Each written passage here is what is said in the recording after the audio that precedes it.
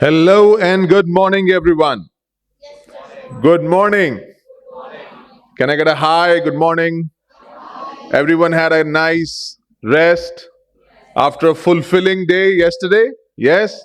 Are you all ready to go to the next level today in the final day of SiMCON 2025? Yes? Oh, the voices are dimming. Oh no.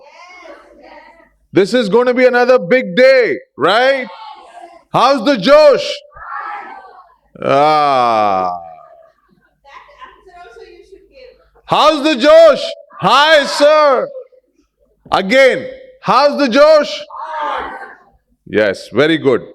Now, so this day we're going to take things to the next level and we need your full support. Okay, we need you to be at your attentive best.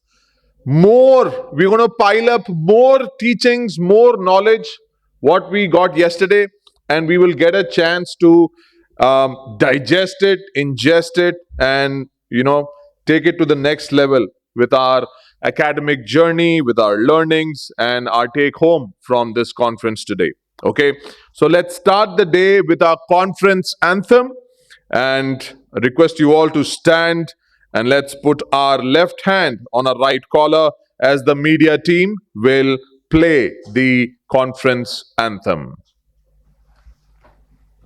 In the realm of knowledge, we ignite, harnessing our minds to shine the light. From theory to action, we pave the way, transforming brain power every day. From mind to hands, we make it real. Touch of hope, a will to heal. With every skill we gain, we stand, transforming brain power into hand. Nurses united, strong and free. Together we shape our destiny.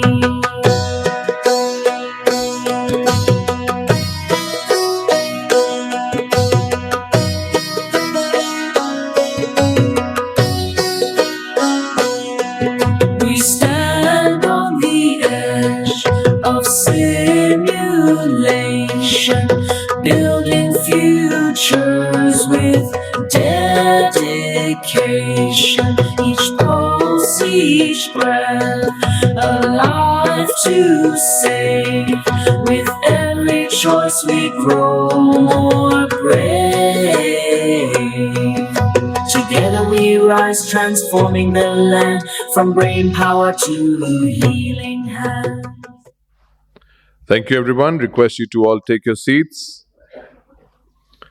And today we'll jump right into our tracks, our teachings, and first up, and carrying on from yesterday's track 3, we will have Dr. Marian help us, take our first lesson, first teaching, first mega presentation for the day. And it's my joy to welcome Dr. Marian. Ladies and gentlemen, please welcome Dr. Marian, Associate Professor at Queen's University School of Nursing. Dr. Marian is co-president of the Canadian Alliance of Nurse Educators using simulation and an instructor for the CASN, Certified Canadian Simulation Nurse Education Program. Her research focuses on clinical and virtual simulation, professional development, and interprofessional education, making her a true leader in advancing nursing education. And we would now want to give this opportunity to Dr. Marian. And would like to also have our dear moderator, Miss Sonia, to help us in this track. Good morning, everyone. So, myself, Sonia Herbert, and I have the honor to being your moderator for this track. So, welcome to track 3 again. We have already discussed 2 topics on this track yesterday. So, let's continue the rest. As we continue, let's focus on simulation program are designed and develop the 4 INACSL standards: pre-briefing, facilitation, professional integrity, and debriefing. From the foundation of successful simulation experience, to elaborate on this, we are honored to have Ms. Marian, an expert in simulation, education, research, and professional development. She will discuss the key elements for designing and implementing the effective simulation training program. Ms. Marian, the stage is yours. Okay, good morning.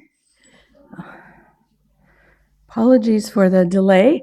I just need to have my notes here in case I need to refer to them. So I'm very delighted to be here again today.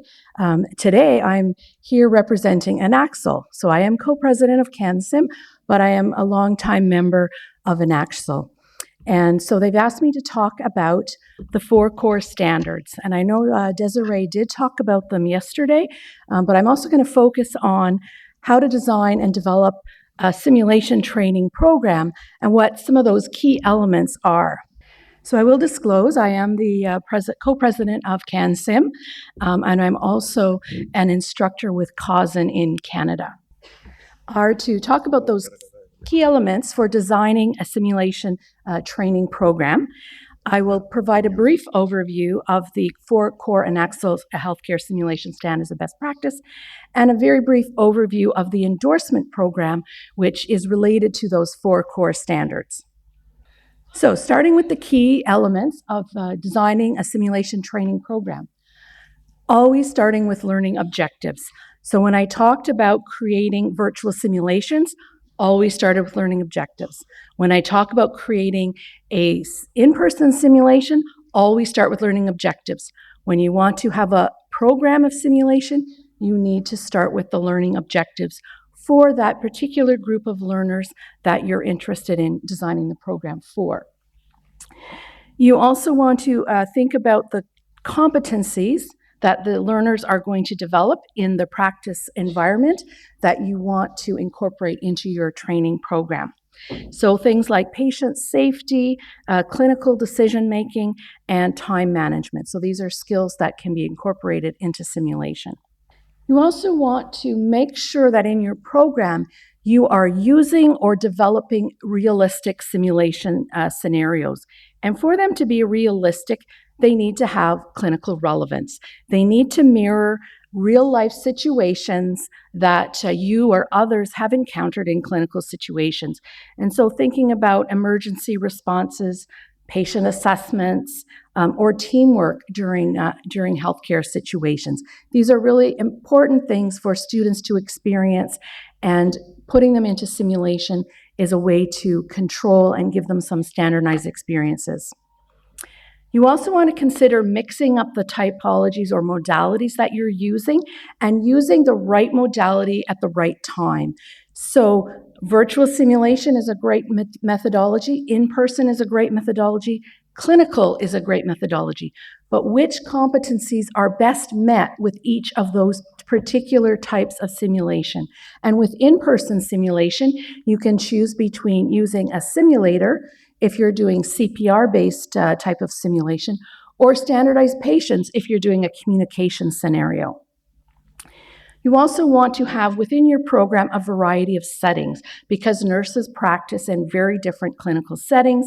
So you want to have a mix of acute care, critical care, community care, all of those areas where your students will be practicing in the future. And then lastly, you want to make sure that your program develops scenarios from simple to complex so that students are scaffolding their learning from the beginning, the basics, to the more advanced that will prepare them to work in the clinical settings.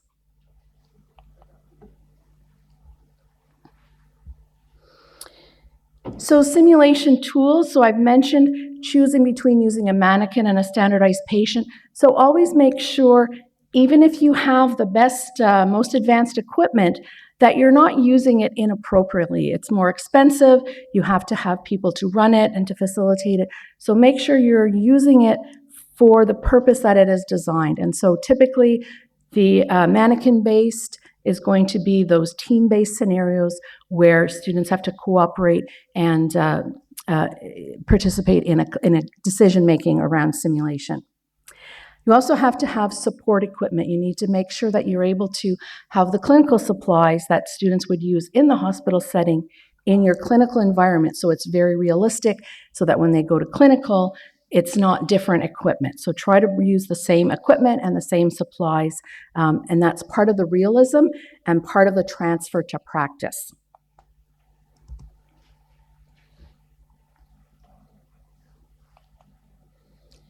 You also want to make sure that your program of simulation is integrated within the curriculum. You're not just making up stuff that you think is fun or that the students might need, but you need to link it to the content that they are learning in their theory classes, in their skills labs, and bring it all together in the simulation lab, again, to help them transfer to practice.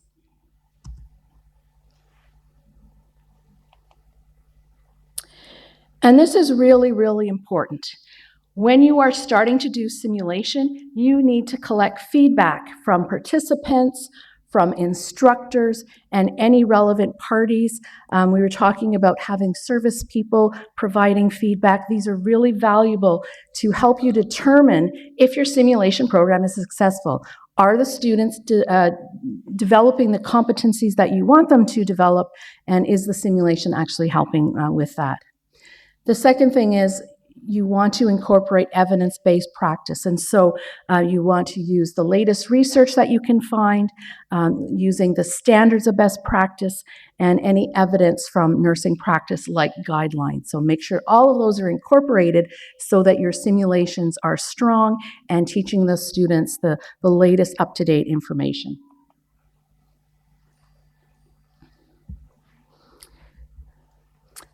In my mind, this element is the most important. I started doing simulation 20 years ago. A vendor came and brought me a new simulator. We took it out of the box and they taught me how to turn the mannequin on. They taught me how to change the heart rate and how to do all the things with the mannequin. What they didn't teach me was how to teach with a mannequin. So I was on my own. I was the only person at my university doing simulation, and there were no guidelines. And so I was figuring it out by myself. So that was very challenging. However, those of you that are starting out in simulation now have the advantage that you can learn from my mistakes and my successes, because like myself, all of the other simulation nurse educators at the time were trying to figure out what was the best practice. And so as we were introducing simulation to our students, we were doing research. We were collecting data, we were analyzing it, we were publishing it, so that there now is a body of evidence that INACSL was able to use to create the simulation standards of best practice. So you don't have to fly by the seat of your pants. Please look at the standards and use them, because they will guide you in your simulation practice. The other thing that trained facilitators can do is mentor students. So it's not just teaching them, it's mentoring them, because they're going to struggle during simulation, and they're going to be emotional. And so facilitators need to be able to provide that psychological safety during simulation, because some topics are very sensitive, and you never know what the lived experience of your students is. Did they have a parent that died of cancer or something like that that is triggering them during the scenario? So these are all parts of the importance of training your facilitators to do simulation. If you have a facilitator that is not trained in the pedagogy of simulation, they can do more harm than good, and so that is very bad practice. So let's briefly review those 4 core healthcare simulation standards of best practice. So these are the 4 core standards. When you're training your facilitators, start with these 4. Make sure they are knowledgeable about these 4. So the first one, of course, is pre-briefing, because pre-briefing is the first stage in implementing a simulation. And so that incorporates the preparation and the briefing pieces. So if you look at the standard, there are 9 criteria that the facilitator has to meet the standard. 3 of them are going to be related to are general. 3 of them are related to the preparation part, and 3 of them are related to the briefing criteria. And Desiree went over all of those yesterday, so I won't repeat that. Facilitation, obviously, is going to be a very important standard for your facilitators to be familiar with. And so, right off the bat, they must have knowledge and skill in simulation pedagogy. INACSL has many training programs that you can use online to help your learners, your facilitators, become knowledgeable. And you may have some of your own training programs for your facilitators. CanSim has some online professional development modules that you can use. So my training over 20 years wasn't one thing and then I was done. I was always learning. It's a continuous learning because we're still learning about simulation. So promote your facilitators to continue their learning, particularly with the skill of debriefing, because it isn't something that's easy to learn and they need a lot of practice. You also want to make sure that you modify the facilitation approach based on the participants. So your facilitators need to know that there isn't just one way to facilitate, and that they have to be flexible and look at their learners, how they're responding during the simulation. Novice learners need more support. More advanced learners are going to need less, and you're going to back off and let them be independent. You need to make sure they include the pre-briefing, preparation, and briefing to prepare participants in simulation. When learners are not prepared, they will not be successful. If they're not successful in this simulation, they're going to be frustrated and they're not going to learn, and they're going to leave not enjoying simulation. So if you prepare your students, they'll be less anxious, they'll perform more better, and then they will learn and they will be satisfied with the experience. You also want to facilitate using predetermined cues. So when your students are struggling, you don't want to leave them hanging for too long. Give them a cue.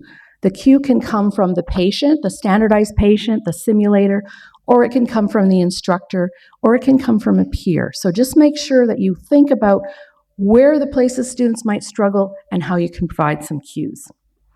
And then finally, you need to be able to, the facilitator needs to be able to support the students after the simulation experience.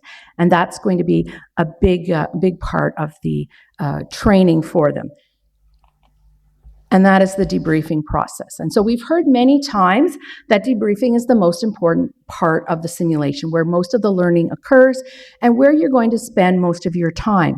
So if you have a facilitator that doesn't know how to debrief, what happens is the debrief gets really short, I find. And then people are just talking about nothing. So you want to make sure they use all of their time valuably, and that they are using their skill to draw out information from the students. And so you want to make sure that the debriefing is incorporated in an appropriate manner. Again, thinking about the level of the learner, that it's designed and facilitated by a competent instructor that's had some training. And they should be using a theoretical framework for debriefing. There are so many frameworks out there, and everybody has a favorite one. But there are some that are easier to use and some that are more difficult. So when your facilitators are starting out, let them begin with a simple debriefing framework like the plus delta. And once they've mastered that, let them try some other debriefing frameworks. Once a facilitator has 2, 3, or 4 debriefing frameworks that they can draw from, then they can be flexible in the moment how the students are responding. They can switch from one to another, or if they're doing novice learners one day and advanced learners another day, they might switch from one debriefing framework to another.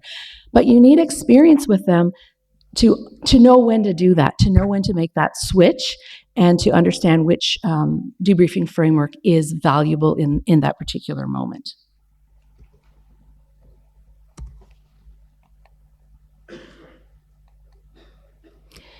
And then finally, professional integrity is the final of the 4 core that are really important criteria for your facilitators to have.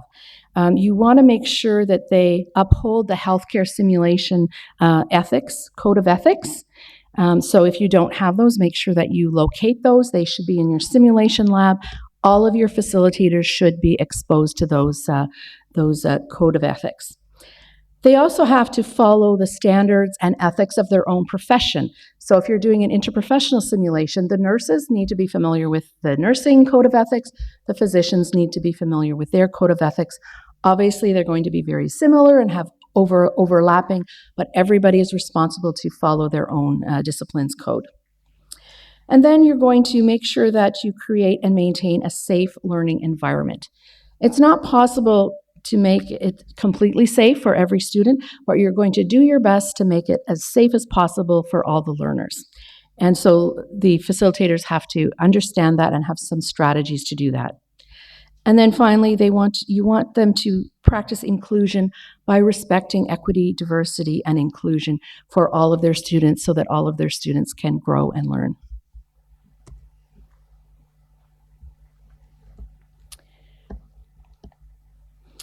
So I'll just tell you a little bit about the endorsement program. So there is a process from SSH for accreditation of your program. The INACSL program of endorsement is not as rigorous, I shouldn't say as rigorous, but it's not as demanding. And it's focusing on those 4 core principles as a start, because you need some feedback on whether your program is advancing in the right direction or if you need to change direction and try to improve before you're able to meet that broader standard of accreditation. And so the purpose of the INACSL endorsement program is really to recognize simulation excellence and to be able to do so in an inclusive and equitable manner.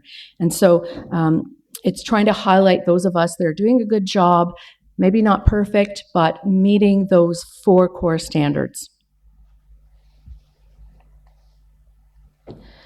The nice thing about this is that this endorsement program is relevant to many settings, whether it's an academic or a hospital setting, you would be applying for the same endorsement. And you do not have to be a member of INACSL or only from a nursing background to apply for this endorsement. So what is it? It's a demonstration of high-quality simulation.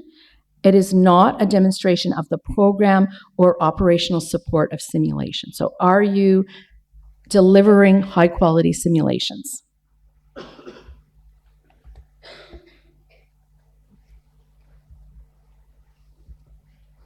So as I mentioned, you are eligible to apply if you're a healthcare agency, hospital, academic center, etc. Then you would apply for endorsement, which lasts for 3 years. And applications are welcome from all disciplines across the healthcare setting. If you go to the website, there is a table of contents, and you are submitting a table of contents of evidence of how your simulation program is meeting those 4 core standards. And it gives you some examples of things that you can submit as evidence, such as videos, your templates that you use to create your scenarios, your policies, etc. INACSL does have equity pricing, and so there is a lower fee for those from the B, C, and D countries. So once you apply for endorsement, there are 3 results. You might be endorsed, which means your program is recognized as meeting the expectations of the 4 core standards, that you're delivering high-quality simulation. You might get a conditional endorsement, which means you're doing a good job and you're making strides to deliver high quality simulation, but you're not quite there yet. You don't meet all of the expectations. They're going to give you feedback on how you can do that, and then you can develop a plan for how you will meet those expectations. And then finally, not endorsed is if you're not meeting most of the expectations, and so then you'll need to really review the feedback and develop a plan to reapply for that.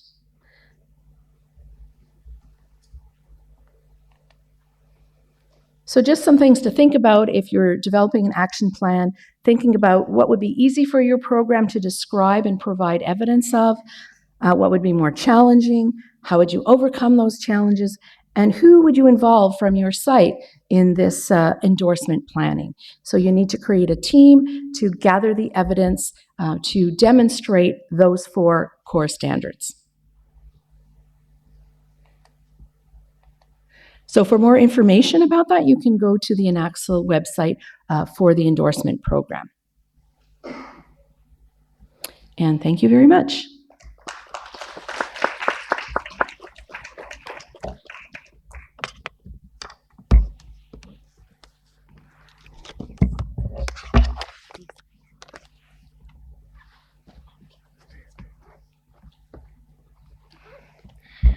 Now, to show our appreciation, I would like to invite Dr. Adit to the stage to express our gratitude and give thanks on behalf of everyone present here. Please join me in welcoming Dr. Aditya.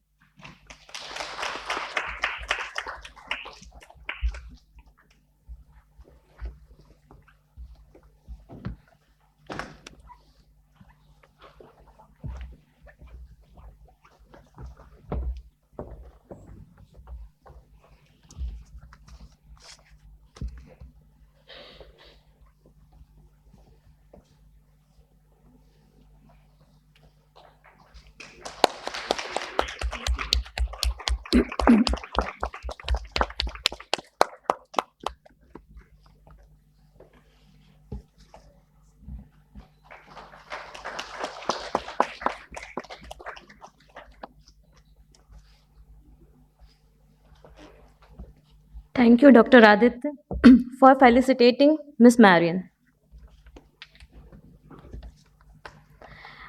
Now, I would like to call upon Mr. Pedro, who will share insight on how thinking and ideation contribute to simulation based education. Please join me in welcoming Mr. Pedro.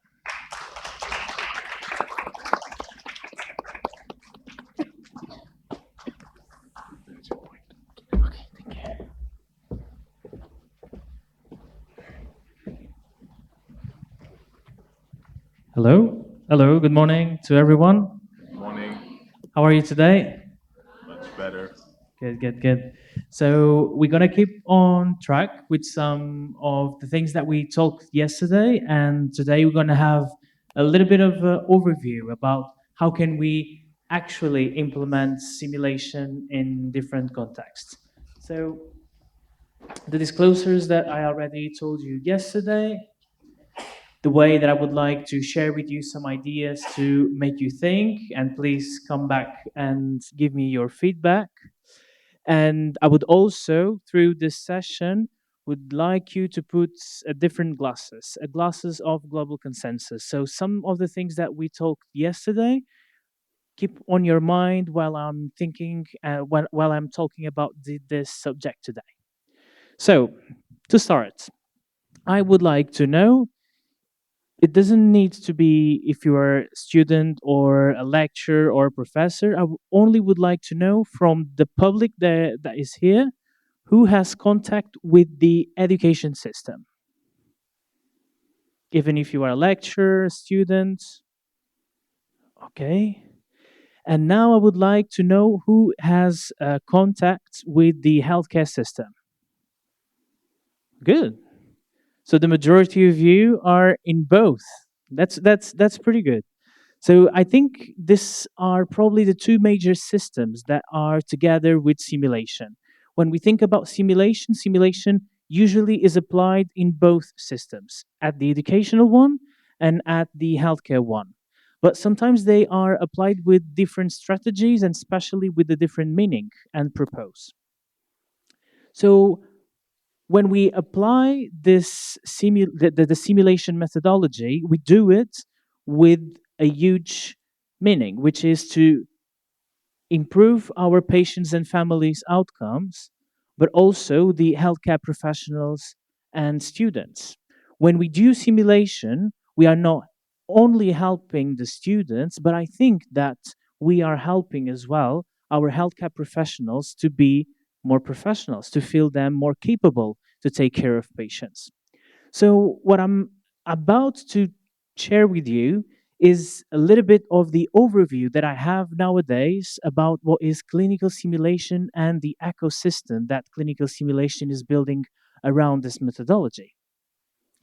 What I see is that we have many words and we can relate these terms with clinical simulation, but sometimes it's quite difficult for us to connect them. So, one of the things that I believe that connects all these words is this. We do all of this, we work in different contexts with different perspectives and different professionals with two missions. One, to improve the clinical safety, and two, to improve the quality of care. We can do many, many things related to this, but I would say that these are the two main goals. We would like to improve both things. So, in my point of view, and considering the future of clinical simulation, I see that this relation is connected with the infinity. The relation that we need to establish between the two systems needs to stay alive. We need to make sure that these two systems are connected constantly. Because if I only apply and improve my education system, when my students become professionals and they don't have the possibility to keep their knowledge alive, what will happen to the clinical safety and patient and the quality of care? It will not be maintained because they are not up to date and they cannot give quality on their care plans. So when we think about these two systems, I think it's quite important to see them together, and especially for the people that say that they work on both systems. Because sometimes I can detect some needs on the education system that I can implement and mitigate what is possibly not being well in the healthcare system. So when we maintain this relationship, we maintain alive this infinity process of clinical safety and patient safety. And how do we do this? As we said yesterday, with transformation. When we keep transforming this infinity process between the two systems, we can we can get a better ecosystem. And how do you see this with synergies? We need to find the synergies about the two contexts to make sure that we maintain this relationship with them. So probably now you are thinking the things you're saying seems to be very funny, but it's quite confusing to us to understand what you're saying. And I think it's normal because sometimes we need some examples to know it. So when I talk about this symbiotic mutualism, what I'm thinking about, and I will give you a quick example, what happened to me. One day, I was with my students at the university, and I found that my students are master degree students, so they are already professionals working on the clinical field. And I saw that they were probably doing many, many mistakes related to the preparation of a sort of medication. The clinical simulation scenarios were not directly related to the preparation of this medication, but it was one of the steps to achieve the goals. And I was looking at them, and I can say to you that I have around 120 students, and more than 50% of the students were doing the same mistake in this clinical scenario. Do you know what was my next step? I went to the hospital and I start observing other nurses. And you know what? Same mistake. So this is what simulation can be used. It's one proposed. And as you can see, education system and an LCAS system, they working together at the same time. I've detected something at the educational system that I wonder if this would be happening at the same time at the LCAS system, and we improved it. I've contact with the quality department and safety department of my hospital and said, I've detected this at the education field. I observed this at the clinical practice, and I believe that we need to do something about it. And do you know what we've done? We built a new simulation program to improve their skills on preparation of medication, which includes clinical simulation. And we're still doing this infinity. And there's many other examples that we can use simulation in both fields. We can do with research, with leadership, management. The policymakers are people that need to see all of these possibilities because this have a huge impact that I will tell you later. So one of the things that I've done from many years was to apply new algorithms, new international algorithms to our hospital. And you know what happened the majority of the times?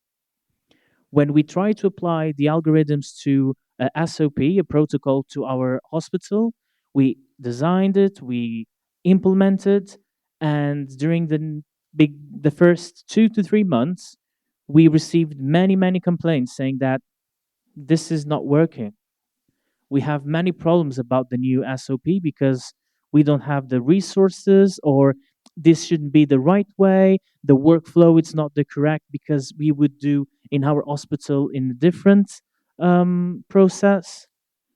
So, do you know what I thought? Why do I need to implement directly a protocol or a SOP if I can test it with simulation before? So now in my hospital, before we implement an SOP, we test it. And if it goes well, we implement it. If we need to change something, we will do the changes, we will test it again. And when we get the correct workflow and process, the SOP will be shared with our professionals. And you know what?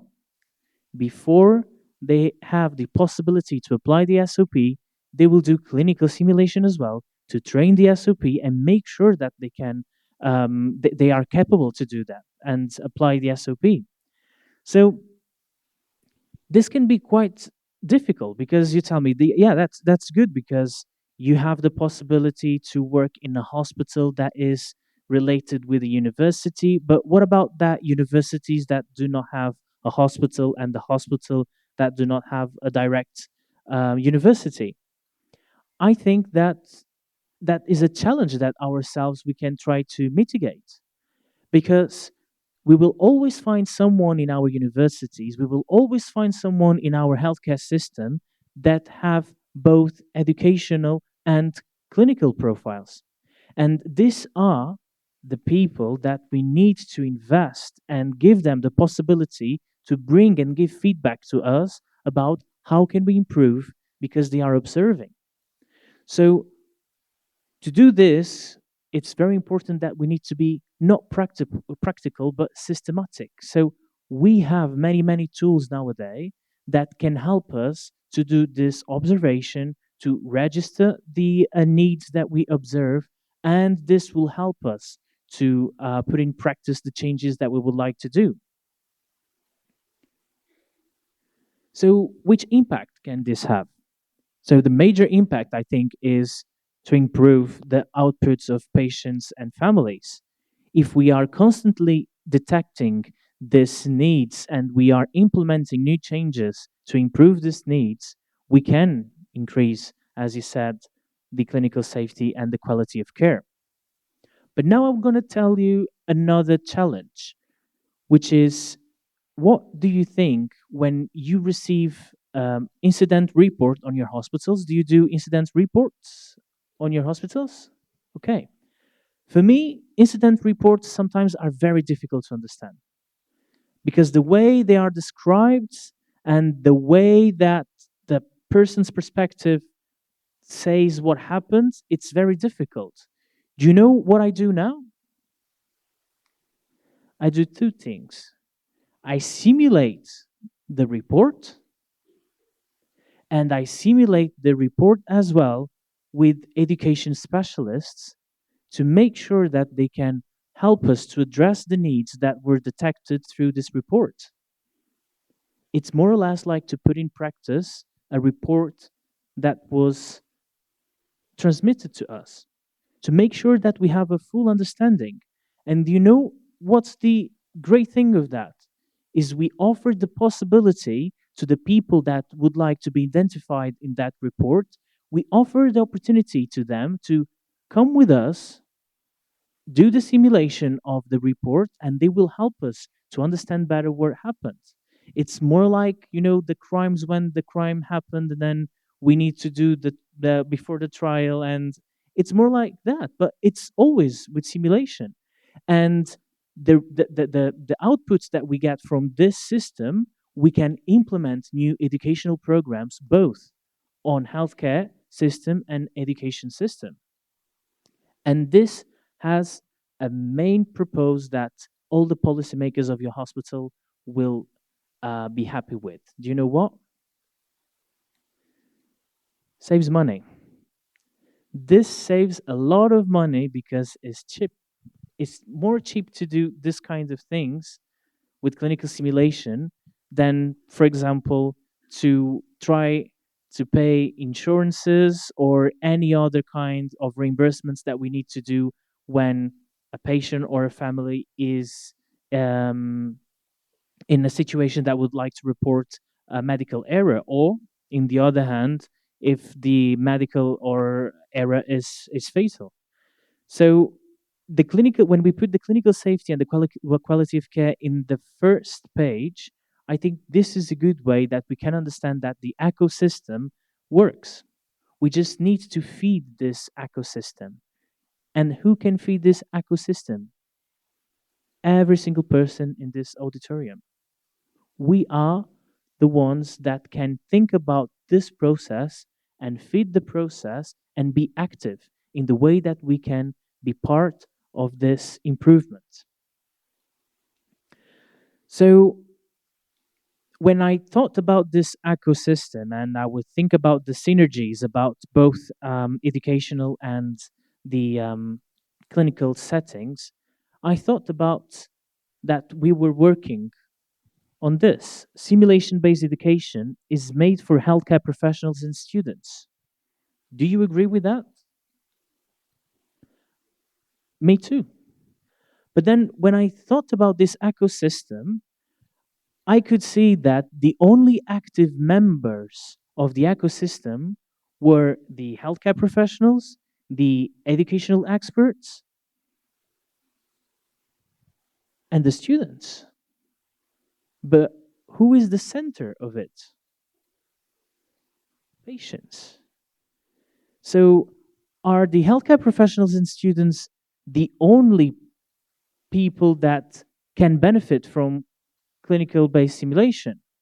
I think if we go back to the ecosystem, we can see this formula. When we have patients with healthcare educations and we have the sum with the clinical simulation, we can start developing the simulation based therapeutic patient education.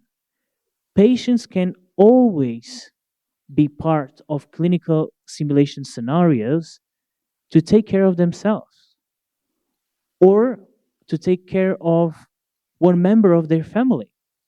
Why can we not, as healthcare professionals that we learn through simulation, why can we not transform this learning process in a different way to our patients and make them and give to them the possibility to simulate the way they would take care of themselves or a relative? So this is the next stage of clinical simulation, is when we can came prepared to design scenarios not only for students and healthcare professionals, but also for our patients. And I need to tell you, it's totally different. We cannot try to do the same process to design a scenario for a healthcare professional and try to do a copy paste to the for the patients and families, because they have different processes of acquiring knowledge and learning processes, because they have a different background, because they have a different need of learning and having this new information about their health situation. But this is something that we need to start thinking is how can I implement some strategies of the simulation methodology in the way that I educate my patients for their care. So, what's the goal? And this is just a sum up of everything we said. We need to increase the clinical safety, the quality of care. This is for patients and families, students and healthcare professionals. But can you see the other word that we didn't mention until now? Well being. Simulation is important that can bring well being to everyone that participates in this kind of methodology. Simulation needs to make people not feeling well when they are doing simulation is more than that. Is what simulation can improve their well-being when they're working, improve their well-being when they're taking care of themselves at home, or improve their well-being when they're learning to become professionals or to improve their skills when they are professionals, and probably mitigate some parts of the burnout that our healthcare professionals are having.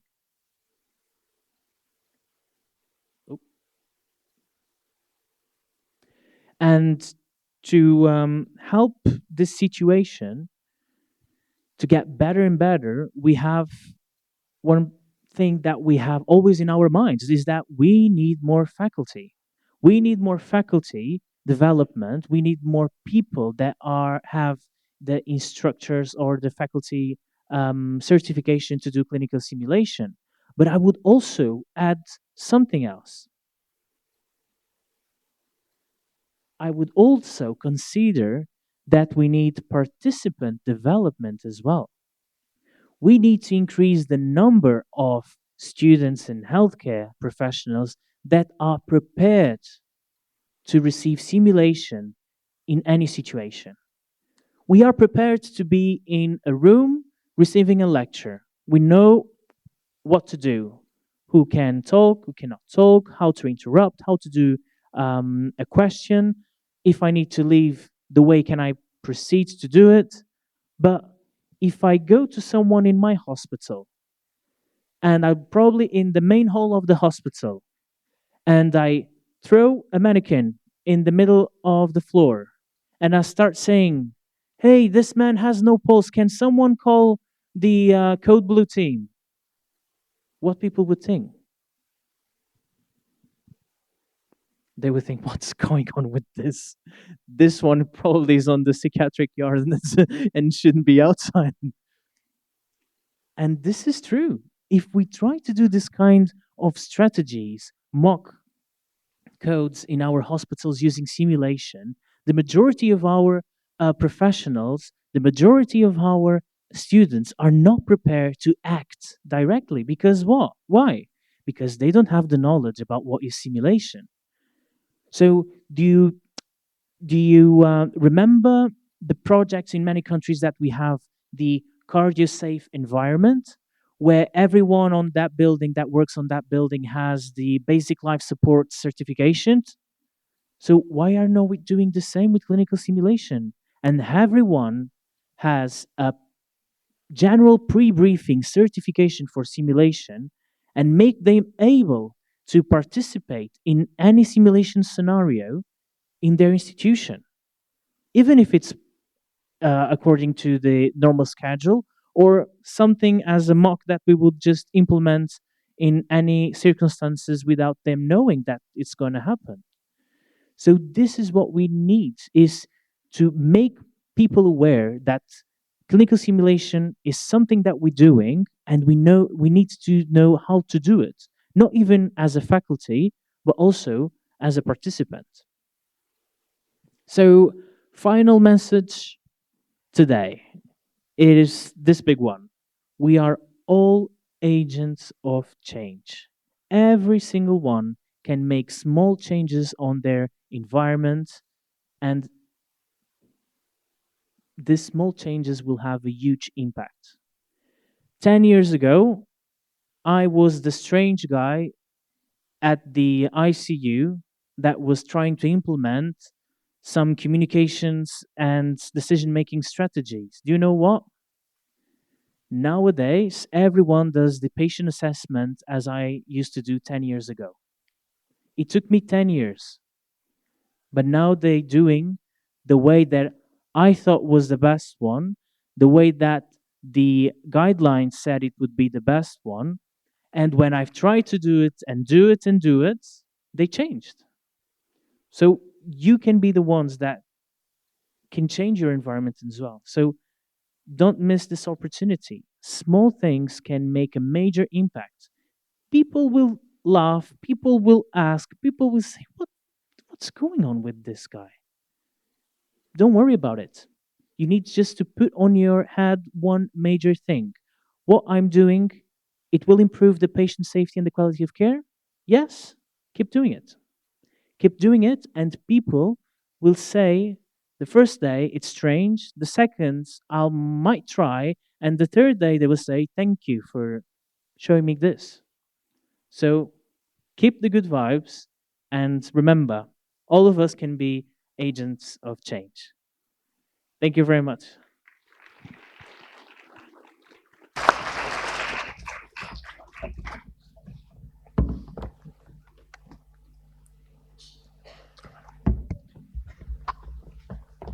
Thank you so much, Dr. Pedro, for those valuable insights.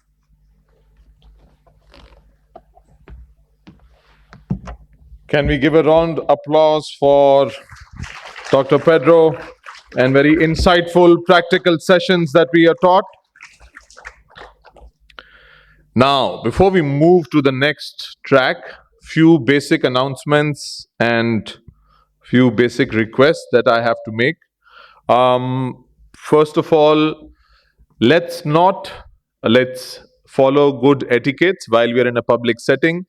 There were complaints yesterday that people were leaving paper cups under the seats. This is not a movie hall, right?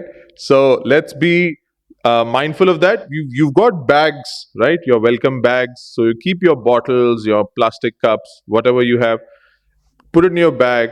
And when you go out, put it in the garbage box. That is one. So let's be neat and clean like we want to have our hospitals. Secondly, I would request people who are on the balcony on the second floor or the first floor, the mezzanine floor, to come and kindly take the seats here which are empty in the foyer here. And I would request the volunteers to be vigilant and help them, occupy the seats which are empty. That will really help the speaker connect with the audience. It will help you also to receive the good things that you've come here to take, right? So I'd request you, if it's not too bothersome for you who are on the first floor, on the balcony area, to come and occupy the empty seats. I can see a lot of seats to my left and to my right which are unoccupied. So let's do that. Thank you very much for doing that. And I'd like the volunteer team, the ushering team, to be vigilant in this. Yes.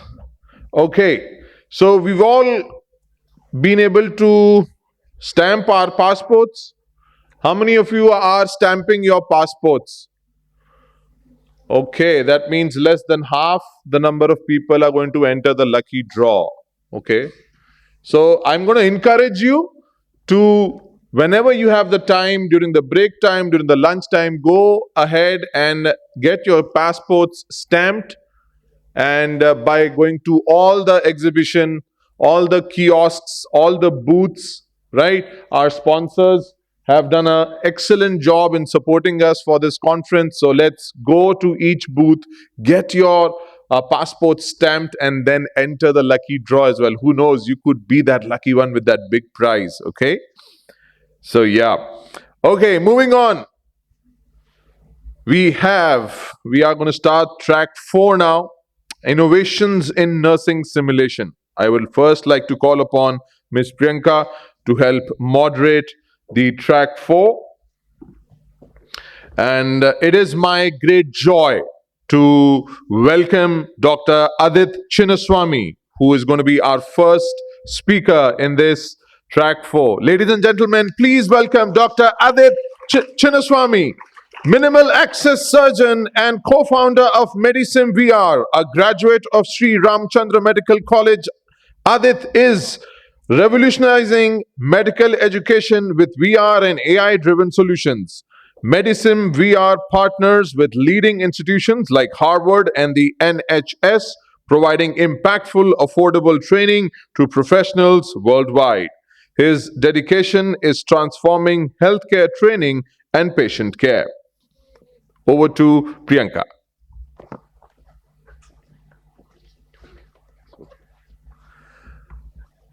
Excellent. Now, after Dr. Adit, we have Dr. Judy Arulappan. It is my great pleasure to introduce Dr. Judy, Associate Professor and Director of the Nursing Laboratory and Simulation Unit at Sultan Qaboos University. A certified healthcare simulation educator and award winner, Dr. Judy has published extensively and secured numerous research grants. Her expertise spans caring, simulation, interprofessional collaboration, and nursing history. Now I want to welcome Marilyn Oliveira. Please welcome Marilyn, Director at JV EdTech Medovation. With over 13 years of healthcare experience, Marilyn has progressed from critical care to leadership roles. Her expertise includes optimizing operations, ensuring quality care, and developing nursing excellence. She holds an MSc in nursing, a postgraduate diploma in healthcare, and a Six Sigma Green Belt. We want to welcome you all, our dignitaries.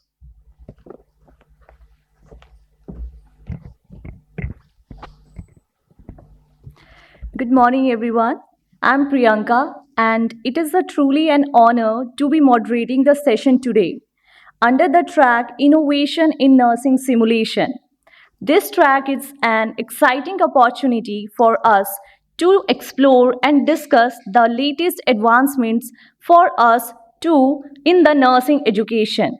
It is crucial that we stay ahead of these developments to ensure that the nursing education remains relevant, effective, and impactful in preparing professionals who can deliver high quality patient care. To begin our journey today, we are fortunate to have Mr. Adit Chinnaswamy with us. His session is titled Emerging Technologies and Their Impact on Simulation and promises to offer profound insights in how technologies and virtual reality and other innovations are revolutionizing the way we teach the nursing students and nurses. We are excited to hear from him and understand how these technologies are shaping the future of nursing education. Please join me in welcoming Mr. Chinnaswamy. Sir, please, the floor is yours.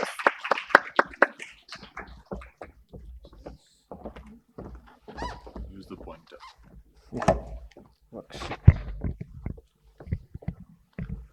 All right. Good morning, everyone. Oh, that's nice. I think that's something which we never get tired of, and I'm not used to either. Not having been a professor, when say good morning and like all the students say good morning back to you, that always livens the day up. Thank you to Dr. Jaydeep for making this happen. First off, thank you to all the members who have traveled from far and wide and have taken the time to be part of this event. And I can say that this the beginning point of a sea change in how we are viewing simulation across the country. This seems to be not an isolated event, but one of the pioneering events for a lot of events which is going to follow in the near future, where simulation is becoming more and more mainstream in terms of how we adopt it in healthcare education. That said, let me move into my core topic and an area where I can speak of with some level of knowledge. When we talk about technologies in healthcare education, they're vast, right? Like from the video Jaydeep played yesterday, anything is a machine, anything is a technology, right? But if you go down that rabbit hole, we'll end up staying here for the entire day. So I'll focus my talk on virtual reality, extended reality, mixed reality, and the entire spectrum. So how many of you here have tried virtual reality? That's great. I'm for educational purposes. Oh, wonderful. Yes. This is again a sea change, right? I've been trying to talk about this for quite some time. The first few times I had to explain about what virtual was and what virtual reality was. Everyone thought if they were practicing simulation on a computer, that meant they were already experiencing virtual reality. And from there, I think the proliferation started into the malls where you had your virtual reality rides, which was the first point where a lot of us got to try virtual reality. But nevertheless, I will go a little bit deeper into that entire spectrum because these terms are often used interchangeably, and hopefully we'll have some clarity on that before I move forward. Right. So when we're talking about virtual reality, everyone knows what the tech is now.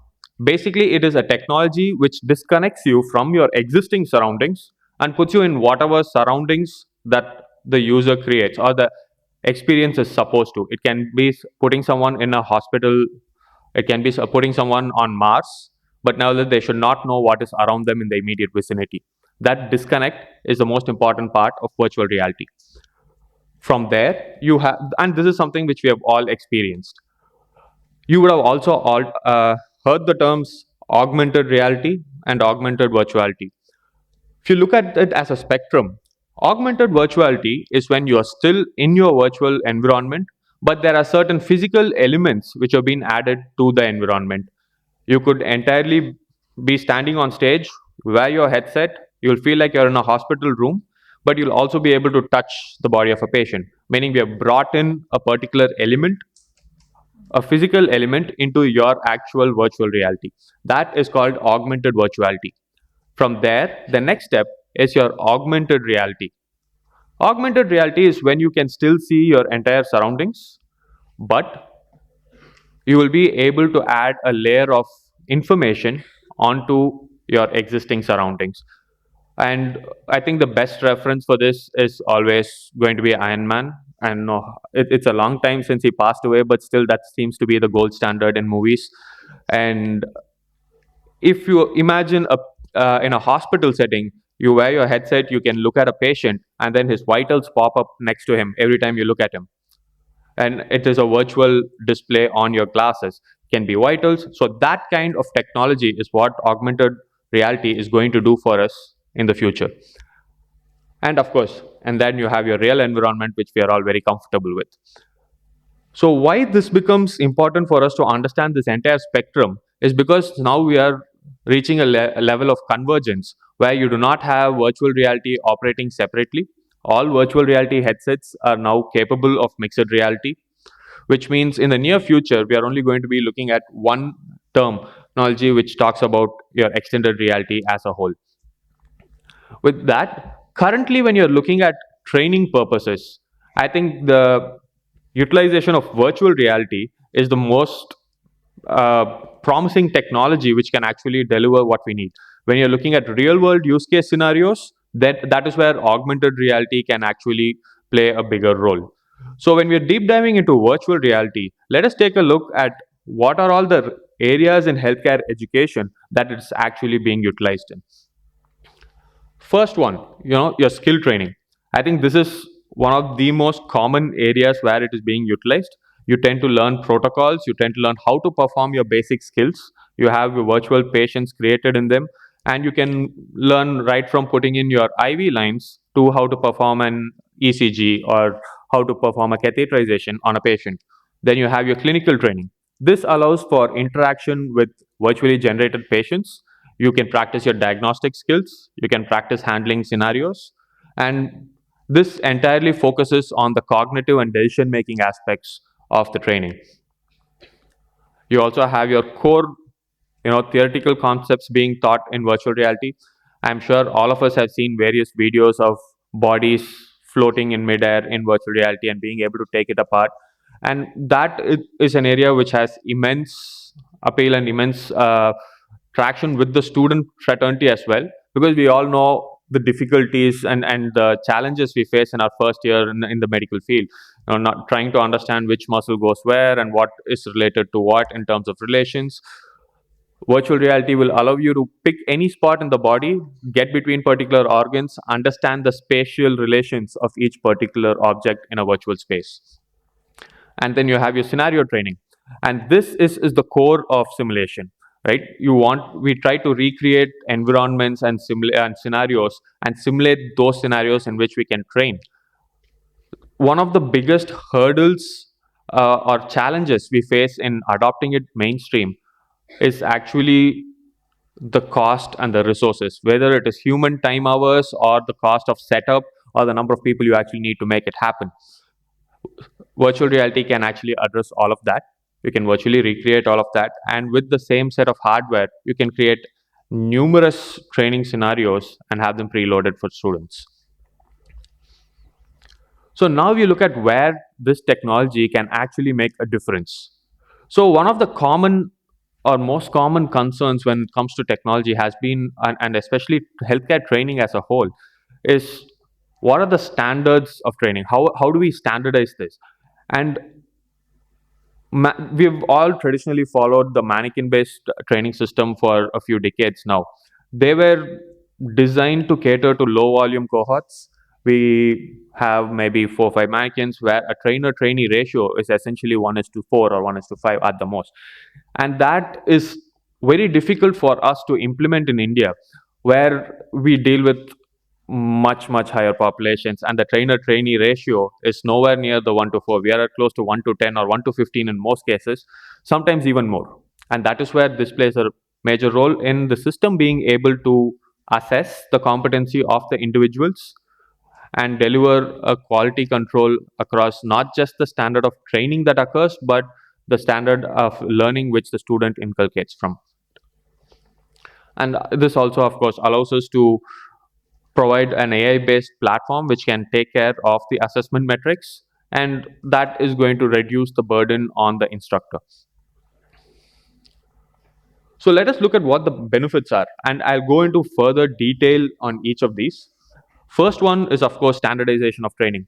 And especially in a widespread community, right? Even in one institution, when you have 4 or 5 professors teaching us the same skills at various points, I know we have all been at the end of the patient's wrath when or even the professor's wrath, when we do it based on the protocols we learn from a different professor, but this is not what that professor taught us. And that is where this can actually standardize the training protocols across the entire institution or even a country as a whole. Then, of course, and I'm sure especially when we invest very heavily on mannequins and infrastructure, with quite a few institutions, I've walked into institutions and asked them where their simulation lab is, and they take me into an empty hall, and then, well, like, where are the mannequins? Where's the equipment? Oh, don't worry, that's all safe. We'll take it out when like the inspection happens. It's all kept safe and sound. It's all there. Don't worry. And that doesn't really allow the student to keep practicing repeatedly, right? Ultimately, the most confidence we'll get is when we can keep on trying it, and not as part of like the designated class hours. We should be able to practice when we want to. We should be able to have access to it when our minds are in the frame to learn. And that is a concept which is becoming more and more relevant to the newer generation of learners, where we want to be taught in a way that we want to learn and at a time when we want to actually pick up knowledge. Resource optimization is another area where virtual reality plays a major role. We'll go into it in greater detail. Scalable, and of course, when you're looking to train large cohorts and disseminate knowledge across very large spectrums, this becomes your easiest mode of doing that. And the objective assessment and quality control that we spoke of. Actually, let us go into greater detail in each of those. So when you're looking at standardization of protocol, the first and most important part is actually the consistency in training the students on the same protocols, not just in an institution. When we are looking at such a widespread geography, we have had speakers from varied geographies in the stage over the last day and two. I'm sure there are going to be certain protocol differences across certain geographies. How do you translate and how do you prepare students when they're going to step into various institutions, when they're going to step into various geographies? Because healthcare is becoming more and more of a global uh, training consortium. I don't think we can be happy training ourselves in just one local set of standards and then having to face a really hard adaptation curve when we actually move somewhere. And the risk-free element of learning is something which I don't want to go into great detail because that is the most obvious statement. When you're in a virtual environment, the only injury you can have is when you wear the headset and walk into a wall. And now the technology is making sure that you don't do that as often as possible. So now comes the repeated practice. This is where resources actually have been curtailed and are available at very limited expense. And repeated practice is not just about having access to the technology. The previous generations of technology are also dependent on repeated availability of the trainers, right? Not just when they want to train the student, but even knowing, even assessing the student. If you're looking at 20 students learning 20 skills over a year, and one instructor having to actually assess them and debrief them every time they actually want to learn, it becomes near impossible. So that is where this technology can take over. It can actually assess whether the students have learned the protocols. It can provide a debriefing after. And what this essentially allows is not the replacement of the trainer, but allows the trainer to actually concentrate his time on where the entire cohort is struggling. Meaning it can point out cohort-wide patterns. If, for example, if you're looking at a catheterization procedure in one of the institutions, we realized that a lot of students were making mistakes in three particular steps. One, they were not pushing the catheter in all the way to the Y fork. As soon as they see, they started fixing the bag and inflating the balloon. That is again something which is very, very detrimental. So instead of having to take each student and focus them on the entire debriefing procedure, they were able to have one standardized debriefing for the entire cohort, tell them that this is why you do this particular step a particular manner, and what are the complications associated with the way they were currently making the mistake. It allowed, uh, I think there was around 45% improvement right after a single debriefing session. This is possible while we are using these technologies and allowing for that to take over some of the menial tasks, which is very, very highly taxing on our day-to-day trainers. The AI-driven assessment part. So now, we're seeing everywhere AI is going to come, AI is going to take over. We know that healthcare is probably going to be the last place where AI has a very massive impact in terms of our patient interaction aspect and the performing of those skills. Sure, AI will support us in a lot of places, and this is one area where the support is going to be massive. Now, the assessment and the quality control aspects. You look at the objective feedback and assessment, the AI engine can. Oh, I did not realize that. Is that 5 minutes left? All right, cool. And then you have your continuous evaluation, and of course now the gamification of the learning process, which is very, very vital to the students right now. Getting the students come into a skill lab and a simulation lab, or even to traditional classrooms, is a challenge. The gamification of learning has been a concept which has been widely accepted over the last years. This takes that to the next level. We see increased student traction over a very, very long period in terms of this technology. Then you have your resource optimization. So here, resource optimization works on three fronts. Not only is it actually cost effective in terms of delivering the same training, there's a 70% decrease. So whatever you achieve on a $1 expense can actually be achieved on a 30-cent expense, comparing a full-scale mannequin to a virtual reality-based training setup. Then it reduces the instructor burden. It allows for greater volume of cohorts to be handled by the same instructor. And then you have your infrastructure requirements. Every time we need to train someone on a newer skill or a newer set of protocols, you don't need to set up new infrastructure. The same headset will do the trick.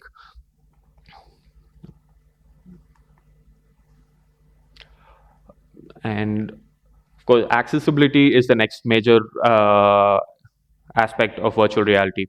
So headsets getting shipped across, so students can learn from where they want to. It was a major feature which we woke up to the necessity of during the COVID pandemic.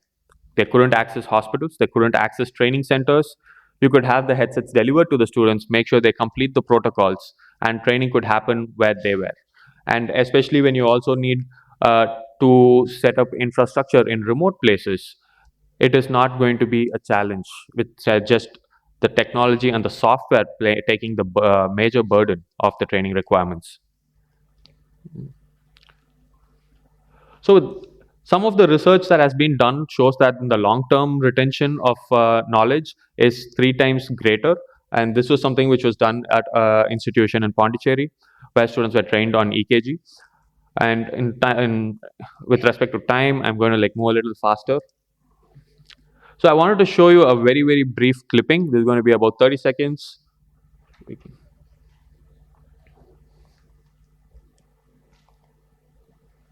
Yeah. So this will take you through in-experience graphs. So if you look at any particular skill, you'll be able to see that you can log into, each student will be able to log into their own profile, and then they'll have a pre-procedural briefing where they understand each skill involves a certain set of steps that they have to go through. And with this training methodology, each skill training becomes a simulation-based training itself. Your ability to introduce multiple complications, multiple scenarios around each of the training allows for this to happen. This technology allows for cognitive learning and knowledge impartation as part of this overall skill training. Again, something which done in the right titrated doses allows for better learning, better knowledge retention. And actually, if in that particular scene, you can even control and measure the angle at which the needle is being inserted into the patient. These are again things which we cannot do on a day-to-day basis. And it also teaches the students the protocols in terms of documentation, which is something which we often overlook when it comes to mannequin-based training. And that is actually knowing the current burden in terms of documentation at all the accredited hospitals. That becomes a key facet of any healthcare professional. Can we keep moving? So when I talk about all this, the first question is, we've been hearing about virtual reality in training for a very long time. When is it actually going to happen? We've listened to these presentations, and believe me, it's not far away. The adoption curve started. If you look at this, these are some of the labs and institutions in India where there's already virtual reality based training happening. So KD Institute is in Ahmedabad. It has around 400 nursing students and 400 physiotherapy students who are being trained on essential skills. St. Peter's College has around 600 nursing students who are being trained on around 30 skills. And each of these skills that we talk of are also in an entirely simulated environment. I'll rush through, don't worry. And of course, now we also have regional centers of excellence where institutions are setting up these virtual reality labs and opening their doors to ensure that students have access on 1-day and 2-day certification programs to get trained. And this is possible because of the benefits that we already spoke of, where they know that the quality of training is not going to be compromised because it is all done through software and can be monitored from anywhere. And next, since members of the INACSL and decision makers are here, I think one of the trends that we also have to look at is what's happening at a policy level. The central government has actually, through its Healthcare Sector Skill Council, has set up a virtual reality-based lab and is looking at propagating the virtual reality-based delivery of certain programs, which includes 4 to 5 skills. And one of the largest healthcare university in the country and in the world in terms of sheer volume is the Rajiv Gandhi University of Health Sciences in Karnataka. And they have now taken on board a virtual reality solution and are trying to ensure that that's going to be an essential segment of all their simulation labs and the regional centers of excellence, which they intend to set up over the next year. And I think one of the most important aspects when it comes to our healthcare fraternity in recent years is also that we are now a globally sought after commodity.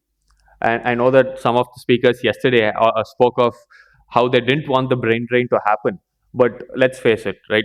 Brain drain is going to continue happen for us in the healthcare community until the same standards of respect and the finances are on par with the international fraternity for us. And especially with COVID, the increased necessity for healthcare workforce, especially in Europe and in certain parts of US, is being harshly felt. And there have been multiple governments who have been after certain organizations here who have, and have signed MOUs to actually take in 2 lakh nursing students and nursing professionals to Netherlands, for example, over the next 5 years. And these kind of cross collaboration programs essentially require a lot of quality control. And that is where they're able to have someone from Netherlands log in, assess the students when they're performing certain skills, and then be able to bring down their costs in terms of training them when they're taking them there. And this provides the missing link in ensuring that virtual reality can get adopted across the entire healthcare spectrum, and we see tangible benefits out of adopting this newer technology. And with that, I'm almost done. So this is going to be my last slide, guys.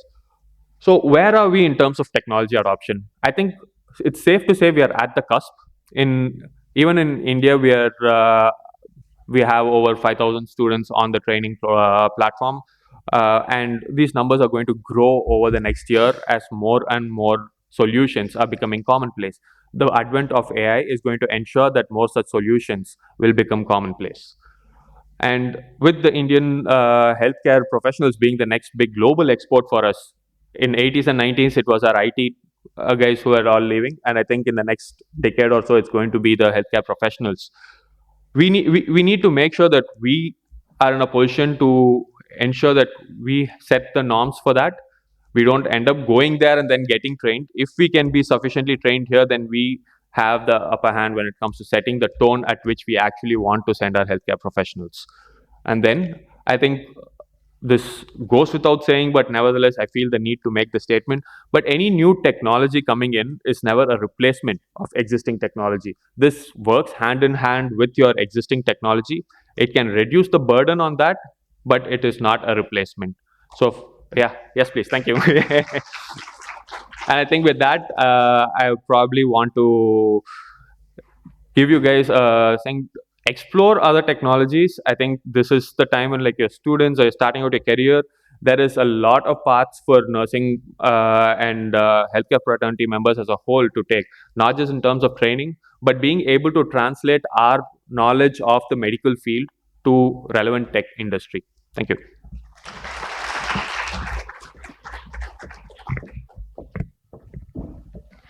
Thank you, Mr. Chinnaswamy, for your enlightening presentation. Your deep dive into how emerging technologies are revolutionizing the nursing education is incredibly valuable, and it is evident that these advancements are not only enhancing the learning of the nursing students, but also it is preparing them for the real life scenarios which we think that unimaginable, they can happen anytime.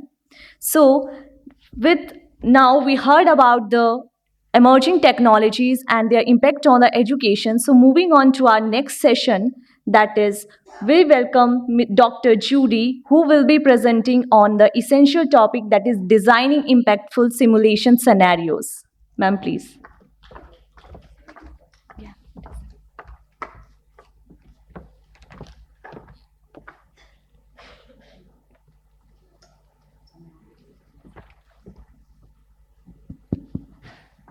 Happy morning, everybody. So I always say happy morning because I wanted to spread the happiness with all of you. I don't want to be happy alone. I want all of you to be happy.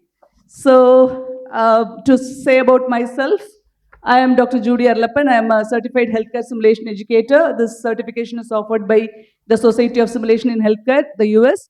And I am the director of Nursing Laboratory and Simulation Unit and associate professor in the Department of Maternal and Child Health, College of Nursing, Sultan Qaboos University, Oman. These are my contact details. And our institution is accredited by Accreditation Commission of Education in Nursing, which is we follow a US curriculum as well. So, okay. So at the outset, I would like to extend my special thanks to Dr. Jaydeep Herbert and Dr. Dr. Ashley Franklin for inviting me to this first International Nursing Simulation Conference, SiMCON. Thank you very much. And I would like to declare that I do not have any conflict of interest to disclose. And yeah. So this has been repeatedly told by all the presenters because simulation is a teaching pedagogy where students and qualified healthcare providers, they practice in a safe and non-threatening environment, and they practice various rare, unseen and emergency clinical situations, testing and introduction of new protocols. And it is ultimately done to develop the clinical skills, critical thinking and clinical judgment. In addition, they reflect on how they performed and what went well and what the areas need to be changed. That is ultimately what is simulation is all about. And even in our unit, we call it as nursing laboratory and simulation unit. Nursing laboratory unit is mainly used for skill practice, and simulation unit is mainly used for simulation practice. So the name itself implies that we have skill practice labs as well as simulation labs. So in this today's presentation, I'm given I think 40 minutes. So in this 40 minutes, I'm going to give a comprehensive understanding of how we are integrating simulation in our nursing education using INACSL standards of best practice. If you see my presentation, it is going to be an experience sharing session. It is not going to be a theoretical session. I'm going to share more of our experience, how we are integrating simulation in our teaching. So you might have a question, why she became a simulationist? So I myself had a question in 2015 when I was joining Sultan Qaboos University. So during my interview, they were asking questions about simulation. I was blinking. I had zero information about simulation in 2015. After that, I was put in a course where I was asked to integrate simulation as well as OSCE, where I had no knowledge. Then we had a trainer from the US. She trained us, 6 of us, in simulation and OSCE. From 2015, I started learning about simulation, and this is my 10th year of journey in simulation.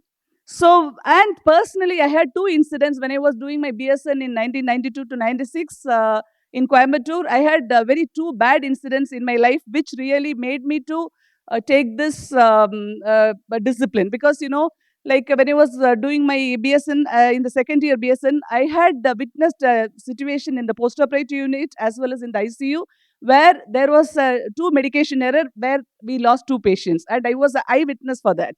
So there was the mistake was completely on the nurses, and the patients died on the spot where I witnessed, and I always feel guilty that I could not do anything, though I was physically present in that place because I was a student and I was not independently practicing, but I was witnessing this incident. So therefore, from that time, I always used to feel that I should be doing something to the profession and there should be a change. We should be making some change in the profession. That is the place where I got into simulation in 2015. So that is the reason I just understood that every life is very precious and we have to take care of the lives. And as I mentioned in the beginning, until 2015, I had zero knowledge in simulation. Thereafter, I started learning more about simulation. When I was put in this course, Advanced Clinical Nursing, which is a transition to professional nursing practice course in the college, everybody was mocking at me what she's going to do in simulation. She doesn't know anything about simulation, and people were really mocking at me.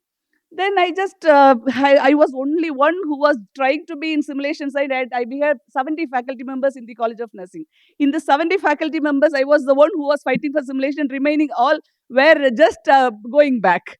So, but if you see, after this 10 years of struggle, now everybody says simulation is the best practice, and every course in our college, we have 11 clinical courses in the college, and all 11 clinical courses are integrating simulation in their nursing education, and really they are doing the best, and we are working for SSH accreditation as well. So we have gone to that level of going for accreditation. So that means when we work hard, we can reach a level of quality.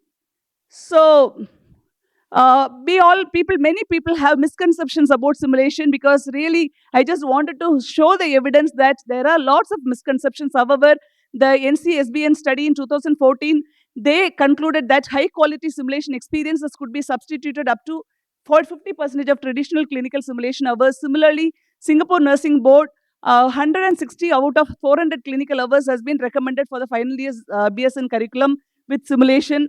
And in 2016, there is another study where they said 50% of the clinical experiences can be substituted with simulation, considering 1 hour of simulation is equivalent to 2 hours of clinical practice, because we are completely immersed into the simulation when we are in the simulation lab. In the clinical practice, we go around here and there, we waste a lot of time. But in simulation, we are completely immersed. Therefore, 1 hour of simulation is equivalent to 2 hours of clinical practice. This is what is the recommendation. Apart from that, many other studies, recent studies, have been recommending simulation can be used in our nursing education because it increases the clinical skills, knowledge, self-confidence, reasoning abilities, clinical decision-making abilities, communication skills, satisfaction, and many aspects which is improved through simulation. Similarly, repeated clinical simulation experience enhances the self-confidence and critical thinking and competence of nurses and nursing students. So coming to the INACSL standards of best practice, because we have 10 standards which we have integrated in our program. We are integrating in our program in all our clinical courses, starting from professional development, pre-briefing, preparation and briefing, outcomes and objectives, simulation design, operations, facilitation, the debriefing process, professional integrity, sim-enhanced IPE, and evaluation of learning and performance. So now the topic which is given to me is about creating impactful simulation scenario, because when you wanted to create simulation-based experiences, it is always purposefully designed to meet the objectives and achieve the expected outcomes, because it is purposefully designed. In the hospital setting, everything happens in a it happens regularly, but in simulation we really create it with the purposive objective as well as intended outcome. So always this purposeful simulations design has a structure, process, and outcome. So when you wanted to really have a simulation-based experience, it should be developed by content experts, because everybody cannot develop a simulation scenario, because unless and otherwise you have experience in the simulation pedagogy, it is very difficult to create a content. So therefore, content expertise is needed. Similarly, if I am saying that I'm a simulationist because I have undergone various courses, certifications in simulation pedagogy, that is the reason I call myself as a simulationist. So the simulationist should be knowledgeable in best practices in simulation education, pedagogy, and practice. So first, the thing is professional development. If you really wanted to be a simulationist, if you wanted to create an impactful simulation scenario, you should be having a professional development. You should be doing your professional development in simulation. For example, you should be undergoing both formal and informal training, and we should be incorporating healthcare standards of simulation best practices, and we should repeatedly read the literature, because there are lots of clinical simulation nursing. There are many literature which has been published in related to simulation. We should read it, and we should review it, and we should get mentorship and networking, and we should have formal coursework and certification, and we can attend simulation conference like SiMCON, and being a part of professional simulation organizations. And you should also have more expertise in simulation design, debriefing methods, and evaluation approaches. And you should understand the ethical standards of simulation-based education. And these are various courses available across the world. Don't think that there are no courses available. There are plenty of courses available related to simulation across the world. I have mentioned many of the courses. Maybe I will share this PPT with the organizers. Maybe they will share it later with you, so that you can take a note of this. There are many courses available. There are lots of online courses, face-to-face courses, then fellowships, 3 months, 6 months, 1 year certification programs are available. So these are other courses across the world. And you also can become a member of these professional simulation-based organizations, because when you become a member of these professional simulation-based organizations, you are going to learn a lot about simulation, and you can become a member of many committees within those professional organizations. For example, Society of Simulation in Healthcare, International Nursing Association for Clinical Simulation and Learning, Association of Standardized Patient Educators. And I have just mentioned the rate fees for each of the membership. We have individual membership, as well as we can have institutional membership, and so on. And this is a CHSE certification process. I have undergone the CHSE certification, which was a tough exam, because we have to have 70% of the passing score. It is not that easy. Unless and otherwise you are into simulation, it is quite difficult to pass this examination.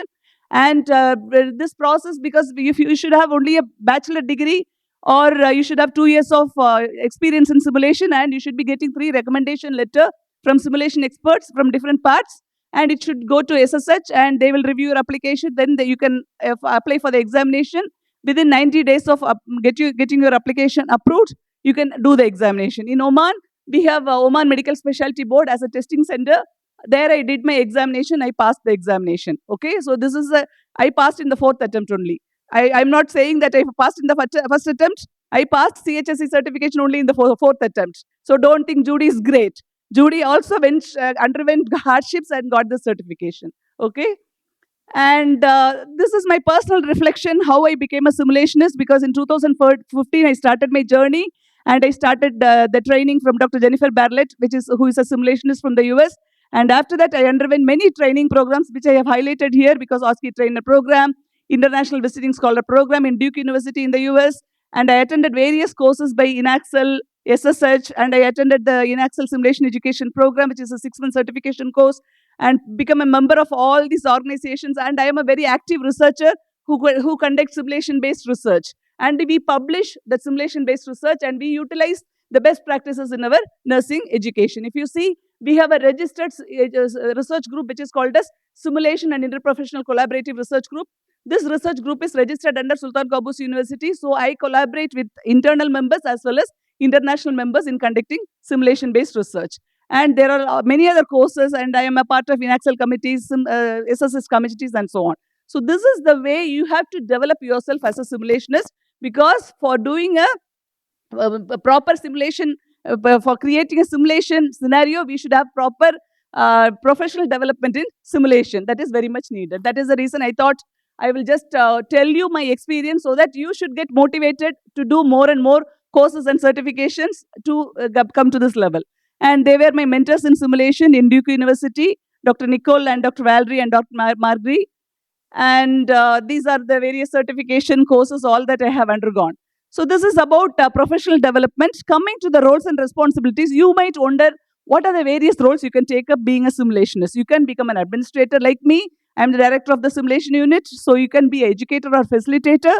You can be a researcher, and you can be operational specialist and technical specialist. So there are various roles you can take up being a simulationist. And regarding the simulation process, you have been hearing from everybody that is pre-briefing, simulation, and debriefing are the core steps we have to follow. In addition, we also follow this pre-learning is one of the mandated requirement, because at least 1 week prior to the simulation, we upload the study materials related to the scenario. Say, for example, not the exact scenario. Say, for example, if you are going to teach about cardiac arrest in the simulation, maybe about coronary artery disease, information about that can be posted in the Moodle page, e-learning platform, so that the students will be reading about that condition 1 week prior to the simulation, so that they will have some basic knowledge about the particular situation, what is going to happen. But we will not unfold the case until the day of simulation. Only during the day of simulation, we will unfold the case. So we have to, we can integrate this pre-learning, which includes demonstration and learning materials. And after that, we can follow pre-briefing, simulation, debriefing, and evaluation is a very important part. Without evaluation, simulation is incomplete. Please remember, we have to evaluate and we have to take the feedback to improve the process. Therefore, until evaluation, we should, because this is a cycle starting from the pre-learning, pre-briefing, simulation, debriefing, and evaluation. And next, coming to the pre-briefing, because yesterday I had seen the recording. It was wonderfully done by the organizers. So where they really explained about the whole process of doing the pre-briefing. Now I am going to tell you about our experience of doing this complete steps. So in our university, we have 9 disciplines. So one is College of Medicine and Health Sciences, another one is College of Nursing, which is more related to healthcare. So we always feel there is a gap between the College of Medicine and College of Nursing. College of Medicine functions independently, College of Nursing functions independently. There is no connection between College of Medicine and College of Nursing. Therefore, what I did, I started exploring the possibility of doing a interprofessional multidisciplinary collaborative simulation. So I tried doing that. I just really took 6 months for me to collaborate with College of Medicine to do a single simulation scenario. Because it is because their course requirements are different, their evaluation methods are different, our course requirements are different, evaluation methods are different. However, I had lots of meeting with the simulation experts in the College of Medicine, and I started doing a interprofessional multidisciplinary collaborative simulation. So we mapped the course which is emergency medicine, the students of College of Medicine and emergency medicine rotation. And I took my students I am a teacher who is teaching the graduating students advanced clinical nursing. So we mapped the curriculum between the emergency medicine, advanced clinical nursing, and we found almost similar objectives for each of the course. Then, therefore, we decided we did a need assessment survey. What is the major need where the students are supposed to learn in this course? Then we understood that palliative care is the area where both the nursing and medical students did not have much exposure to. Then we thought we will do a simulation on palliative care. So we started, see, if you see this, these are the real pictures where we did a pre-briefing. This is the doctor from College of Medicine and myself and the team. So it is an in situ simulation. By the way, it is an in situ simulation which happened in the hospital. Doing a simulation in the laboratory is easy. Doing a simulation in the hospital is very challenging. But I tried that in situ simulation. We took a room from the emergency department. It's a very busy hospital. However, I got special permission and I introduced this. And the College of Medicine faculty, College of Nursing faculty, as well as the palliative care physician, emergency medicine physician, psychologist, social worker, everybody was in the scenario. So we brought the real people into the simulation scenario, and it happened in the emergency department of the hospital, and we did a pre-briefing together. So if you can see that the students of College of Medicine and College of Nursing, we were together.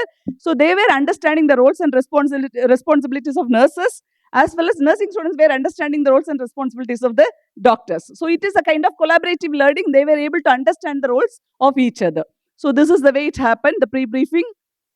And so we created a psychologically safe learning environment, and we created a common mental model, and we established the ground rules for the participants. And we also made a declaration to the participants. We believe everyone participating in simulation activities here today are intelligent, capable, care about doing their best, and want to improve. Okay? And whatever happens in the simulation lab stays in the simulation lab. We told them to get this declaration done. And we also said that we have to follow these rules. Now I have a question for all of you. Now I am a pediatric nursing specialist. So can I do a simulation pre-briefing for a critical care nursing course? I should not, right? Because I do not have expertise in critical care nursing. So the subject experts, the content experts should do a pre-briefing for that concerned course. That is a very important thing. Apart from that, when we develop a pre-briefing, it should be based on the purpose and learning objectives. And also it should be the experience and knowledge level of the simulation learner should be kept in mind. For example, in case of an emergency scenario, can we do it for a first year nursing student? We cannot. Why? Because emergency nursing scenarios, we can deal with the final year nursing students. So according to the level of the learners, we have to map this one. And so we should also, based on the need assessment and purpose of the experience, preparation material should be given. I told you about the preparation materials at least 1 week ahead. We should be posting to the students. And we also should, that's what I mentioned about the preparation materials.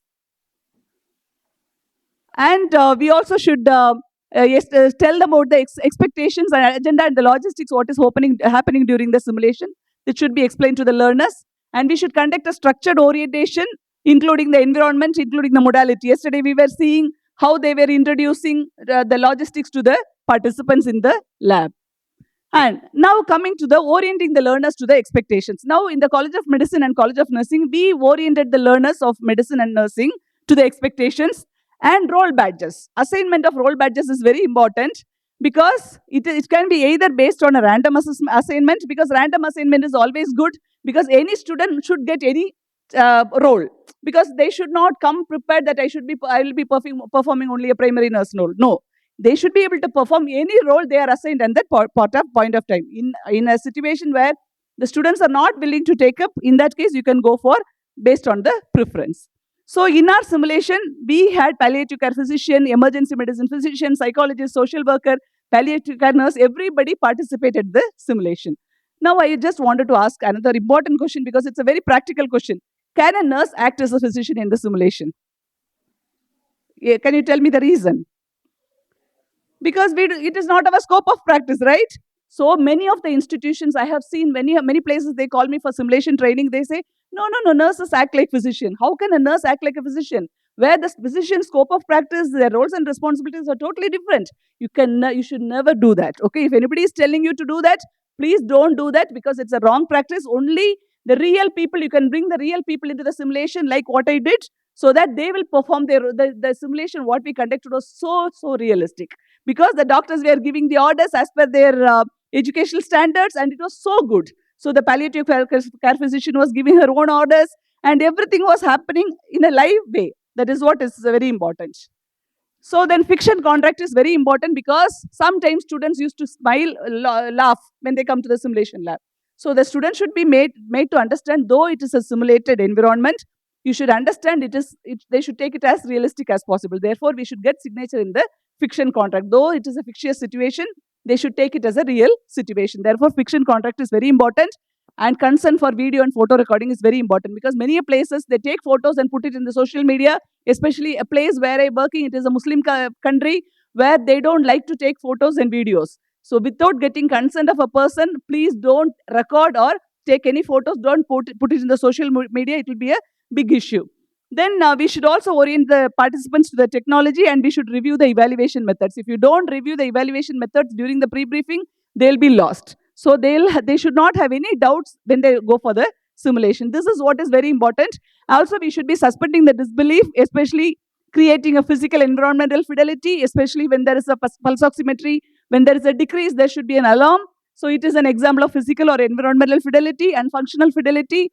When there is a mannequin's lung sounds should appear when there is a chest physiotherapy, that is an example of functional fidelity. And psychological fidelity, we created an end-of-life care scenario where the patient had a cardiac arrest and the patient died in the situation. So the wife was screaming and crying, and the students started crying. So it was like a situation where we created a psychological realism. That is called a psychological fidelity. And conceptual fidelity, as much as possible, try to take a real scenario. For example, in our institution, what we do is we just take the real case, but we get the permission from the physician, everybody, and we remove the identifying information of the patients, but the realistic case we take and test it in the simulation lab, so that it doesn't look artificial. It looks very natural. That is very important. So then I just want you to understand the simulation pre-briefing checklist, observer guide to the observers, and concurrent sessions with recording. Say, for example, if you have a large group of students, you can do concurrent sessions and it can be recorded, and the recording can be used during the debriefing process. So this is an example of a pre-briefing checklist which we use in our institution. So all the faculty members are oriented to this pre-briefing checklist. Whatever is available in this, they take a note of it. So this doubt many of them had even yesterday. So just what we are doing is, in the pre-learning materials are uploaded in the Moodle page 1 week prior to the simulation. We usually do pre-briefing for 10 to 15 minutes, and simulation we do for 20 to 30 minutes, and debriefing is 1 hour, which is the maximum time, and we do evaluation on completion of the debriefing. So coming to this major aspects of simulation design, operation, facilitation, professional integrity, and SiMCON IPE, if you see, we have to perform a need assessment to provide a well-defined simulation-based education, and we should examine the knowledge, skills, and attitude of the individuals, and we should also consider the quality improvement programs, patient safety goals of the hospital. Then organizational initiatives and system analysis should be done, and we should assess the organizational strengths and weakness, and we have to survey the stakeholders, learners, and clinicians. And we should consider the outcome data when you're designing the simulation scenario. So coming to these three things, because I just wanted to show you an example where what we did in our organizational analysis. When we did the organizational analysis, we understood there is a big theory practice hub which is existing in between the hospital and the nursing college of nursing. Then also we understood that there is a lack of integration with the hospital. So we are independently functioning, hospital is independent. So we wanted to create some solution for these problems. So what we did is, we created a workshop called as Transition to Professional Nursing Practice Workshop, where we invite the people who are the expert from the hospital. They come and take a workshop for the nursing students who are graduating in the graduating semester, so that they will be better prepared to transition themselves from a student period to a work as an independent nurse. Then we also have preceptor-led teaching. Every student is attached to a preceptor in the hospital, so that the students and the nurses in the hospital are continuously in connection with. And also we have clinical attachment to the faculty. For example, now I am a nursing faculty. I may not have that much of clinical touch. So what I do is, I go to the hospital for a clinical attachment for 3 months or 6 months, depending upon the need. So I take a clinical attachment on a regular basis, so that I keep myself updated with the trends of the hospital. And also we used to involve the hospital nurses in teaching the courses, And we have interprofessional education and collaborative practice, which is happening between the College of Medicine and Nursing and member of hospital and college board, as well as advisory board membership. All these initiatives we have taken after identifying the organizational need assessment. Similarly, we did a faculty need assessment where in the College of Nursing, I did a survey with the faculty and we understood that 54.5% of the nurses are nursing faculty are using uncommon cases in their simulation. 50% they are using unseen cases in simulation. 22.7% are using invasive procedures to train in the lab, and 36.4% patients with complex patient care needs. So these are different types of scenarios the faculty are using in teaching the nursing students. And these are some of the responses we identified. These are the training needs of the faculty. Based on the training needs of the faculty, we started conducting training workshops for the faculty in the College of Nursing. If the faculty of College of Nursing are not aware of the simulation pedagogy, they will not be able to teach the students. Therefore, we started understanding the needs of the faculty and we started giving training programs for the faculty. Similarly, we do a course-wise need assessment survey. For example, pediatric course has a different need assessment than the critical care course or adult health course. So course-wise need assessment survey we do, and we design the simulation scenario based on the course-wise need of the students as well. So also importantly, we have to really formulate SMART objectives. You all know how to formulate a SMART objective: specific, measurable, achievable, realistic, and time-bound. Okay, for example, if there is a cardiac arrest, so what I can do is the final year BS nursing students will be able to initiate cardiopulmonary resuscitation within 5 minutes or 2 minutes of the golden period, within 2 minutes of identifying a cardiac arrest. So this is an example of a SMART objective. So we have to set a time frame as well as it should be very realistic and achievable. So that way we have to create a objective. Similarly, it should be based on the Bloom's taxonomy, because according to the level of the learners and the level of the learning, the Bloom taxonomy should also be followed. That is very important. And we should map the objectives with the outcome.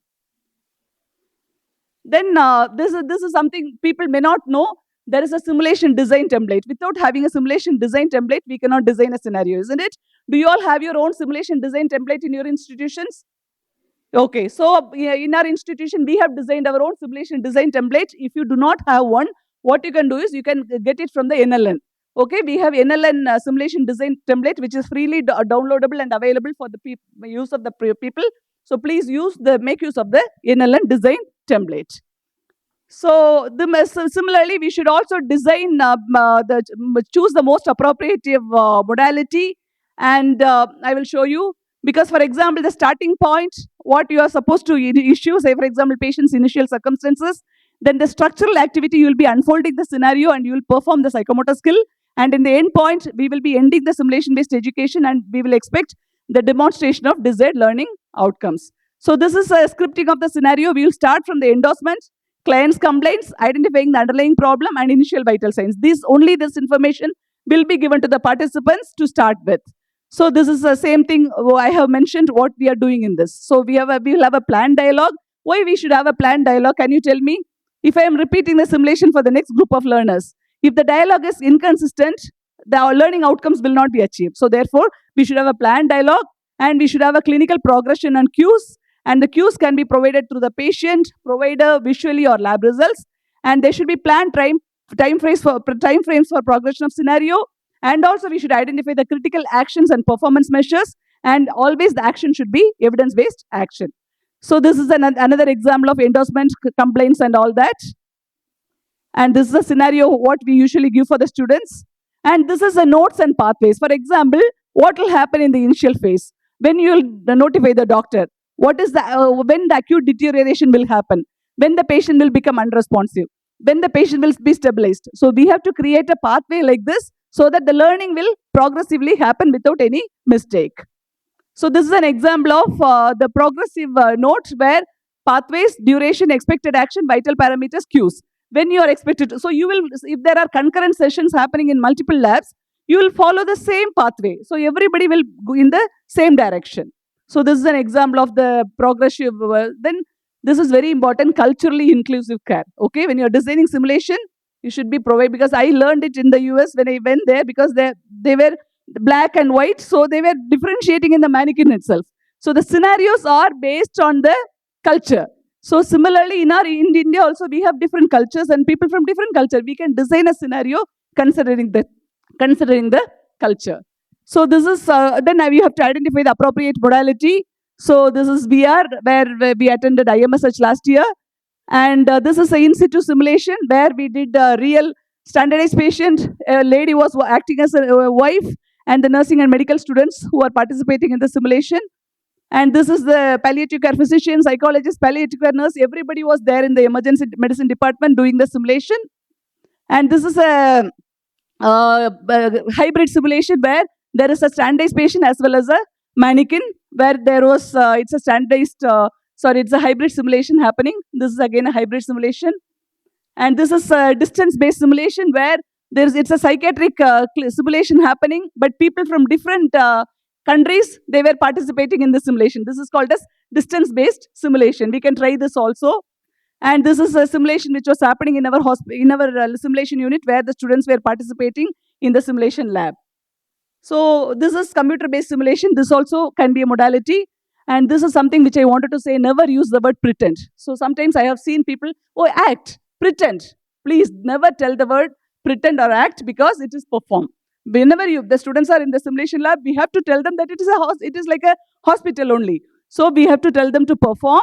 And mollage is very important, creating a mollage to give higher realism to the participants. There are many mollage which can be created like wounds, burns, fracture, dressing, urine, blood, sweating, smell, cyanosis, everything can be created using mollage material.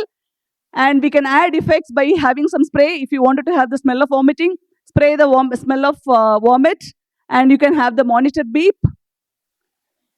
And this is visual components. So in case if there is a fever or pain, you can create a visual component. Blue watercolors on the fingertips to show cyanosis. This can be done. And we have mollage kit available. We can make use of the mollage kit, and you can get training to do the mollage so that you can do the mollage for your simulated participants. And we have mollage recipes where the books are available online, and that can be done. And also, as much as possible, try to integrate simulation, new technologies in simulation into the scenario. For example, auscultation training stethoscope is available, simulated glucometer is available, simulated ventilator is available, simulated medication dispensing system is available. So these are very important tips to follow when you're creating an impactful simulation scenario. Similarly, nowadays it is no more S-bar, it is IS-bar. So we have to introduce the students to IS-bar communication strategy where introduction, situation, background, assessment, recommendation, and repeat. So similarly, ADPI documentation also should be taught to the students from the beginning. So the assessment, diagnosis, planning, implementation, and evaluation, and they should be able to integrate the nursing process in the simulation itself. And pilot testing is very important. Without pilot testing, we will go wrong when you're doing a real simulation. And as I mentioned, pre-learning materials and demonstration, pre-briefing plan should be made properly so that the pre-briefing is effective when they go for the simulation. And facilitation plan, cues and scenario progression management, recording of the simulation for debriefing, all that should be done. And debriefing, because I think there is going to be another session on debriefing. As Dr. Marian said, we also have this debriefing technique depending upon the level of the learners, especially level 1. Mostly we use plus delta strategy. Apart from that, we go for gas, pearl, and those kind of model of debriefing. So this is a debriefing which happened with the College of Medicine and College of Nursing together. So the medical students and nursing students were learning from each other. So evaluation plan, this is very important. We have to evaluate the learners. We have Dr. Kim Layton's evaluation effectiveness tool. Similarly, we can evaluate the simulation design, and we can evaluate the facilitators using facilitated competency rubric, and we can evaluate the standardized patients, organization, peers, and so on. So where to get the simulation scenario? Many of you may have doubt, isn't it? Where you will get the simulation scenario? Where actually do you get the simulation scenario? Any idea? Where do you take from? From the hospital. Okay, from the hospital. Apart from that, we have many resources available for getting the simulation scenario, okay? Various platforms are available for getting a real simulation scenario. Apart from that, real patient scenarios, and we have to blind the patient identification information. And therefore, we can use simulation in various courses. Please understand, simulation can be integrated in all our courses. So even we use for maternity and pediatric, there are plenty of topics available, and I am not able to read it because of the time. So there are various different types of simulation we can use for maternal and child health, and we can use different modalities for MCH simulation. I wanted to ask you, can you call a pregnant mother as a standardized patient? Yes or no? Yes or no? Yes, experts, what is your suggestion? Can we invite pregnant mothers for as a standardized patient? Okay, okay. You train them, but they participate. They don't practice on the mothers, right? No, yeah, because it is risky to, because they are high risk participants. Therefore, we don't invite standardized patients as pregnant mothers, but we can create a simulated patient acting like a pregnant mother, okay? But children can be allowed if they are able to give consent. If they are because below the age of giving consent, it is not advisable. But when they are able to give consent, you can invite pediatric patients for the standardized patient. So in our College of Nursing, we use simulation to test the students in the maternity nursing course, because in Arabic culture, boys cannot go to the wards of the ladies. Therefore, we test maternity course alone through simulation. We test their competency. Apart from that, we do OSCE to assess their skills in the stations. And also we do simulation in adult and critical care nursing. There are various cases available. If you see, plenty of cases are available. So you can take it from me later. So plenty of cases are available. Similarly, we see many, and we can use various modalities as well. And simulation in mental health nursing is also possible. There are multiple cases where you can try for mental health nursing using different modalities. And community health nursing also, we can use simulation by using various modalities. And simulation, we do simulation in a health assessment course where we call standardized patient, and they come to the health assessment course, and 60% of the clinical hours are used for in simulation. So the standardized patients come to the lab, we pay the standardized patients, and the students do the complete health assessment, and learn the complete health assessment using standardized patients. Also we are using simulation in nursing leadership, MSN programs, hospital nurses, as well as when you wanted to implement new protocols, we do simulation. So these are some additional last tips I wanted to give you. So we have to really train the standardized patients, because we have SP programs, and we have to train the standardized patients. And standardized patients' dialogue should be standard so that they will talk consistently. And voiceover, in case if there is a need for voiceover, you can arrange for the voiceover. And many of the institutions, SPs are used in providing feedback, not in evaluation. They are used in providing feedback because they are the real recipients of the care, isn't it? So they are used in giving feedback. And in our institution, we use outcome-based education because we have 8 end-of-program learning outcomes. We make sure that 8 EPSLOs are achieved through simulation. And we also do peer assessment feedback, student-led simulation, because I am training my students to lead the simulation in the final year course, because I am preparing the students from the student period to become a simulationist. And we are in the plan of establishing the IPE clinic. And as I mentioned, 1 hour of simulation equal to 2 hours of clinical practice. So this is our university. This is Sultan Qaboos University. You can see this is the College of Nursing. This is our university. This is our nursing laboratory and simulation unit. So these are our students performing on various stations, just for you to show. So this is a real simulation which is happening in our the area, debriefing. And this is a faculty who is acting like a standardized patient. And with this, I'm concluding my session. Please stay connected. And as I mentioned, these are my contact details. I'm happy to collaborate for any kind of simulation-based research. And if you wanted to have any simulation kind of training, I'm happy to help you. So with this, I would like to again thank Jaydeep and the organizers for inviting me for this session. Thank you very much.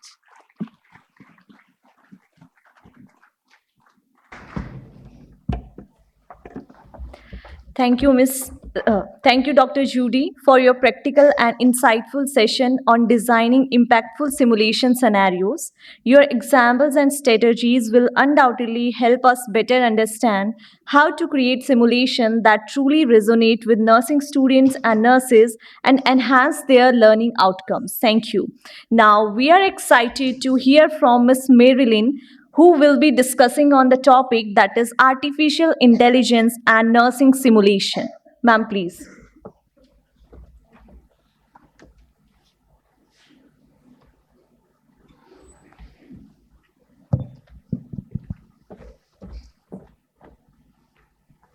Hello. Thank you so much. I see that there has been a lot of things that you already learned. So I don't think so. Whatever I prepared, I feel it's already being covered by my fellow panelists, Dr. Chinnaswamy and Dr. Judy. But just one thing, I feel fruits are good, right? Fruits are good? Yes. And a fruit punch will work wonders? Since morning, there's been lot of taking of information. So can we make our own fruit punch?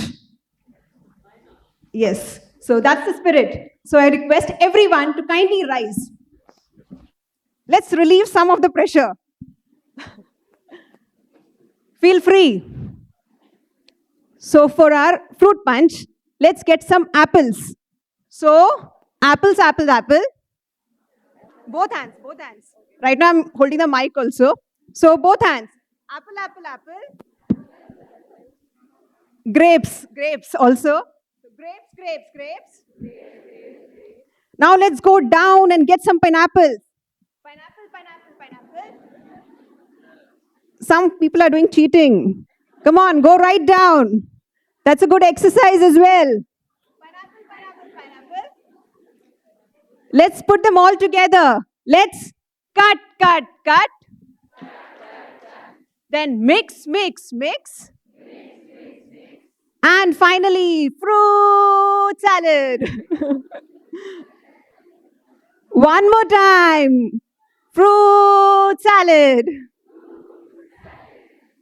So, how's the fruit salad? So, big round of applause for each one of y'all.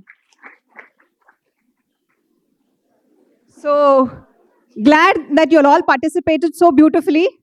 And after this fruit punch, now we are set for the next session. So, mine is a very brief one.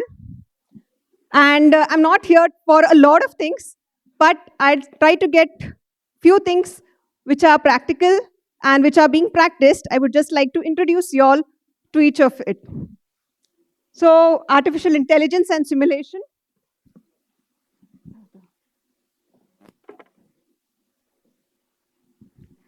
Now, when we say artificial intelligence, what comes to mind? It is someone who is using the human kind of intelligence and trying to predict what is your need. A very simple example. Suppose anyone wants to, as a female, most of us, like when we want to do shopping, we do a lot of research, right? Even if it is for shoes, most of us. So we'll go on different sites or get some reviews. And after some time, we'll see that your mobile phone will be actually showing you everything about the branded shoes, that too within the particular range. And you're like, oh wow, my phone has become really smart. But do you think your phone is smart? What is your phone actually trying to gauge? It is only trying to gauge what you have given as an input. What has been the input? The input has been the kind, what is your choice? Next, you only mentioned about the price range also. So somewhere you put those caps. So then now it is understanding what is a pattern that you are finding out. And then suddenly one day it starts suggesting you something that you like. And somewhere we feel that, oh, it's doing something what I do. That's one simple example of AI, artificial intelligence, in action, if I can say. Because it is how it is trying to predict what is already there in our mind, but it is not doing by itself. It is following a planned algorithm, or it is actually answering to your own needs. Now, this AI has evolved since its inception in the mid-20th century, with early applications in healthcare, focusing on simple tasks, gradually advancing to complex diagnostics and treatment planning. Dr. Ajit was here, and he actually mentioned that AI has come almost towards the end with regards to healthcare. And to a great extent, it is true.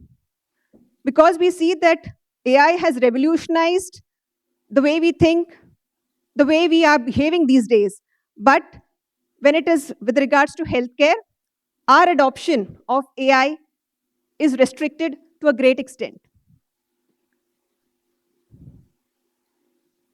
Now, some of the main things like artificial intelligence is a big gamut. Under that, we have machine learning, deep learning, and generative AI. And when we say each of this, they are nothing but, to tell you in short, they are following. Now, machine learning is again a subset of artificial learning, and it uses advanced algorithms to detect patterns in large data sets. Now, where is this applicable? In case of diagnostics, with regards to a lot of MRIs and scans, when these are when the AI programs are viewing all of this, they are able to predict in a much better manner whether this person is heading towards a tumor and what should be the mitigation strategies. So what we are doing is, these are again, why is it happening? It's because there is just so much of pattern, and what the machine is trying to integrate is that pattern learning. And because of learning that, it is now giving you inputs that what is the level and what can be done. That is what your AI is doing. One of the factors of generative AI, which we all commonly use, anyone can loudly say, what is something that we are all using? Chat GPT, very common. For anything, even suppose sometimes if something like a gratitude note, which would come very spontaneously, that I would like to convey my heartfelt gratitude. But now, what have we done? We have revolutionized it with the use of generative AI. And that's the reason we are leveraging technology and saying that I wish to express my heartfelt gratitude from the bottom of my heart. What are we doing actually? We are expressing the same gratitude. But these different words have come from where? From AI. Sometimes it isn't the me words also. It is the machine words. But that's what everyone has been asking for, more impactful, more profound. So then these are the normal words. I'm embarking on my journey. Wow. So these are nothing but generative AI, and we are getting better at it these days by learning more of the prompts. How to make it more customized, how to make it more like how to, that it suits me. Now, in healthcare, I would just like to touch upon certain things where AI has been seen or has found its presence. The electronic health records. This is again something, you may say that it is related to the hospital information system, but when the entire hospital information management system is integrated along with AI, that is the time when you can, even when a doctor is prescribing, you can understand that his lab values are deranged, and so this medicine should not be prescribed. But due to whatever reasons, these days when we put it into practice, at times the entire hospital doesn't take up the entire system, but few things are taken, like only maybe the prescription is taken, only maybe the lab services are taken. So integrating them along with the AI software becomes a little bit of a challenge. Next is your chatbots. Chatbots again have revolutionized a lot of things with regards to simple FAQs and even scheduling of OPDs. So this is doing wonders. Where human was involved, now these chatbots, the frequently asked questions, can be taken care, and a person feels, oh, there was someone to answer my queries. So that kind of a connect is being felt. With regards to robotic surgeries, now this is where AI has again gotten, and you see that it is no longer only the surgeon is taking the help of precise robo arm and performing these surgeries. And it's not only revolutionizing the surgical outcome, the patient's length of stay in the hospital and recovery is also expedited. So these are some things which AI has revolutionized. Now, this is nothing but a very simple example of predictive analysis. So something, what happened and why did it happen? So just by feeding this basic information with regards to diagnostics, you're able to understand that what will happen and certainly what can be done in order to curb that.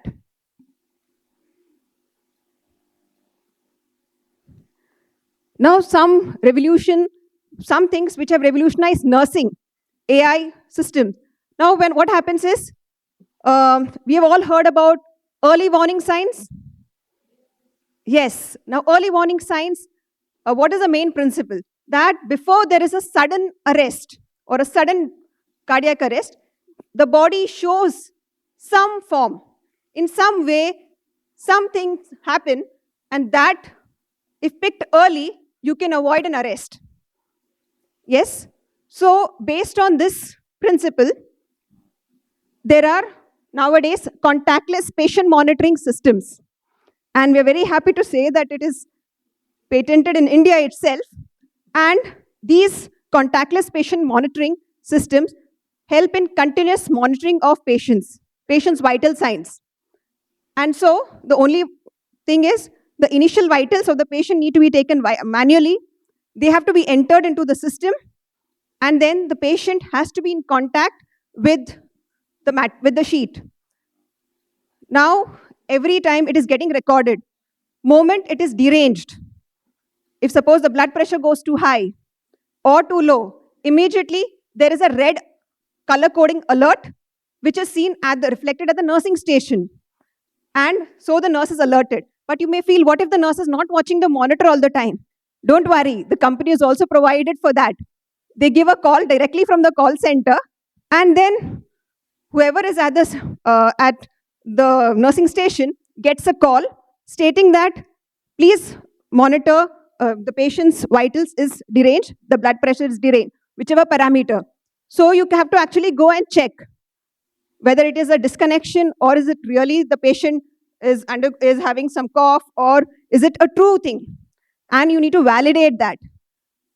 This has certainly revolutionized and minimized the number of sudden cardiac arrests.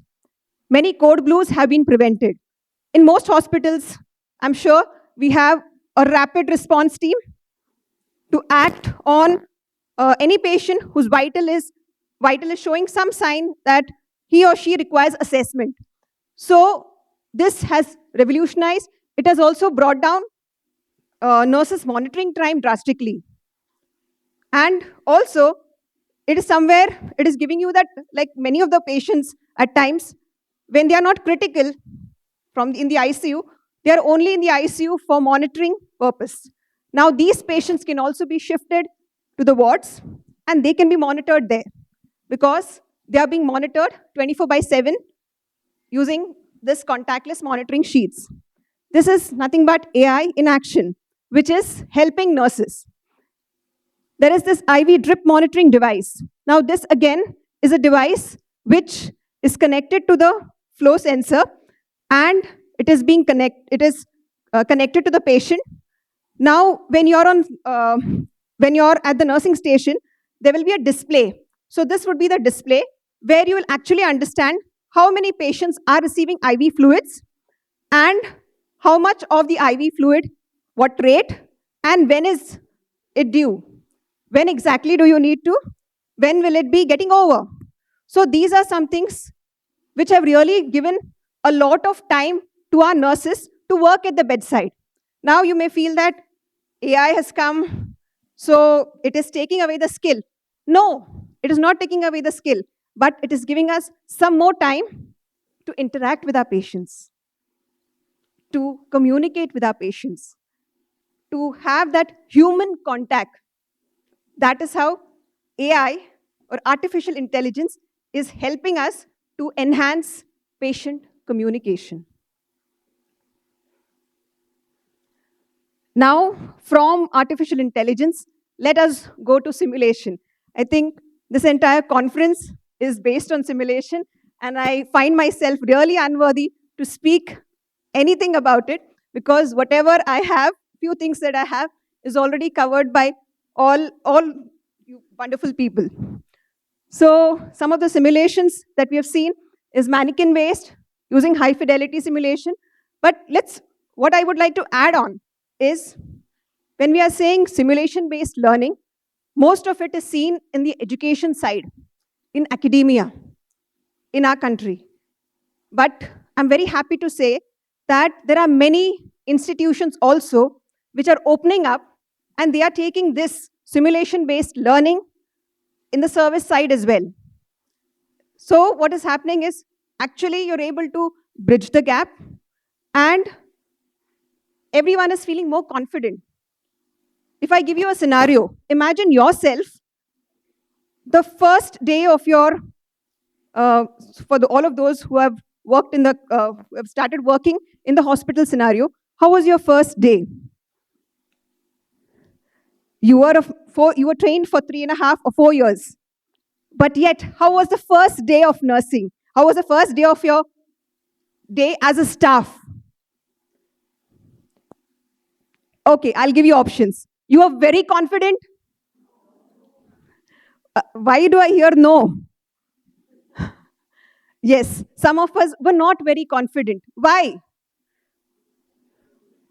Because it's the real world. So we were all under that real world shock. Oh my, what? Oh no, here it's a patient. If I touch anything, something will start buzzing somewhere.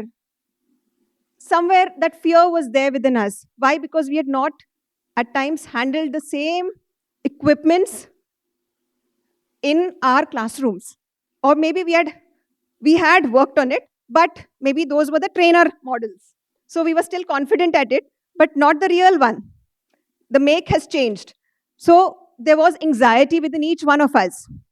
But now, with simulation-based learning, what I am here to say is, maybe from few years from now, the students who pass out, they will not have that same anxiety which you and I experienced.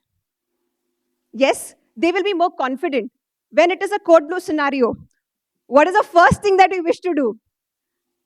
Imagine it happening on the first day or within the first week of your clinical, of your hospital, of your work. What would be the first thing that we'll think of doing? Yeah, running away, yes. To be very frank, at times it's like, oh no, I'm not visible. Or I would like to just make myself so busy running and getting something that finally all the nurses have come and taken care of the situation, and I'm like, oh no, I've saved myself today. But phew, what if I'm the only girl around? What if I'm the only nurse around? How will I tackle it? How will I act in this scenario? That fear comes in, but this fear can be dealt with. When I was doing my evidence-based practice fellowship, I got a chance to perform a simulated mock simulation for training the nurses with regards to code blue. Not only the nurses, but I also involved the entire hospital healthcare team, the ICU team. I did it in a small ICU setup, which was a 15-bedded ICU. And we tried to do it with students, with people who were real people, yes, and who had already undergone BLS training before. So they knew about the compressions, they knew about the assessment. But when you're in a scenario, how do I start? So what happened was, initially they were put in a scenario to know, and then many of them did their part. Then they were given expectations. They were told, like how Madam mentioned, that yes, they were given a pre-scenario debriefing, what exactly we wish to achieve. Then the roles of the first responder, the second responder, the third responder, the fourth responder were identified and mentioned. And then they were given an opportunity to enact in that similar situation. And then what was found out was that their confidence level really grew. They became more confident, and towards the end, from their level of confidence, they all knew BLS. Despite that, their level of confidence improved, because now they had more clarity with regards to who will look at the airway, what will I do? If I reach second, what will I be doing? Who will pull the crash cart? who will be giving the IV medications. So my job roles were defined. And that certainly works well in a simulated environment, and that is what helps. This is something which we've already dealt with, a briefing, and Madam added a pre-briefing also, which is required, a simulated play, and then following debriefing. And this debriefing is the most important. And here again, we need to emphasize that we need to build upon that person, that individual, by highlighting, using various frameworks, highlighting the strengths, what was done well, and what are some of the areas where things can be improved.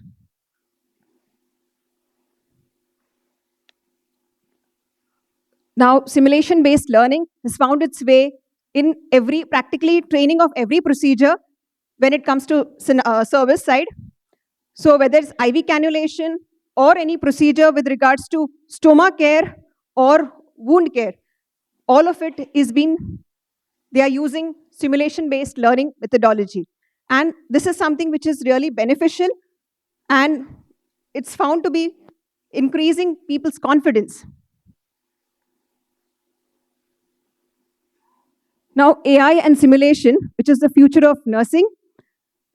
So it will enhance crisis management, certain scenarios which we can't create in a lab. So it has a lot of scope for improving those scenarios. As Dr. Adit has already mentioned, they are repetitive and they can be done over and over again. So, but certain things that we also need to remember whenever we are using AI is the reliability, the privacy, as well as the role of nurses. Next, we also will just touch upon some of the challenges and hurdles. Already there's one bell which is gone, so I'm mindful of the time. So when we had some challenges already highlighted, but I would just reiterate that integration of AI systems into existing simulation infrastructure, because as I mentioned, integration requires time, expertise, cost, a lot of things are involved, and also passion and drive. If that is there, all the other things are also taken care of. But we need to have that. Next is designing effective AI-driven solution. The pedagogical challenges are also, again, I think Madam has already addressed all of these issues. And so we feel more equipped, but these remain somewhere inherent within our system, and somewhere we need to work upon them. And maybe in the next 2 or 3 years, certainly we can bring about a change.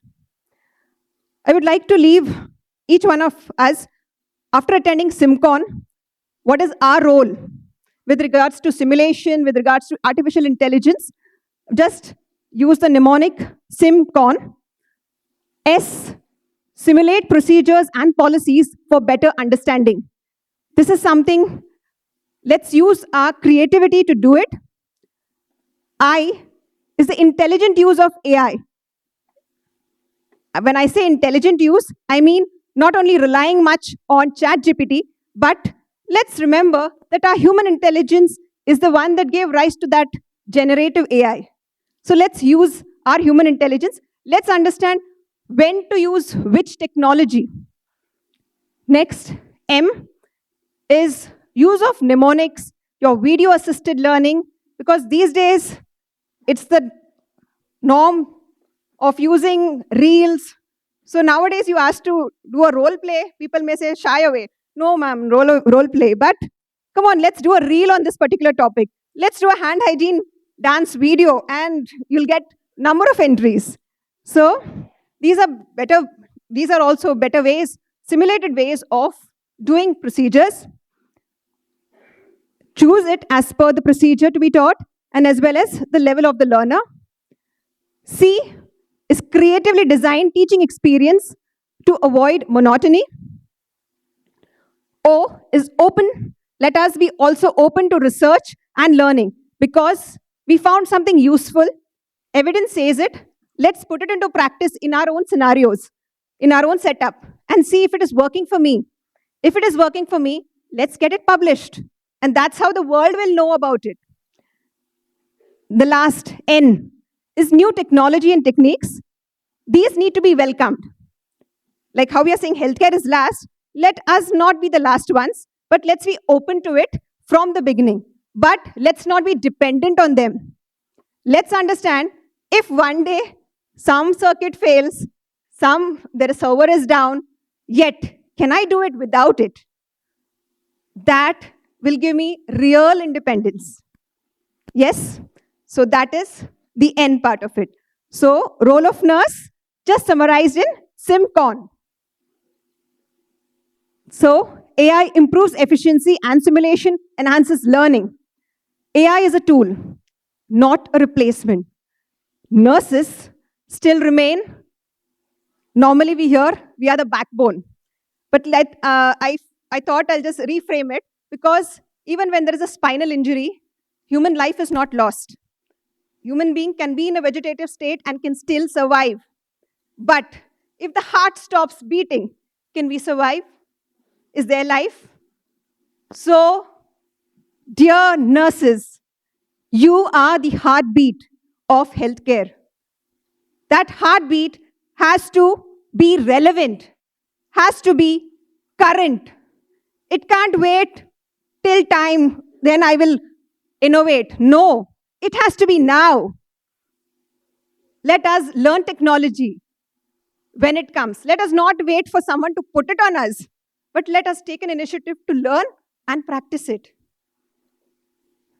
And let's remember our role, review the current, open to new technology, learn and adapt to changes, and empower ourselves by being in the moment, by being current. Thank you.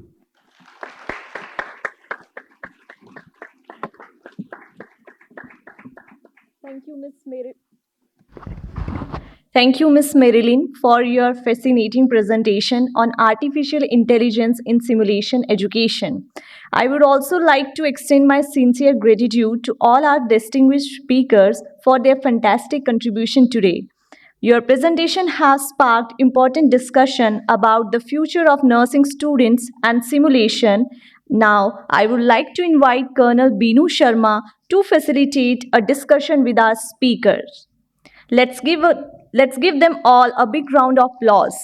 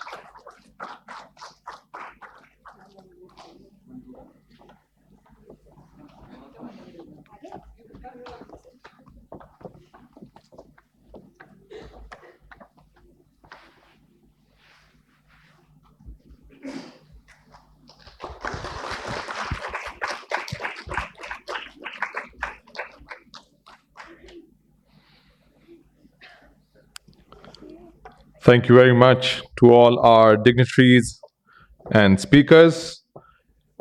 We will now break for a tea break. To give the importance of time, our morning tea break has become an afternoon tea break. So we will try and move things swiftly from now on. Remember the etiquettes, right? Do not keep your paper cups under your seats. Go for your tea break and come back on time. This is a 15-minute tea break.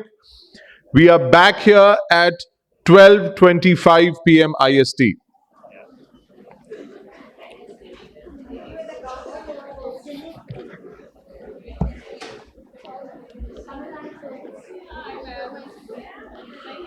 Do not forget to get your passport stamped for the lucky draw awaiting all of us.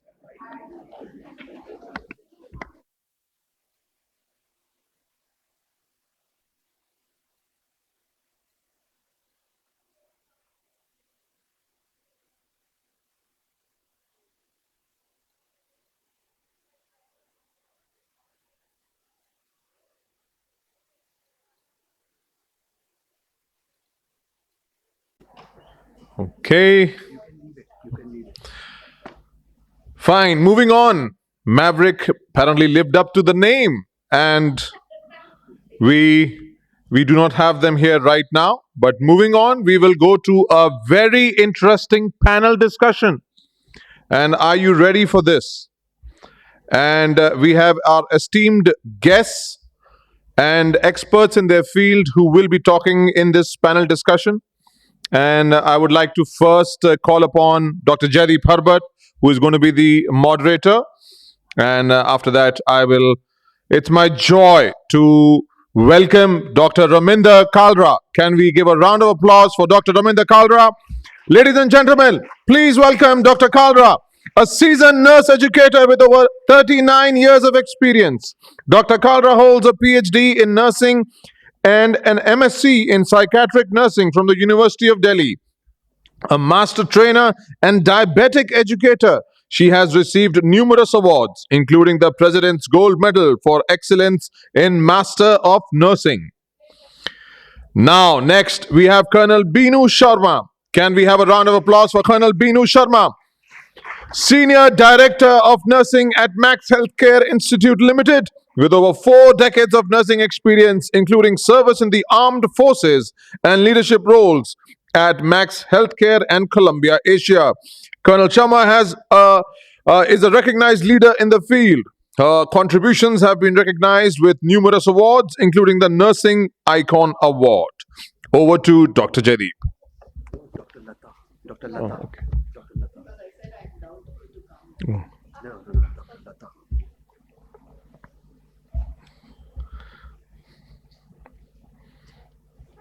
Okay. Next, we have. Just give me a minute.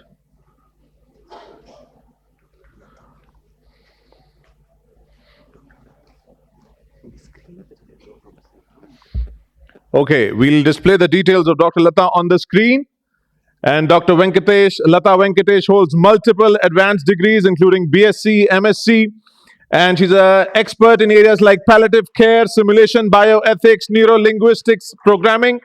And Dr. Venkatesh has authored over 200 articles and 7 textbooks, and she guides PhD scholars across multiple universities. Welcoming Dr. Lata as well. Hello. Thank you so much, Joshua. And I hope after the tea break, you are having the energy to listen with these panelists. Are you ready? You can see this panel is having the different seating, right? So the 2 groups are there with the 3 expertise, one side 2 and one side only 1, right? That means, that means, right? Ek sab par bhari, right? Okay. So in the morning, very good afternoon to everyone and welcome to this session. And I'm going to ask the very detailed questions to these panelists. Those are among us. And this side is the academic side and this side is the service side, or you can say the practice side. In the morning, you had the one session by Dr. Pedro and he explained you wear the glasses, right? And in that glasses, what was that one side? Education, and another side? That's the same glasses are here, right? Okay. So yesterday we also had the one panel, and in that panel we have discussed about what are the challenges in education, what are the challenges in practice people are having with the fresh graduate nurses. I'm not going to repeat that thing. So I'm having a different questions to these panelists. And yesterday we discussed about the challenges, but today I'm going to ask them about the solutions. So I am the moderator who did not speak to them before, and they do not know what I'm going to ask them. So are you ready? Yes. Okay. Yes, so, Madam Raminder said yes first. So let me just throw the question to you first. Being in the academics, what are the best practices? It's a solution you have to let us know. We already know the challenge. What are some best practices for deciding how much of the clinical training should be simulation-based versus real-life hospital experience?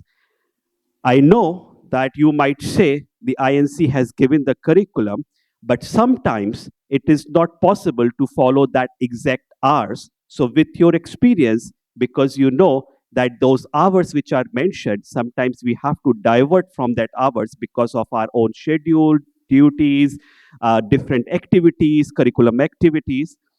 And should there be a fixed ratio for those hours, or should it be the competency driven? Thank you. Thank you so much, and good afternoon, everyone. Nice to see you all over here. The question asked is, how do we balance between the education hours for simulation and clinical experience? Now, India is a diverse country. If we go across different colleges, there are colleges with hospitals attached with wonderful, variety of cases where they are allowed to practice also. It is not only I'm talking about the government colleges, I'm talking about the private setup also. On the other side, we have the colleges who are really struggling to provide the clinical experience.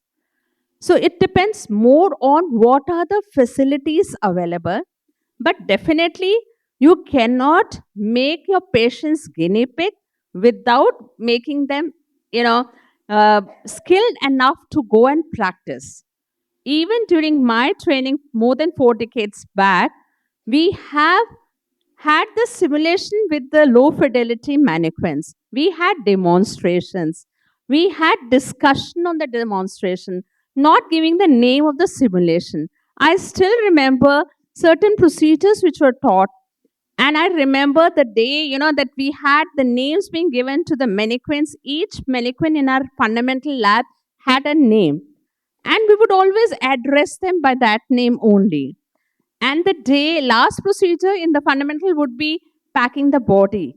And that was a day when most of us cried over there. Fine, we could really feel that, how our teachers we were not enacting in that, but we were just the observers. Fine, that was the difference. Now, when you talk about simulation, definitely when you go with the research, evidence based practice, and it is a well known fact that yes, now patients are more alert, they know about their rights, there are more patient safety issues which are being discussed, and at the same time, do we have those competent teachers? We need to prepare our nursing faculty also to take up those responsibilities. There are a lot of issues related to nursing education, level of education, and we often hear, and we are going to hear from Colonel Bindu again, that we are not having enough skilled nurses who are coming to the clinical. But yes, in case you are not having, we can always maintain a balance of simulation. Like we have got our midwifery skill lab, there we are always exposing them to the simulation based training before we put them into the clinicals. I can't say that every subject we are teaching through simulation, every procedure, it is not possible. Sometimes it is INC curriculum is so tightly structured that you find it very difficult to justify the hours also. It becomes very difficult. Students always feel that it is, and simulation based training always take more hours of training, more hours of efforts. We need to have the faculty being trained. See, if I'm able to do the procedure properly, it is not that I am a good simulator. How do I do the debriefing? How do I make the people pre-briefing, debriefing? How do I make them understand? How do I make each person understand becomes very important. So a balance has to be maintained depending upon the faculty, how much faculty is trained into simulation. But yes, definitely certain procedures, certain areas can be always balanced. There have been research evidence which says 50% of clinical hours can be given through simulation. We are not doing so much. Maybe in coming times, we may increase the number of simulation hours, but definitely right now for midwifery, if I say, we have a student who have 6 days of simulation training before they go for their clinical experience in midwifery. Thank you so much. It's a lot of answers. I got it. I hope that they also got some of the answers. The one she said the 60% as per the INC, but that was not my question. My question was that apart from that, what is the solution if we are not able to do the 60%? And she gave the answer for that. If you are not able to do the 60%, our faculty has to be prepared. Right? So faculty development is the most important part. If you are the MSc student and who will be the future faculty, you should be prepared. You should not think for that, oh, how much time has to take for pre-briefing and debriefing and preparing the simulation. It's a one-time pain. Once you prepare that for one subject and one topic, it's forever that simulation is done. Right? So the answer is that do not go with that the hours, but prepare your faculty. Thank you so much, Dr. Raminder. Next question to Dr. Lata. As she said that the many nursing, the answers we got it about that the simulation is accepted, and she said 60%, which is more than 50%. So my question to you, many nursing programs are increasing their reliance on the simulation due to the shortage of the clinical placements. And you know the mushroom growth of the nursing colleges. Every nursing college does not have that the parent hospital. So what are the potential risks of that shift from non-clinical practice to simulation? How can nursing educators mitigate them? Thank you. Yeah. My answer is, of course, we have two different types of institutions who are blessed with good clinical material, and there are certain institutions in remote areas where they are struggling with exposure to clinical area. But I would say simulation is definitely required in both institutions, because we need to build the confidence of the students before they enter into clinical area. And that is not only in the first year, every year we have to continue implementing the simulation based practice. What happens is mainly we will be ensuring patient safety and we'll be reducing the errors. Recently, I had an incident. One of our student who was posted for night duty, she was asked to give oxytocin, but the medication order was incomplete. The doctor did not say how many units, whether it is IM or IV. But I really appreciate our student. She was just asking, she was clarifying, is it IM or IV? But of course, it was all medical student, a senior medical student. She became suddenly angry and she said, don't you know how to give? So please walk out of this room. This kind of experience are gained by our students, those who are in fourth year. It is her duty to verify when the medication order is incomplete.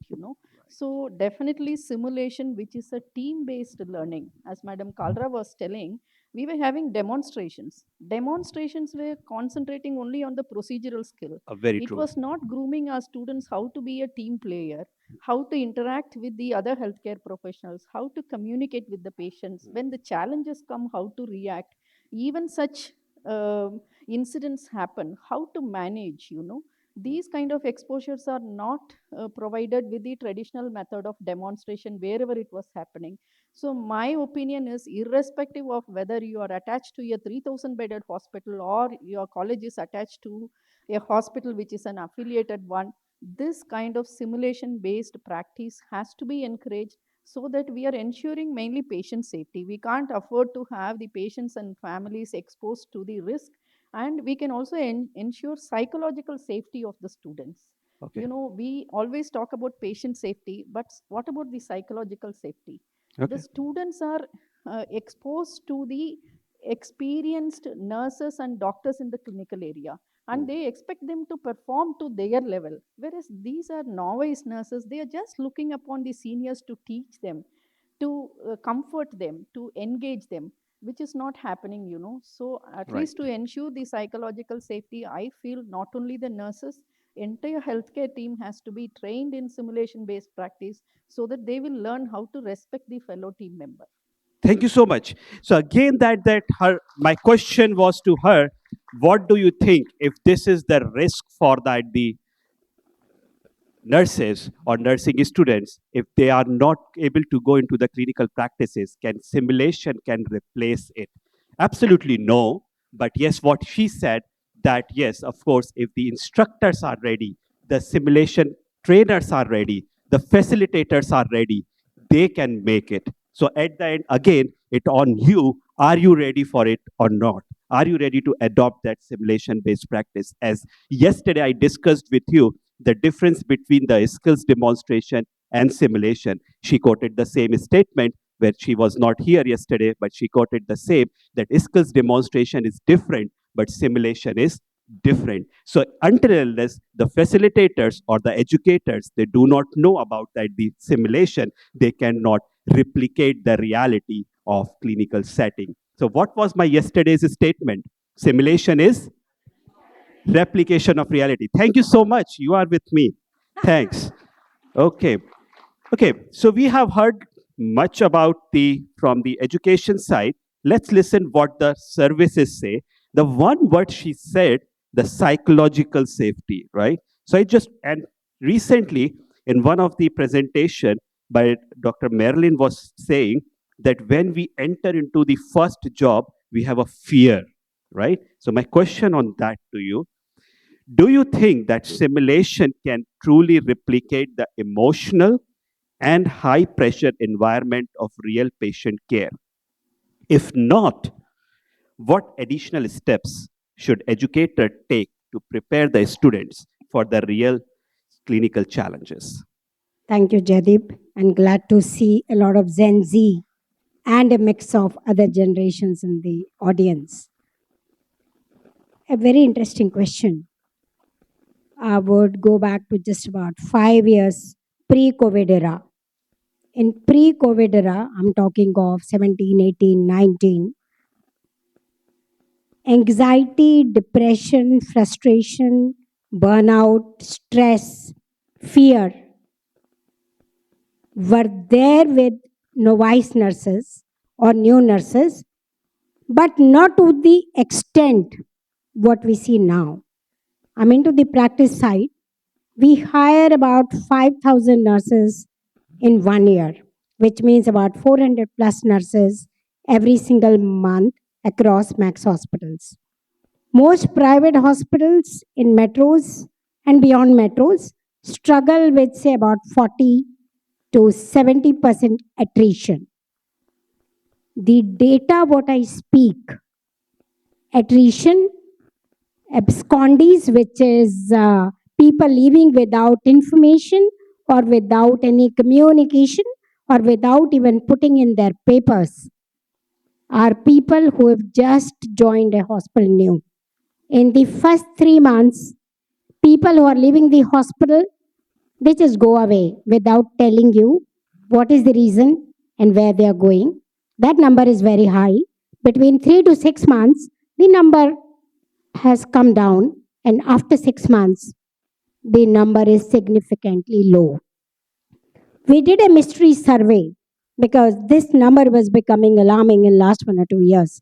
We did a mystery survey and we got to know most of the new nurses who leave is because of the stress, fear, and anxiety. Either it is from the high corporate aura of the patients and their families, or it may be because of the team of very, very senior, seasoned doctors who expect perfection and absolute knowledge and skills on day one. And also, this anxiety and fear is from our own nursing colleagues who think if a nurse has already joined, she has gone through her simulation trainings in the college, she has gone through the entire private hospital attachment, her clinical exposure, and she has also done a 20, 30 days in a hospital. They think she is job ready. In reality, she may be having the knowledge. She may have also learned some basic skills. She is not yet job ready. A minimum time a nurse takes is about 6 months. So during those 6 months, you need to tackle them differently. They need a mentor, a guide, a coach. They do not need instructors.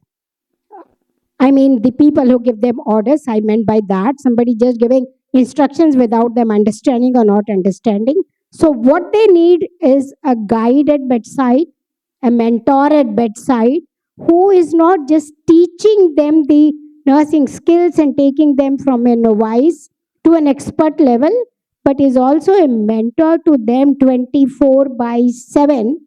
If they have a problem, they reach out to the mentor, even if they can't reach the team leader, the supervisor, the nursing head, the CNO.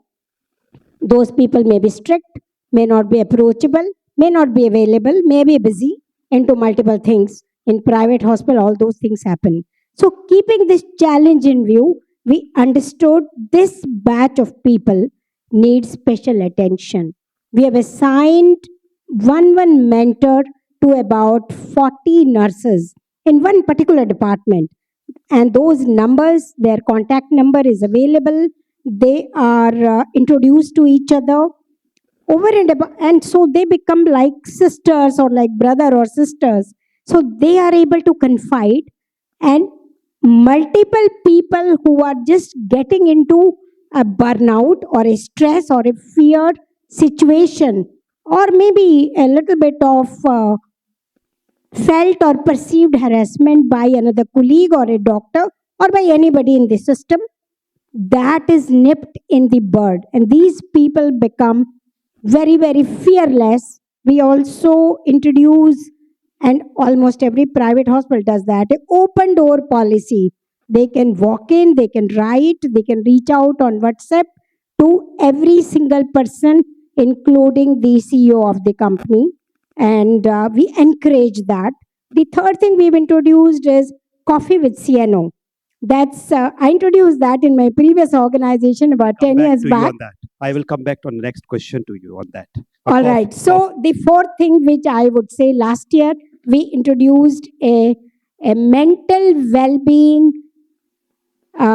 continued session every month with a 24 by 7 number which you can reach out, and that you can be anonymous. So these are some of the measures, I would say, which help us reducing the stress, the fear, the anxiety, and making people better at workplace. Great. So they do a lot of things for that. The maintain the emotional challenges and the psychological challenges when the fresh graduate nurses they join. The one word she used, that the patient ready or job ready nurse. Job ready nurse, right? Or patient ready nurse. This is a very important thing. When the nurse from the nursing school or nursing college, when a nurse comes out with last day, do you think as an educator, my nurse is a patient ready nurse? This is sad to hear. Okay, but do you think that how you have to prepare them when they take that registration in their hands, they are registered to take care of the patient? Are they? You are giving them the license to take care of any kind of the patient, right? Yes? Yes. So it's our responsibility to make them ready, a patient ready nurse, when they come out from the nursing college. So they should not have that this psychological challenge, emotional challenge, and fear when they come into the new jobs. Thank you so much. Thanks. Now I come back to you again on that. Okay, one more thing she mentioned about that, there is a fear with that the senior leaders and CNO. Yes, of course, the fear is there, right? So that I'll come back to you on that on the next question. Okay. So my next question to Dr. Lata, again to you. You have a hospital and you have a nursing college, both, where you can sync that together, that how it is easy for your students when they go to the clinical practices as well as into the simulation as well as into the theory, right? But just talk to us and then give a solution in terms of, or imagine if the people, they don't have their parent hospital, or they might be going into the any other hospital for the clinical practice. So in real hospital settings, when the nurses often face time constraint, high potential loads, and unpredictable emergencies, how can simulation be designed to prepare better students for these high pressure and real world challenges? Usually what happens, we prepare to the students in a very nice environment. Since 2 days, we are talking all about that the simulation is a safe environment. Do you think that the simulation should be a calm or simulation area should be with pressure? Audience, simulation should be calm or simulation with the same pressure as like in hospital? Or some are saying calm and some are saying pressure. Answer from you. Yeah, so I need to answer the skill sets of students who are attached to the colleges which do not have their own parent hospital. Am I right? Pardon? Is that the question? How the colleges which do not have their own parent hospital, Right. how to build their skill set? Yes. So what Yes. happens when they are having the parent hospital, they go into the clinicals, they see Yes. that the real pressure. Yes. But when they never go into the hospital, they never know that what kind of the pressure. So through simulation, how we can prepare their Yeah. educators better so they can train them, oh, the pressure is there, right? Actually, I would like to quote here the regulations of Indian Nursing Council. I think for some time they were permitting colleges without hospitals, with help of affiliated hospitals to establish colleges of nursing. Mhm. But I think that liberation is being removed now. It is mandatory that every college should have a minimum of 100 bedded parent hospital. But then 100 bedded parent hospital is definitely not enough because you have Right. students, at least minimum intake of 50 students in 4 years, 200 students having 100 bedded hospital with the occupancy of 40 to 50% is definitely not going to Agree. support their Very skill true. sets. So they are also going to other affiliating institutions. You know, many government hospitals, especially district level, taluk level hospitals, are giving the tie-up facility and they are exposed to the patients in the government setup. I think many institutions have taken that tie-up arrangements and they do go there. And there, no, they are performing well. I have seen that when a health minister in a particular state he visited, he saw the students from private college were doing so good, you know. So he called them and asked, "You are from which institution?" And he promised that any help I would do to support and strengthen the students from private institutions to gain experience in government institutions. So that kind of opening is also taking place. But then now coming to exposing the students, because anyway going to your own parent hospital and affiliated institution, definitely there is a difference because you Mm. will be most of the time an observer and the affiliated institution has to Exactly. trust them to enter give the patient care. Yeah. Even in parent hospital, the students know initially they are very skeptic to allow them to practice Mhm. directly on the patients. There are a lot of difficulties which the students come across. Mm. But simulation is definitely a solution. But then the faculty should know how to build the real world scenarios. Right. Otherwise, again, the students will be exposed to reality shock because what is being taught in the simulation lab and when they go to the real world, it should match, you know. So the Exactly. faculty should have clinical experience. They should have managed the clinical challenges, you know. I know in the previous institution where I was working, I was making mandatory for the faculty to work without students at least for a month in an academic year. That means without students, they will be working like a nursing officer. Earlier, we were calling them as staff nurses. They have to work in the unit. Initially, there were a position, but then after working for 1 month, they said, we would like to work for a longer time because we are learning so much from the real world scenario. I think such kind of exposure of the faculty into the real world scenarios and bridging the gap, you know, there are many clinical nurses now in my own college. I have nursing officers who are deputed to work in colleges of nursing. So I have a nurse who is working in gynae theater who is my teacher, so she takes my students inside the gynae theater because she knows the resources, she has better rapport among the team members. So those kind of involvement of clinical nurses into the education as well as exposing the nurse educators to work independently in the clinical area at least for a few weeks or a month in the clinical area. This will give them a reality orientation. With that background knowledge, they can build the scenarios and expose the students and make simulation and the real world more compatible and what to say, avoid reality shock of the students when they are employed. You know, and recently we conducted part of narset. um, we wanted to evaluate their clinical skills because the students are graduating 2 years 3 years, they sit and prepare only for this recruitment exam. Mm. Theoretically they are wonderful, they are scoring very high, but when they are actually posted in the clinical area, they are lacking in the basic nursing skills. So we conducted the OSCE based evaluation and we found that many of them, I don't know how they were exposed to the clinical area. I don't want to comment because I haven't seen or inspected those institutions, but they were struggling even with basic nursing skills. This is the reality which we faced. So we have introduced a skill based third level of evaluation. We have level 1 of NORCET where we screen them, and the best ones, around 30% are called to write NORCET level 2. And now we have introduced a third level where their skills are being evaluated through OSCE.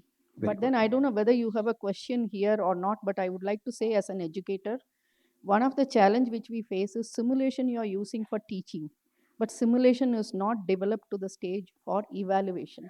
For evaluation, we use ASCII.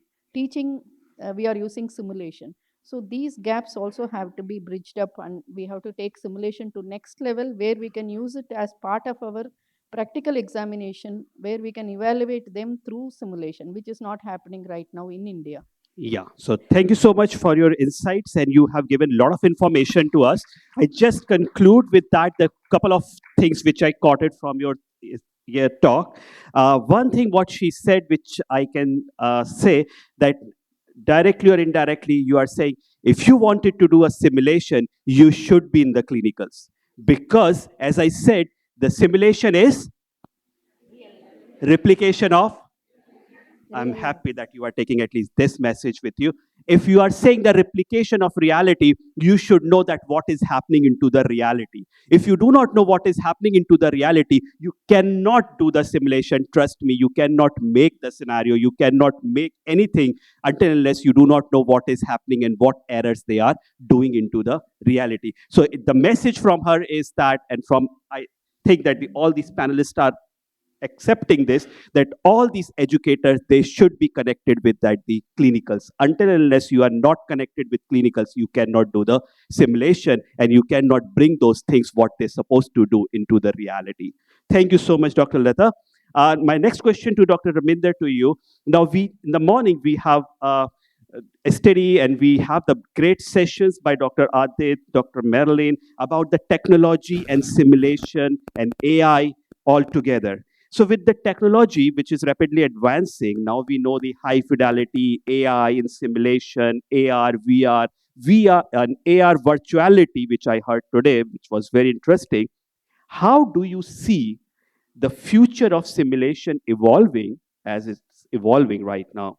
And what challenges do the educators face in integrating these advanced technologies effectively?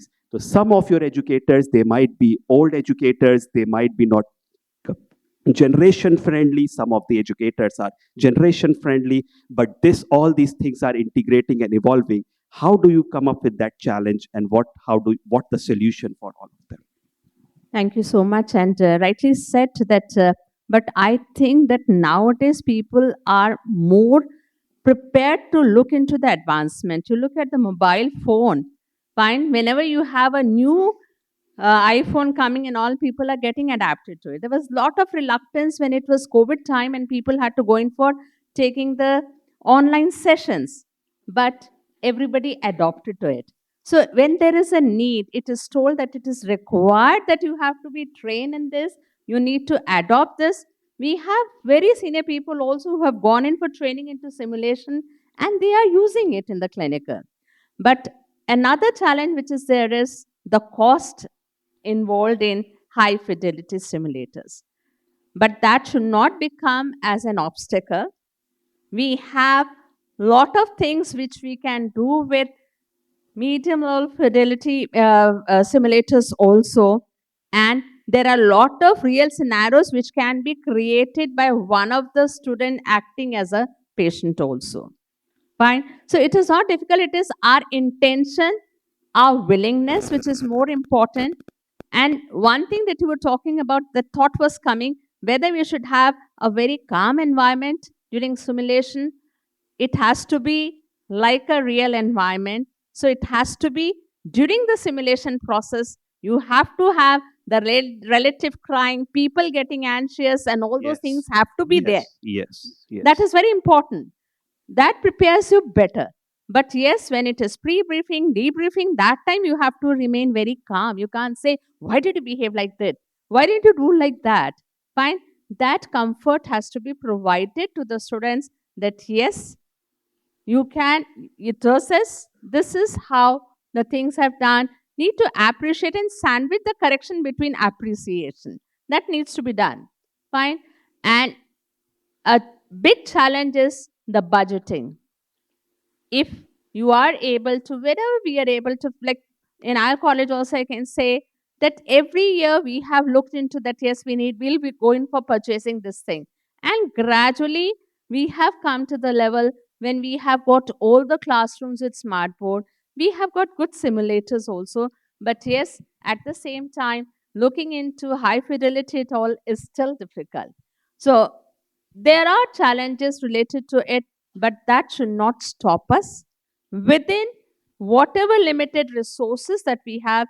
Before we send the students for the clinical experience, having a sound theory, demonstration, simulation, and then only sending to the clinicals is important. Thank you, Dr. Rabinder. Thank you so much. So again, the message is for all these educators that you have to be updated with the technology yourself. If you wanted to adopt the new technology of simulation, first you have to adopt the new technologies. You have to learn the technologies which you can use that technology to train your students through the simulation. The last question to Colonel Binu, again, I'm coming back to you, and you might conclude with your thoughts also, and also you can give the answer to my question. And as already you have mentioned a little bit about the fear and that the leadership and all. So my question is to you, how can the nursing educators and the hospital leaders work together to create a seamless transition from simulation lab to the clinical practice, right? What collaborative models have worked well in your experience, and what recommendations do you want to pass out to all of them? Thank you. I've had an excellent relationship with nursing schools and colleges across the country because I've always had the pleasure of working with a chain of hospitals in my, say, 24 years of the corporate nursing. In the army, this challenge was not there. So I visited nursing schools and colleges in almost majority of states. As of now, we continue to hire people. Campus hiring is done across. We interact with a lot of educators. We interact right from the principal to the faculty. When they come to hospital with the students also, we interact with them. To my dissatisfaction or distress, many of the educators have never been into a clinical scenario. They have probably become the college faculty right after their undergrad. They have not had clinical experience. So when they come with the students to the hospital and the students need mentoring, coaching at bedside, these educators are not found with them in the clinical areas. They try to shy away. Many times we tried involving them. The best of the models I have seen in hospitals which have got in the colleges, which have their own hospital, whether it is AIMS, whether it is Holy Family, whether it is Father Muller I visited, whether it is St. John's, whether it is CMC, there is a fantastic marriage between the education team and the practice team. They interchange roles. The in charges, the ANS, they go as faculty, and the faculty comes as clinical practice resources. So both sides understand the challenges, understand the expectations, it works well. But that scenario is in less than 10% of the places in the country. What happens to the other 90% where these are standalone and the gap is very wide, and everyone tries in their best possible manner to bridge the gap, does not get bridged. So, in my opinion, all the educators, first of all, a lot of Gen Z is sitting here. I'll give you one more example. I meet a batch of 60 to 70 new joinees at our Max Training Center of Nursing.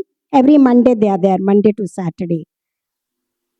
I also go and talk, do a lot of town halls in the colleges. In the colleges, I meet the final years. I ask them, what is your career vision? 90% they want to be teachers, or maybe 70% want to be teachers. The remaining 30% want to go abroad as soon as they can. Where do we stand with our requirement of 10,000 nurses presently, with a 40% attrition for annual basis? Many have much higher. How will hospitals with chain of hospitals, large number of requirements, expanding healthcare beds, more hospitals opening across the country? How are we going to sustain, survive? How are we going to manage the patient safety, the patient experience? And I'm talking of the patients who come through insurance, who come as cash patients, who've got expectations right up to the sky. They see a wonderful infrastructure, world-class equipment, world-class doctors. They also want world-class nurses. The people who we interview, I'm talking of campus hiring, and I'm also going to give you example of the experienced nurses hiring, because we recently had that experience. You go for campus hiring, 20% is what I would like to pick up because of the standard we need to practice in max hospitals, 20%. So if I meet up 100, I can pick up 20. Out of the 20, some may fall back because they don't want the city or the state, or they want XYZ. So suitability reduces to 12 or 15%. My numbers never get completed. Now I'll give you an example of, we recently opened a hospital in Delhi with large numbers flocking for the recruitments. These were all experienced nurses, 10 years, 12 years, 15 years, 20 years. I sat in the interviews for multiple days. They have never attended any CNAs, any trainings, any advancements, leave alone the simulation-based environment. We still thought we will hire some and we will groom them faster. They have 10 years of nursing experience. They were the ones who left us fastest, even faster than the novice or fresher nurses. They were just not ready. They have not been groomed or they have not been trained. So what I'm bringing here as a solution, these are all challenges which many of us face. The solution is colleges, private colleges and private hospitals to join hands together, to work together. You can do exclusive MOUs or whatever, whichever way, so that students get adequate exposure to clinical setting, specialized areas, OBG, pediatrics, med surg, critical care, across the table. Also, the second part, they are also given privileges to be mentored by the nurses in the hospital. As of now, students come, you get students, but they are not privileged to do anything. They are treated like transport team, they're treated for doing odd jobs, etc. If we do a survey, and I'm requesting if somebody can take up this survey to see how much did the students learn in first year, in second year, in third year, or in the fourth year, in X amount of time in the hospitals, did they really get ready to be patient ready? Oh, very good. Sadly, you may not find very, very positive scenario because they are not job ready. They are ready for 10% of activities which they are expected to do after 30 days of training, 30% of the expectations when they finish 3 months, so on and so forth. Hospitals, private hospitals do not want to invest so much. They've hired the numbers, I need 500 nurses, you need 500 nurses, I've given you 500. Why are we still having service issues? Why are we still having patient complaints? Nursing is not a head count. Clinical equity based allocation, assignment, readiness from our expert training institutes, mentoring of clinical educators, mentoring of the college faculty at the hospital level, not 4 weeks, 6 weeks. That's not enough. It has to be a longer period. It has to be an ongoing activity year on year for the faculty. We may have a brighter or a better scenario if we talk 2 years later after having practiced this, is my take on. Very true. Very true. Thank you so much. You have given lot of solutions you have given. And I really admire your word, which you said that the job ready nurse. And again, I'm saying to everyone, please take these words with you. Are you preparing a job ready nurse or not? If you are not, what is lacking and where we have to do some work. So thank you so much. Yeah, sure. I would just like to say that all our faculty are every day going to the clinicals. They are exposed in the clinical. They are working with the student. Even they are going for evening and night shift. Wherever they get experience, particularly in government hospital with OBG, they get night shifts. Teachers are always there. Thank you So so much. unless they Ma'am, go, they are not 10%, prepared. less than 10% institutes practice No, no. this. I'm talking of the 90% which is not practicing we this. we Madam, we I'm know Because that we your face the institution. brunt of the 90%. Yeah. So we Thank know you so your much. Thank you. institution really doing good. So Thank that's why the question was that the what's the hospitals, those are having their parent hospitals. They do that. I really agree. The both of your hospitals, and you have the teaching institution with that, and you are doing damn good job. I know, but that's a challenge for the others. So that's why we need the solution for. Thank you so much to all the three panelists. You did a great job, and I hope that the audience got the answers for all your challenges, which we have discussed yesterday. So I just want to take that the four outputs from this session. The first is that the simulation and clinical experience must complement each other. That's the first point. You just take it from this panel. Second is simulation enhance skills acquisition and confidence. But real world experience is necessary for adaptability and clinical judgment. The third point is the ideal balance is not fit in one all. It should be competency driven, it should be flexible, and it should be adopted the realities of clinical placements. And fourth and last point is stronger collaboration between academia and clinical is more and more important. So thank you so much, all the panelists, and we hope that you got some of the answers for your queries. I would like to call Pedro to come on the stage and felicitate our three distinguished panelists who have given their insights. A wonderful session.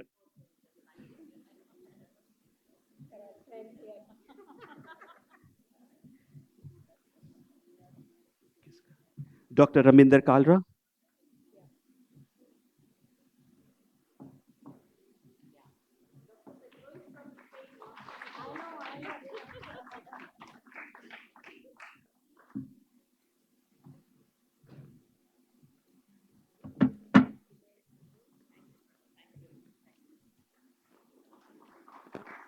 Colonel Binu Sharma. Thank you so much. Can we have a great round of applause for Colonel Binu Sharma? Next. Dr. Lata.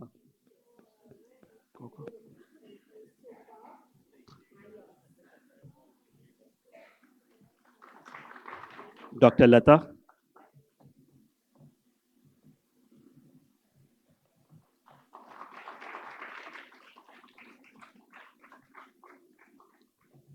I called Pedro on the stage to felicitate because they all are in the same color attire. Right? So that's why. So I was looking to whom I call, and I thought, okay. Sure. Without you, we are not complete.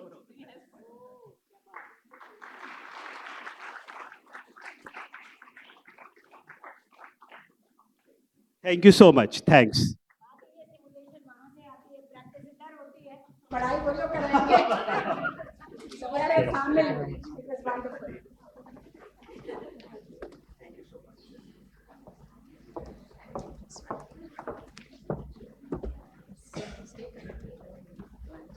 I left my phone there. I will go back. Just still going. Okay, just get comfortable. I promised, you know.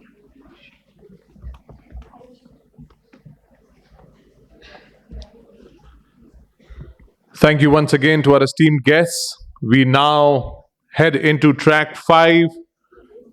And for that, I would like to call upon our dear Dr. Marian to come up, and we will have the track 5 session. You can see the topic. It's a scientific session from concept to reality, how to create scenarios for nursing simulation. Dr. Marian. And we also have our moderator, Mehek, to do the honors. Thank you, Joshua. So, good afternoon, everyone. Please join me in warmly welcoming Dr. Marian. Dr. Marian's research focuses on clinical simulation, virtual simulation, professional development, and interpersonal education. We are honored to have her with us today.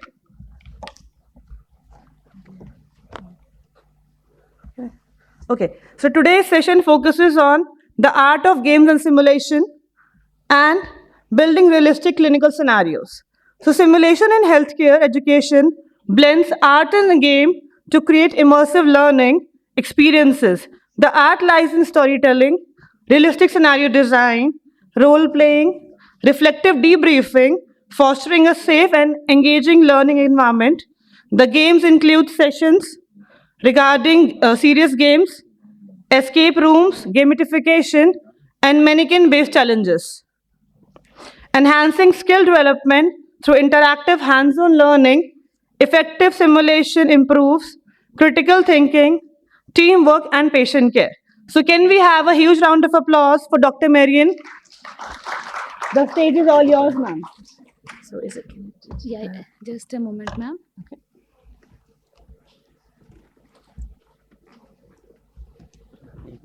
Okay. Hello?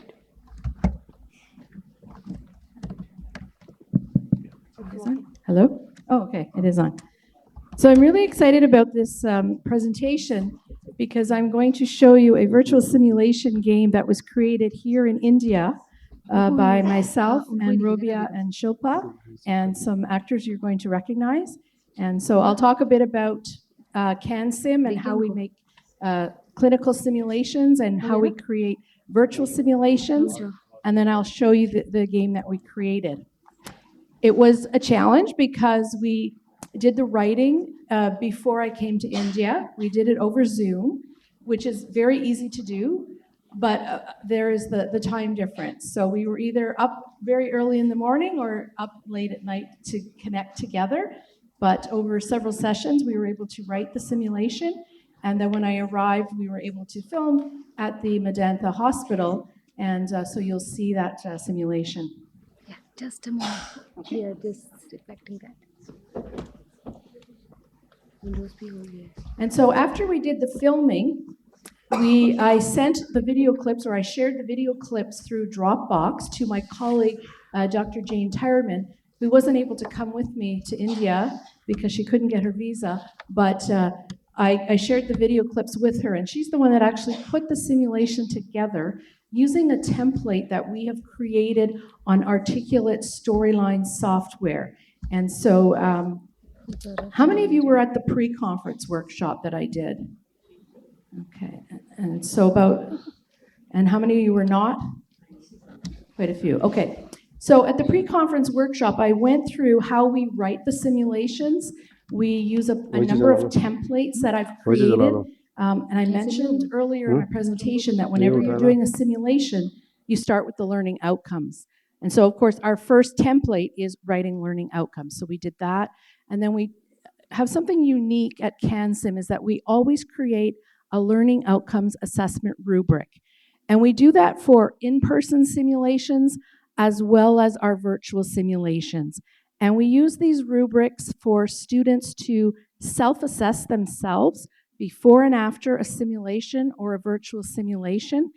And in the case of an in-person simulation, the instructor uses the same rubric to assess the learner's performance during the simulation. The other nice thing about the rubric is it can be used during the debriefing because you're going to reflect on whether or not the learners met the learning outcomes. And so the rubric is a nice tool that you can use in addition to a debriefing framework to guide your debrief and see what learning has occurred.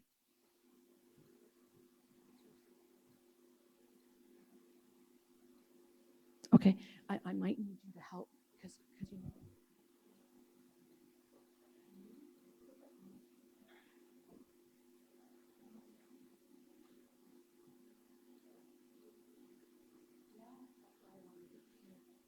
Unless I go back there. Can I go back when I get to that part? No?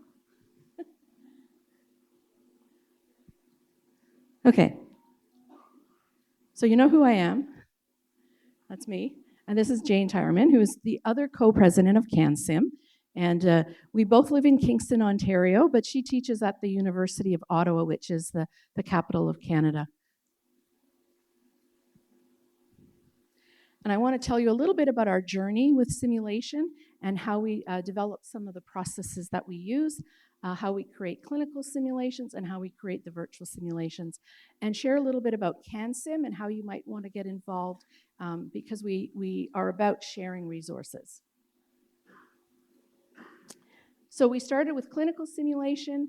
Currently, we're very immersed in virtual simulation, and we're looking forward into virtual reality. Jane is very exploring different virtual reality techniques, and we've put in some funding to get some virtual reality equipment.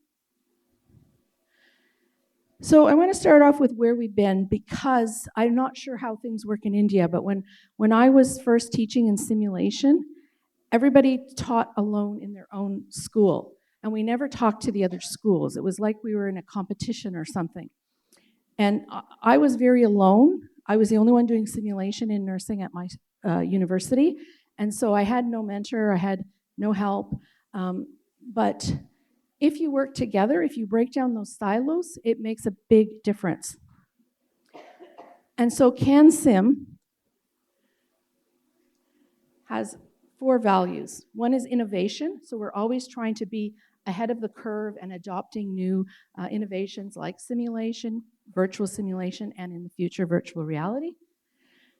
Most importantly, we're about collaboration, because when we collaborate and we share our resources, we reduce our costs, but we also increase our knowledge because everybody has expertise, and I can learn from you, you can learn from me, and we share and we're much stronger.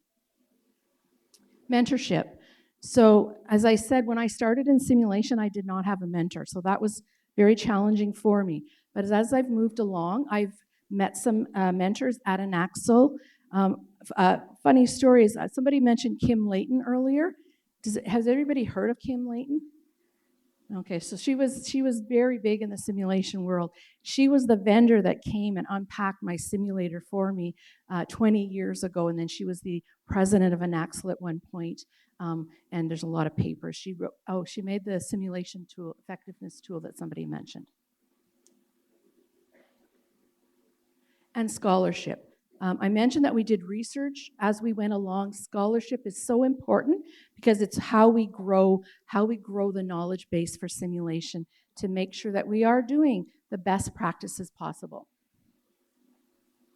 So that's where we've been. That's me very long time ago. And Jane looks very young over there using simulation in the early days. I mentioned that scholarship was very important. These are some of the papers we wrote along the way as we were exploring what's the best way to deliver simulation. This is a really important project. You'll see the title of this project is Enhancing Registered Nurse Job Readiness and Patient Safety Outcomes Through Clinical Simulation. This project occurred in 2013. And remember I said we worked in silos? Here we have 13 schools of nursing from across Ontario that collaborated on this research grant. The university that I'm at, Queen's University, was the leader on this grant. We got $5.8 million, which was amazing for a group of nurses to get, and we shared it with all of these universities. We used it partially to update our simulation equipment because when I started in 2005, we all had grants from the government to buy simulation equipment, and now it was all falling apart. So we wanted to get simulation equipment for everybody, But the important thing was the registered nurse job readiness. That's why they gave us the money, because we said we were going to collaborate and create simulations that would better prepare our nursing students for nursing practice. And so in this project,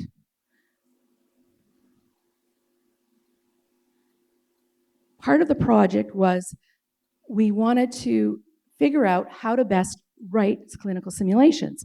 So we looked at all the templates that were out there. The one that we liked the best was the California Simulation Alliance. There was a problem, though. There were a few things missing from it that we wanted to have in a template, like a pre-briefing script, right? Because we had learned how important pre-briefing was. So we created our own template. It wasn't called the CanSim template at that time. It was called the Ontario Simulation Alliance template. And we added pre-briefing. We added the assessment rubric. So most rubrics that you come across, most templates you find will not have an assessment rubric. But we worked with an educational designer who said that it was important to have an assessment method embedded in your simulation. And so he helped us to design our rubrics. So that's what our assessment rubric looks like. And what we do is we're aiming to describe what a competent learner would look like if they met each of the learning outcomes. This is the table of contents for our simulation template, which you can use to create your own simulations. And what is unique about our template is we have a package for the learner. We have a package for the lab setup person. We have a package for the facilitator. And we have a package for the operator if you're doing a simulator type of simulation. And the reason we came up with this was because when I was running the simulation lab, I had to prepare packages for everybody who was doing the simulation. And we don't give the same information to the learner as we give to the facilitator, right? And so I was always taking a template that had a simulation, and then I was creating all these other templates for the different groups. And so I thought, why not just put it all in one template, and then you just divide it up, and you print off the first pages for the learner, or you email it to the learner, and then you print off the next set for the facilitator, etc. So we really like this template. We think it's comprehensive. If you use it and you think something's missing, let us know and we can add it. It's very flexible. You'll see there's optional appendices at the bottom. So that's where you add doctor's orders, chest x-rays, anything that you want to include in the simulation. But they're not mandatory for every simulation. So, talking about creating realistic clinical simulations. So I have the template, but we also need to have the story. So we always start with the learning outcomes. We also look at the evidence. What is the clinical guideline that you want to incorporate into that particular topic? Use a standardized scenario template. So we use the CanSim template. But you need to tell a story. And so this template here is not part of the template you would give to the student or to the faculty, etc. It is the template you use when you're designing the scenario. It's called a storyboard, right? So if you're writing a script, you have a storyboard. You're writing a scenario, you have a storyboard. And it briefly outlines the scenario that you're writing before you put it into the template.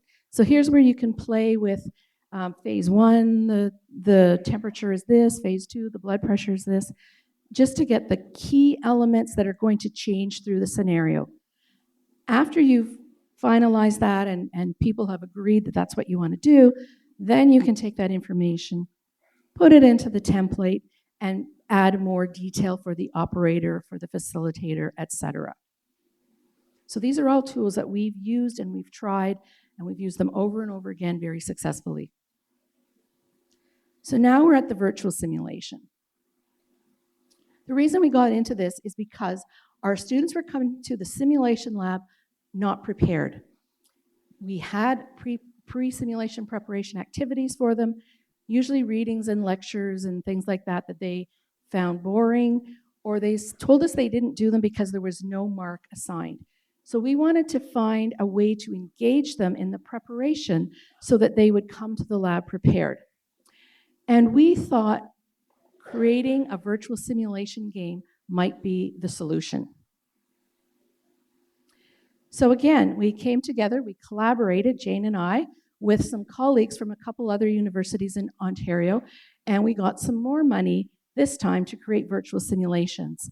And we got some money to develop 4 virtual simulation games, and we were going to film them in English and French because Canada is a bilingual country, and so we wanted to have some French resources. So through this project, a bunch of nurses figured out how to create a virtual simulation game. We made it easy. We made it easy because we wanted other nurse educators to be able to do it as well. Always started with the learning outcomes.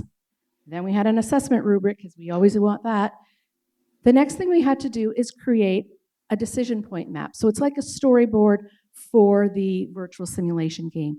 And so a virtual simulation game has branches. So if the learner picks the right answer, it goes this way. If they pick the wrong answer, it goes this way. So that's why you needed a map, and the map always has to bring you back to the right answer before you move forward. We filmed our games using a GoPro camera. So we used that for 2 reasons. We wanted the GoPro because you can put it on a head strap and wear it while you're filming. And we wanted to use that point of view so that we would be filming as though the nurse in the simulation is looking at the patient or looking at other healthcare providers. And that would put the learner into the shoes of the nurse experiencing the simulation to make it more immersive. Also, a GoPro camera is relatively cheap in Canada compared to some other cameras that you might use. And the nice thing about the GoPro camera is that you can download an app on your iPhone or an iPad that connects to the camera so that you can watch the simulation on the iPad while you're filming it, because the camera's very small and the iPad's big, and so you can see the scene that you're filming to make sure that it's good. And then after you've filmed it, you can replay the scene and see if it's good or not, and you can hear if the sound is good. We then used the Storyline software because it is something our university has. It is expensive to purchase, but we thought it was the best product to create the types of simulations that we wanted to create. And then to make keep the costs down, we use family, friends, students, colleagues as our actors, although we do pay professional actors sometimes for some of our simulations when we have funding. When you think about it, if you create one virtual simulation, if it costs you a few $1,000s, once you share it with 100, 200, 500, or 1,000 students, the cost per student goes down to pennies. So it's a very cost-effective method. So this is what our simulations look like. There's a video of a patient interacting with a nurse, and then the video stops and asks a clinical decision-making question. What should the nurse do next? The student selects from 3 answers, and then when they pick an answer, there's a video that shows them why their answer is right or wrong, or not the best. After the video plays, the rationale pops up and tells them why or why not it was good or bad answer. If they pick a wrong answer, they can go back and pick another answer until they get it right. We always do usability testing after we create a simulation to make sure everything is functional. And we did some feasibility testing, and what we demonstrated was it was feasible for a bunch of nurse educators to make their own virtual simulation games. We've done it many, many times. We found it's cost-effective, it's engaging and interesting to the students. They thought that it helped them prepare for a simulation, made them less anxious, which is what we wanted to hear. I mentioned filming from the perspective of the nurse. Sometimes we film from the perspective of the patient, put the GoPro on the patient, because then the student sees the nurse's behaviors. And we can also film from third-person perspective where we see both in the same shot. I mentioned that in the future we're going into VR. This is our CanSim website. I invite you to visit it. I mentioned our core values: collaboration, mentorship, innovation, and scholarship. We have over 3,500 members from around the world.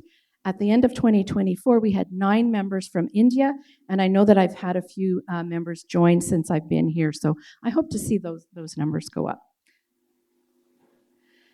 On our site, we have over 100 clinical simulations that you can download and use for in-person simulations, and you're certainly welcome to modify them for your own context if needed.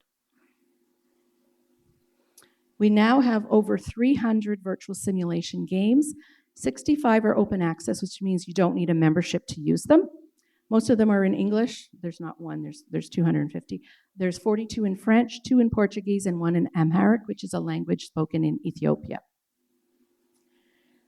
So these are some of our open access. The wound assessment and management one is a nice one with 4 virtual simulations and a virtual OSCE for before and after the simulations. We do workshops to teach you how to write simulations and to teach you how to do virtual simulations. And this is the moment we've been waiting for. So I need somebody to click on the link to start the simulation.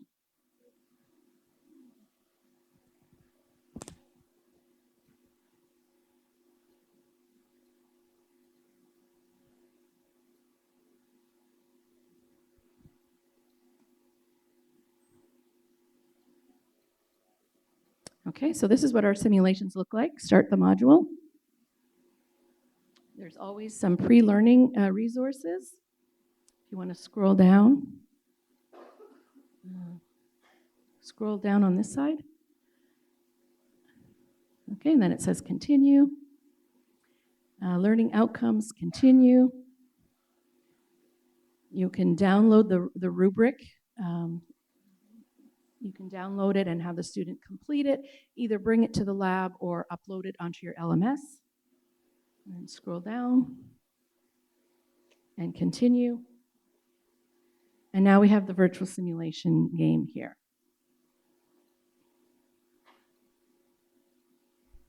Okay, so if you want to click on next, in the corner there, perfect. These are the people that were involved in the filming. Next. How the virtual simulation works. You will be shown a video of an interaction between a nurse and a patient. Accessibility statement. The Canadian Alliance of Nurses. So for accessibility reasons, we have AI that reads the text. You can turn the sound off if you don't want to hear the AI reading, but it is an option.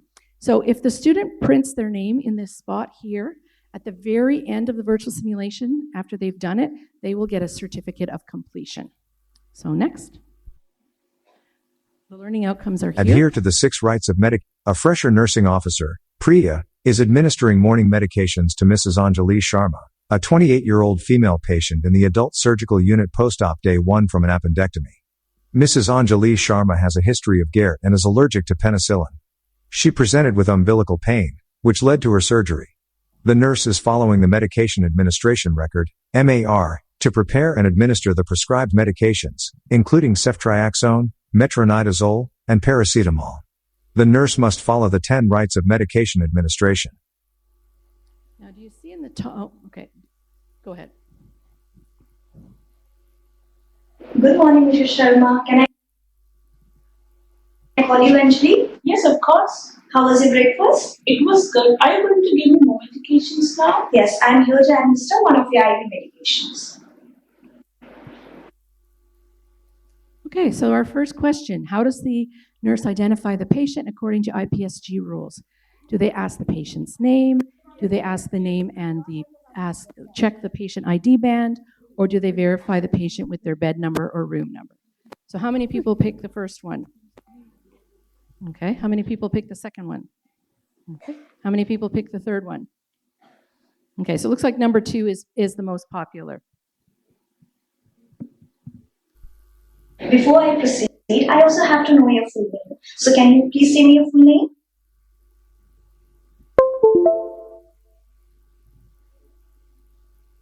Sure, my name is Anjali Sharma.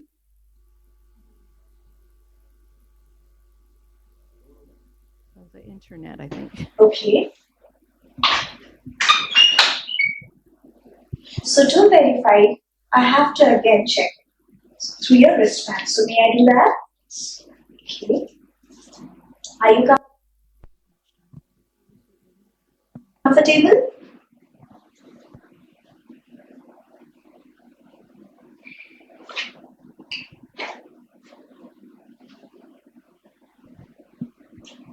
Perfect. Everything is correct, Miss Anjali. Now I'm here to prepare the medications. Okay, so we picked the right answer. So we can continue. So you have to look closely at the time on the watch. It says 10 o'clock. And if you look at the MIR, you can look and see which of the medications are due at 10 o'clock. So we'll pick next. And you probably couldn't see it, but the answer was ceftriaxone was the only medication that was due at 10 a.m.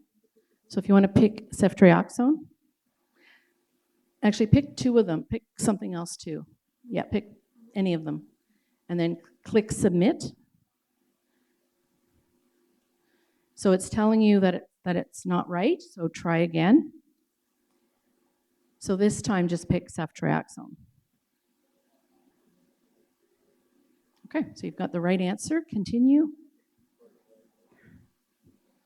And then it gives you a rationale for why that was the correct answer. Continue.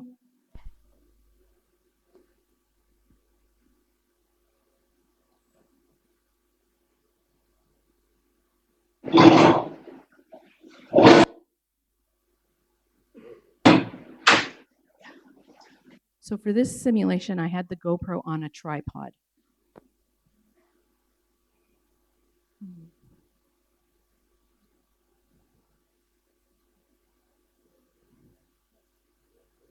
You try just clicking it, see.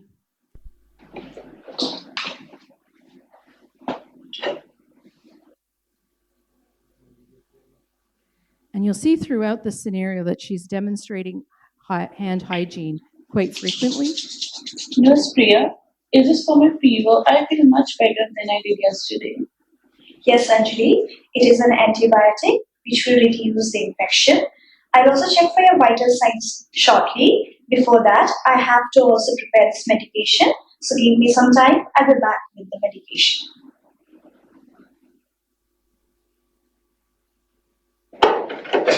Okay, Anjali, I'm done preparing the medication. So it is an antibiotic which will help fight off infection and also ensure recovery well after you are done with the surgery. So this medication will be administered slowly through drip and also it will take your 30 minutes. Is it fine with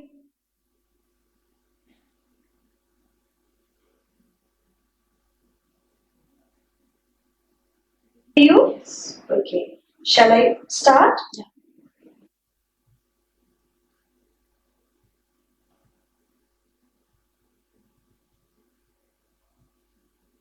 Try just clicking.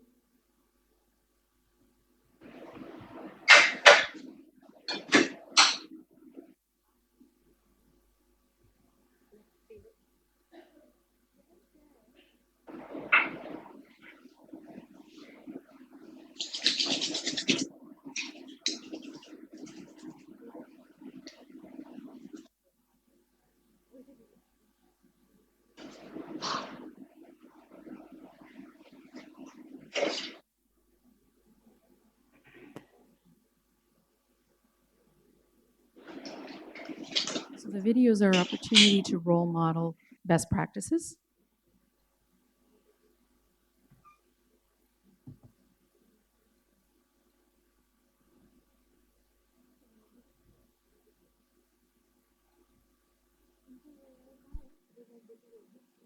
I think if you just play it on your own laptop without having to project it, that it will function better, because I did play it this morning.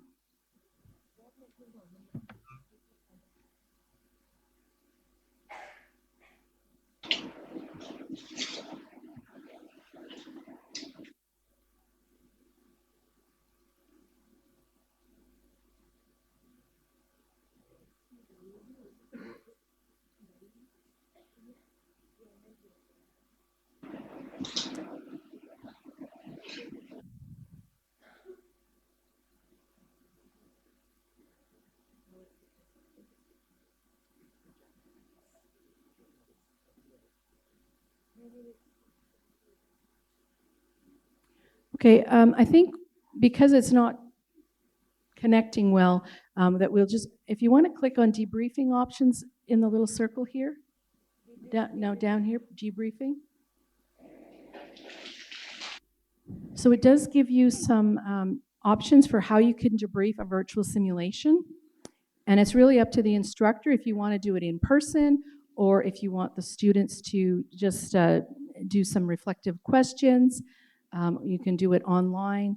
So there's different ways that you can debrief. So if you scroll down, it talks about some of the options to give you some ideas. And then if you click continue, okay. So for every virtual simulation, we have a set of reflective questions. So the student can write out the answers and hand them in. They can read the questions and you can talk about them in your debrief. It's really up to the instructor how they want to use this. All of our virtual simulations are set up like this.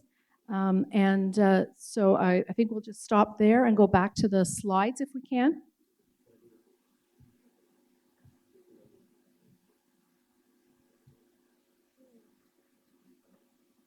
I'd like a round of applause for our wonderful actors. And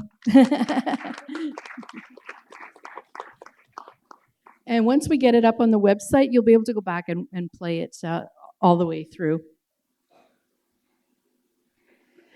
So I mentioned that we have a bunch of French simulations. So we have them all organized together on one web page.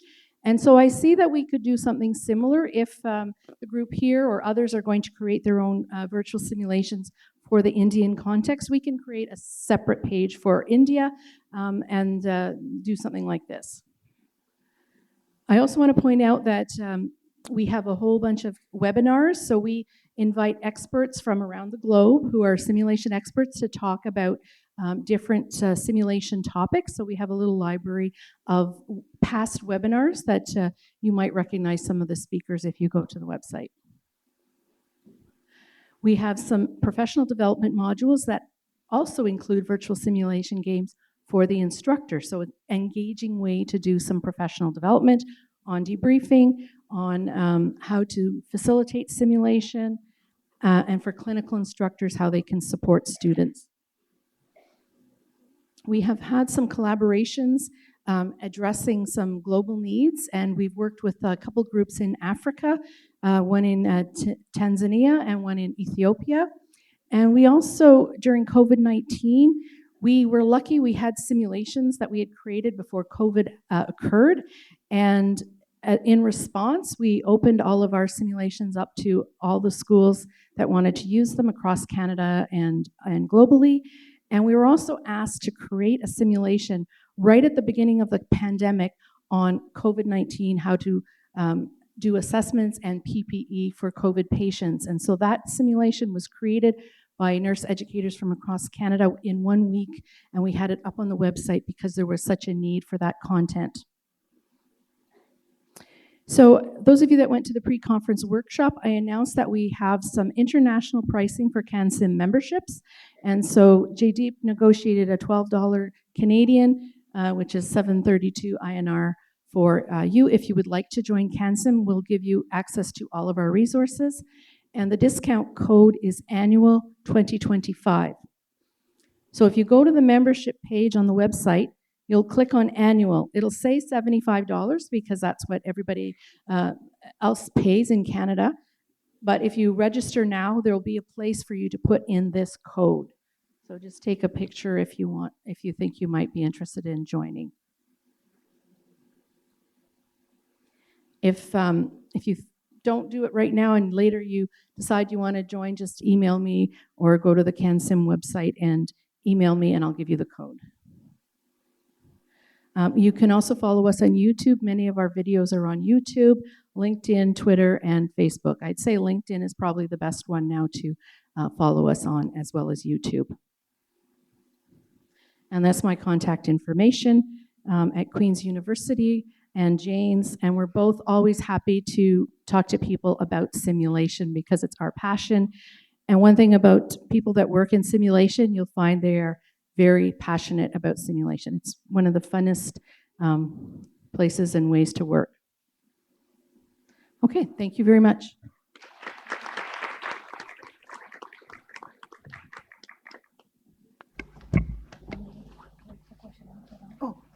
Question answer. Can we go with question answers? I think let's go for we can leave the question answers for later. Okay. Yeah. So what an amazing session it was. So thank you, Dr. Marian, for your insightful and valuable session. We truly appreciate your time and expertise. Thank you so much, ma'am. Over to you, Joshua. Thank you.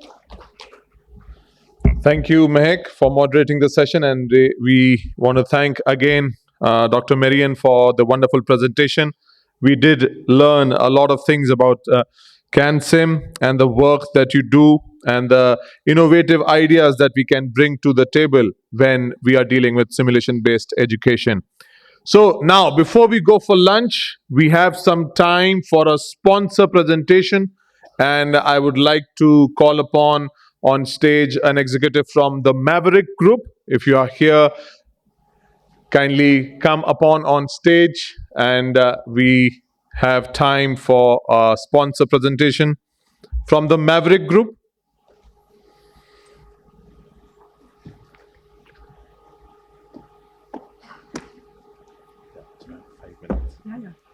I have to use which one?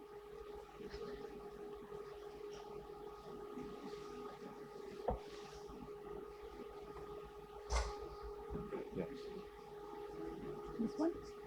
Left or Good afternoon, everyone. I'm so sorry to take this session before the lunch, but I'm going to take just 5 minutes.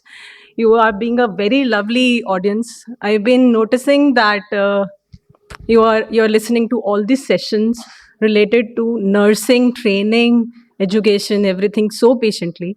So my organization, so first of all, I'll introduce myself. I'm Kanika Chehel from Maverick Simulation Solutions. I'm the co-founder and the director of the company. So we are the organization which are behind the scenes, because I'll not say it behind the scenes. Actually, we are the provider of these simulators through which these programs can be built. So we are local at heart, but global in vision. Since we are Make in India product organization, but our vision is to take our products globally. The kind of material that we are using is a medical grade silicons. These products are not plastic make. We have done the research and innovation in-house so that we can bring these simulators, we can manufacture these simulators as close to the real organ, real human body, real pathologies, and real responses. So as I said, that we have research, development, manufacturing, and deployment at the customer end or in the institutions. We do everything on our own. We have a train-to-trainer program as well. And we are the only company in India which can say proudly, we are made in India.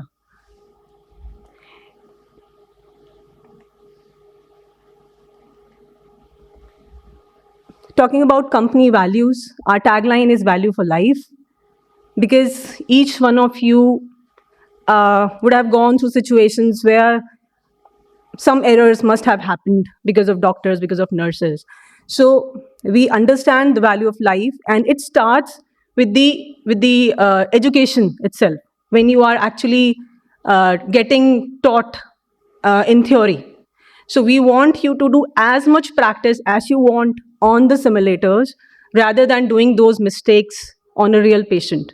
So our mission is to promote safety that save lives in the real world, and to provide a bridge between the classroom learning and real life clinical scenarios. And our vision is to keep rolling with the innovation. We are the team of engineers and doctors, and we believe that the combination of these two can actually bring innovation in healthcare sector. especially in simulation sector. So you can see what we have is we have almost 8 patents, 15 patents are under process. We have around 16 low fidelity simulators, all are developed and manufactured in-house. We have few high fidelity simulators, few of them have been acquired. We are the only company in simulation sector who has acquired 2 Swiss companies. So, and those are high fidelity, those are patented products, and those are autonomous simulators who react, who behave autonomously, the kind of treatment you have given to that particular simulator. These are our few core products. Talking about high fidelity simulators, we have virtual dissection table, which is based on real tissue cadaver. We have almost 6 patients in this, and then full body adult, pediatric, and neonatal simulator. Talking about autonomous adult lung simulator and autonomous neonatal lung simulators, these are the 2 products that belongs to our Swiss acquired company, and we have patent for these products as well. These are few of the low fidelity products which we have developed. We have our booth here. Some of you have visited. Those who haven't, please visit our booth, and you can have self-experienced, hands-on experience on our product, and you'll see whatever I'm talking about, the realism in our simulators, you will actually feel those. Just talking about one product, which is infant IO leg, I'm sure you must be having skill labs in your institutions. Just come and see, you'll find the difference on your own. You have to find out the tibia bone in our IO simulator. We don't have any section, we don't have any cut or anything. You have to feel the bone and then you have to do the process. These are again few of the low fidelity simulators. We have breast examination. We have a single breast examination also with different pathologies, with different nipples, secretion, normal, abnormal nipples. So there are, again, these are the innovations. This is our Lucy, which is always a showstopper in every event. It was here, she was here yesterday, but today she's not here because we have some demo at an institution. So Bill Gates himself have performed a CPAP function performance on our Lucy to showcase. This happened in Goalkeeper 2030 last year itself. These are few of our customers. I'll just skip this. All the AIMS, government medical colleges, state medical colleges. This is our presence. We are present across India. And we have few offices in US, Switzerland, UK. So that's it. Please, I'm requesting everyone, please visit our booth. That is Maverick Simulation Solutions. Thank you. Thank you. Thank you so much, ma'am, for your sponsor presentation. And now we can run for lunch. Oh, wait, like we'll go in an orderly manner. Yes, we are hungry. Be mindful of the time. We are back here at 3 p.m. IST. So, again, remember the things. Go and visit the booths. Get your passport stamped to enter the lucky draw. We are going to have a prize distribution ceremony later on. So if you want to be a lucky part of that, go ahead and do that.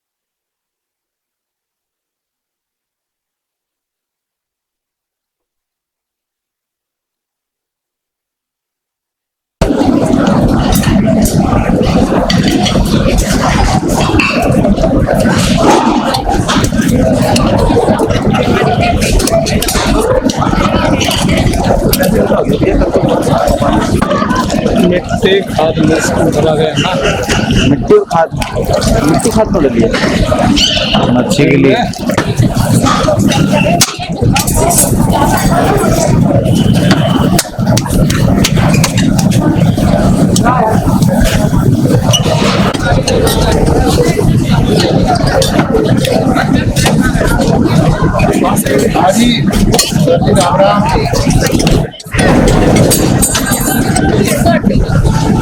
मिल जाएगा क्या आप photo दे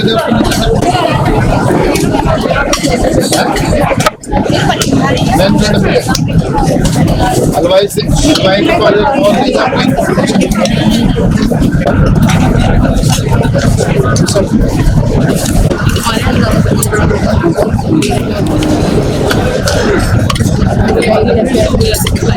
शादी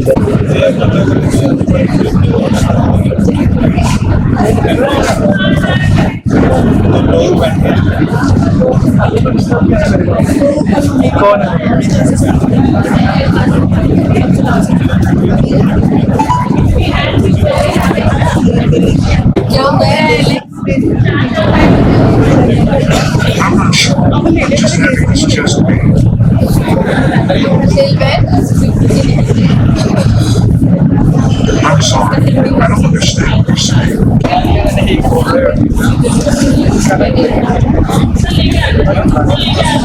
That is our critical care of environmental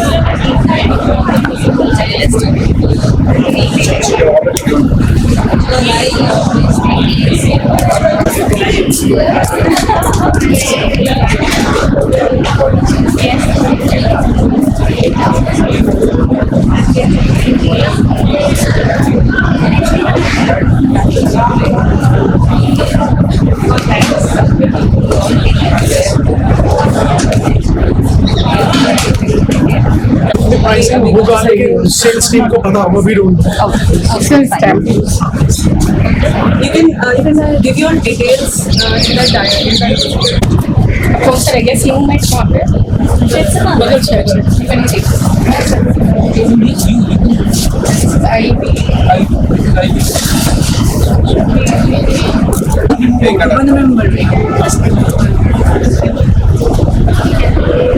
You went to Captain Satya was there and you wanted to be unified. Yes, connecting photos. I will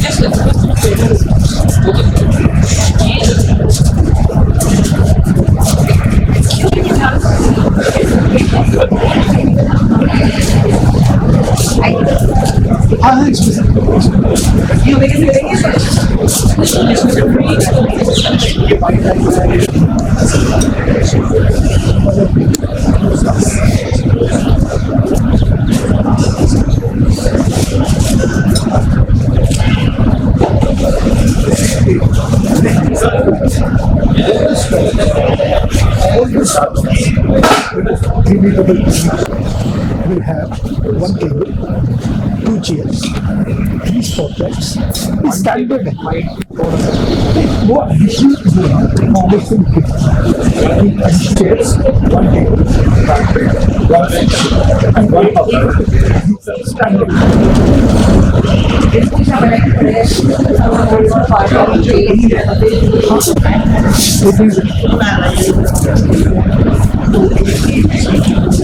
See, somebody will be paying for so then I say maybe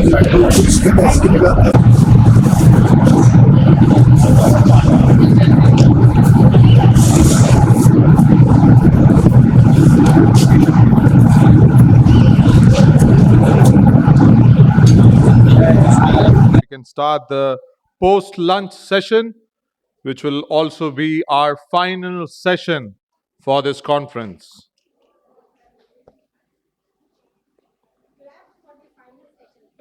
Yes.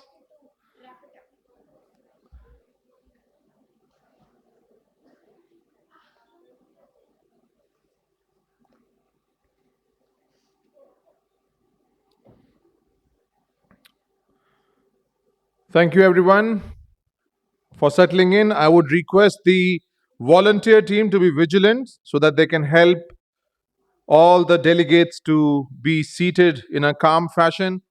Also, there's a reason why there is water kept separately outside, because inside water bottles are not allowed.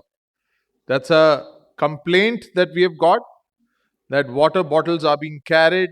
If you have water bottles with you, please put them in your bag and then dispose them off outside the hall. Okay, so without taking further time, it's time for a sponsor presentation. And we have Mr. Himanshu Mahajan from Leardale Medical, and he's a services manager with Leardale Medical and a medical consultant and a simulation expert. So I want to now welcome and give this time to Mr. Himanshu Mahajan. Can we have a round of applause for him, please? Thank you.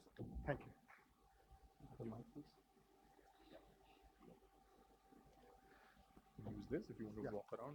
Yeah. Good afternoon, everyone. I think it was a heavy lunch. People are still less. Slowly coming across. Okay. Basically, this is just a review of what you have been doing for 1.5 days. And I've been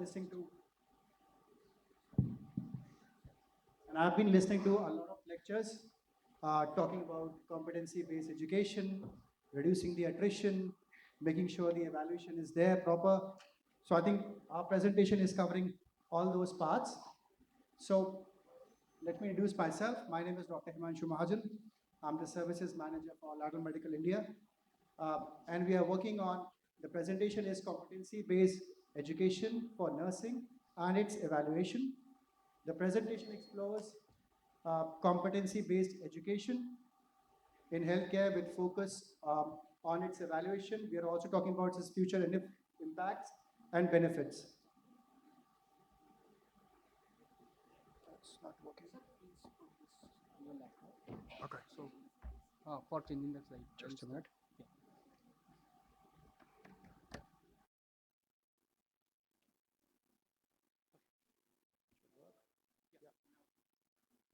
So we have been talking about 1.5 days that once the students, they come out of the education sector, there is a definitive gap into the professional practice.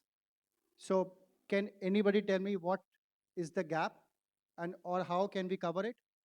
Any volunteers? Okay. Yes, ma'am?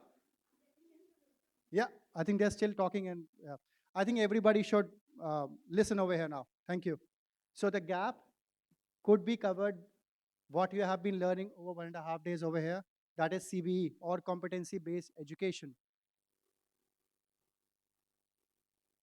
So students are not prepared for their profession and this leads to adverse patient outcomes, which is actually not required from any side.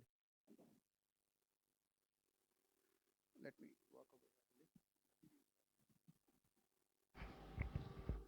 So competency-based education is more of a personalized learning. It is, it allows the learners to progress at their own pace. It focuses on demonstrating mastery, not skills, and it does not affect time. So people can learn at their own pace. It is also contributing to improved outcomes by focusing on competencies.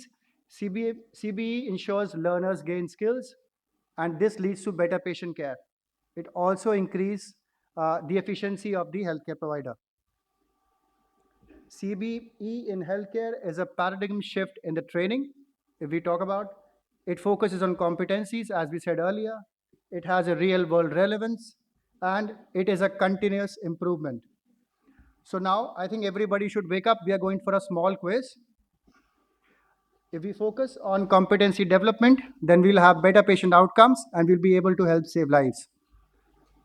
So this is the current data which we were seeing, of US. If we see that 35% of graduates, the new graduates, were ready for practice by 2020, by 2005. But now if we see, only 9% of the nurses are prepared for practicing by 2020. There was a drastic decline because the colleges or the hospitals were not able to comply with CAB.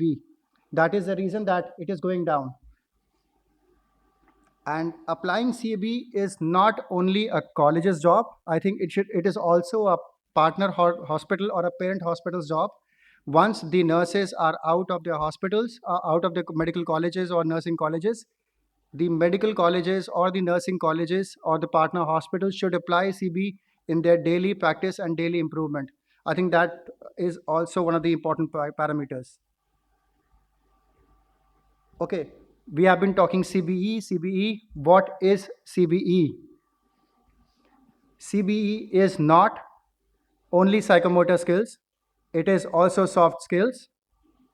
It is not one done, an experience and demonstration. So CBE is a continuous improvement.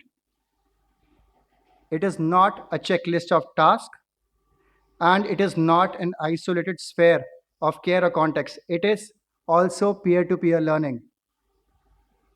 So if we summarize, CBE is a competency-based education, which is learner-centric, and it emphasizes that students demonstrate the mastery of knowledge, skills, attitude, and key competencies expected in healthcare. So we have all heard about ATCOM module, which the NMC is pushing in. Can anybody tell me the answer for this question? Tell what all applies for CBE. Who all are saying A? Who all are saying B? Ma'am, are you for A or for B? Except for C. You are saying everything is right. How many people are saying this? Please, everybody, wake up. Raise your hands. Okay, who are saying C is not the right answer?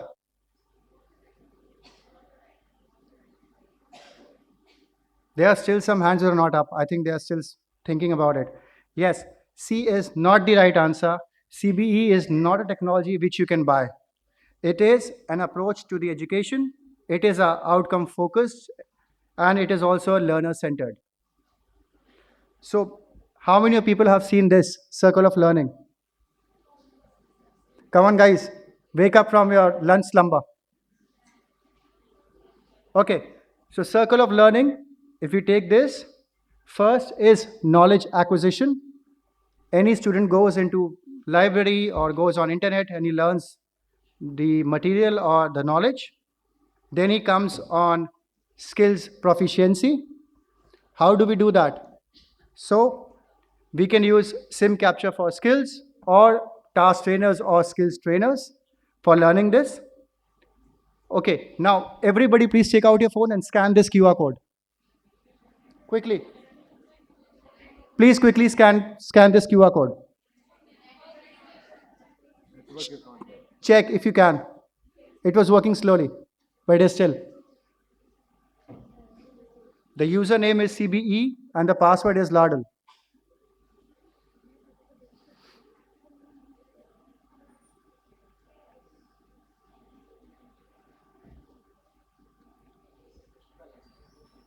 Are you able to get in?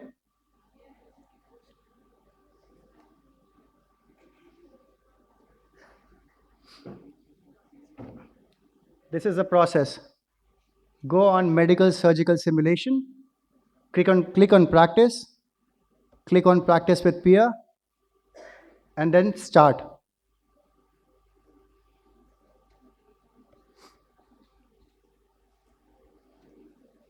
Is everybody in? Whoever can. Okay, now I'm going to play a small video.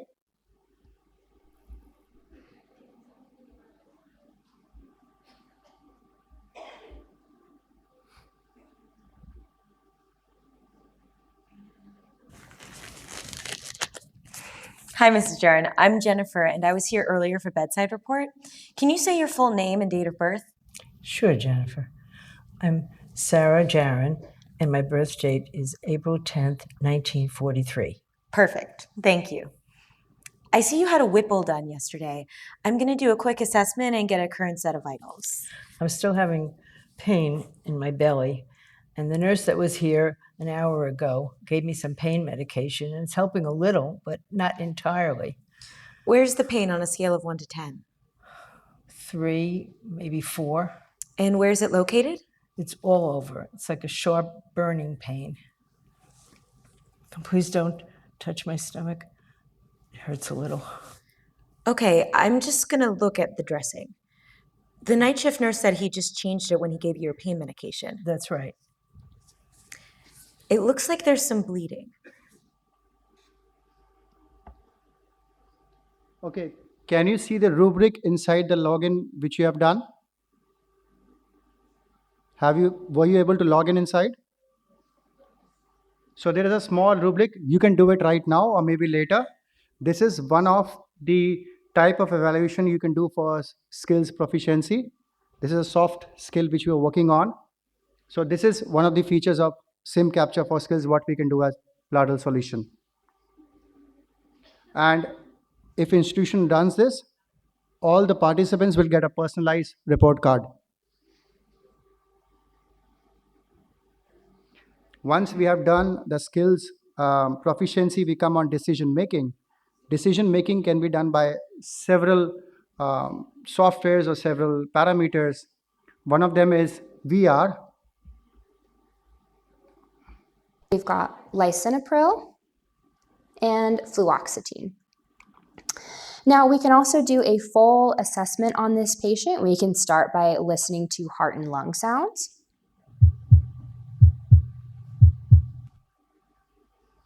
So this is one of the decision-making points in the skill.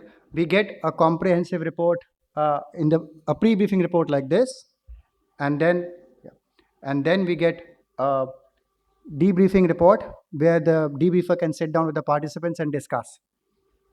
There are other options are also called as VR clinicals for nursing and VSIM as well. Last is simulation in teams. We can use sim captures, we can use sensorized simulators and scenario cloud to get these kind of reports after every briefing and a simulation session.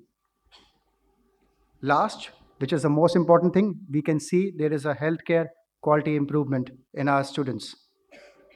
We have got recent data that in NCLX, we were able to see that there was a considerable rise of 12% from the nurses, from 80 to 92% when they were using CBE as a tool in their learning. We can also see there have been the number of sessions, if there are more, we can see a decrease in the number of incorrectly ordered medications or the orders which have not been acknowledged. Last but not least, answering a lot of questions, reduce iterations, reducing the mental stress in the new joinees. If we start right from the school, if we track learners' progress, we go on competent graduates, onboarding in the hospital or the partner hospital goes with CB, and if there is a continuous practice, we have improved healthcare outcomes. So curriculum, if we start, sim capture for skills or skills trainers, VSIM, SimX, scenario cloud, sim capture simulators, better outcomes, and what is the result? Competent providers, and we have star nurses coming out of. Thank you, everyone. Thank you, Dr. Thank you, Dr. Himanshu. I'd like you to stay on the stage, and I'd also like to call Dr. Jack to come up on stage and felicitate Dr. Himanshu for this wonderful sponsor presentation.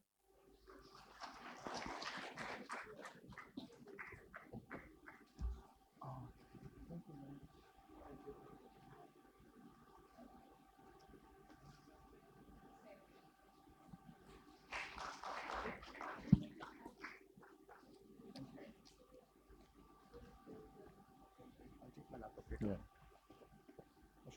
You can take them. Thank you so much, Dr. Jack and Dr. Himanshu, for that sponsor presentation.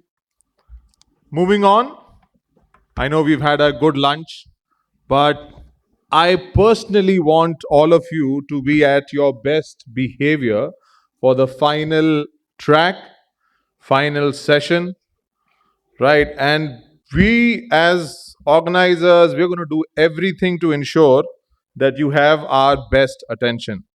So all those people who are sleeping, raise hands. Okay, yes. I did see a few deliberate hands. So Absolutely, absolutely. Okay. So now I don't want to bore you with what I know about nurses, but what one of the few things that I can do is sometimes crack jokes. And before we move on to track 6, which will clear all your inhibitions about nursing education and simulation, here are a few witty, or that's for you to decide whether it's witty or not, but few jokes. One of them goes like this: why did the nurse carry a red pen to work? Anybody? Anybody? Why did the nurse carry a red pen to work? No! In case she needed to draw blood. Okay. Okay, I think I'll have to do a little better. Mm, let me try something more intelligent, right? Why don't. Okay, let me do this. Why did the ER nurse bring a ladder to work? Why did the ER nurse bring a ladder to work? She heard that they were getting high acuity patients. I don't think so. I'm doing a good job. So I will now leave you with the hands of the experts. One of the experts, one of the experts, not on cracking nurse jokes, but experts in their field, is our moderator, Miss Robia, who will take us through this track 6. And I want you to all pay very good attention, because this is, you're going to learn something new in this session. Over to Miss Robia.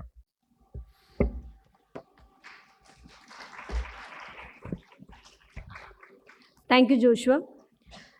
Good afternoon, everyone. Welcome to the final track of our 2-day conference, but arguably the most important one, that is the power of debriefing, techniques, and importance in nursing simulation. Debriefing is the heart of simulation-based learning, where we turn experience into meaningful learning, bridging the gap between knowledge and real patient care. So, to set the stage for today's discussion, let's revisit the simulation scenario. Do you remember? Okay, so what is remaining in that? Debriefing. So, now we will see the video of the debriefing of the same simulation scenario which we saw yesterday.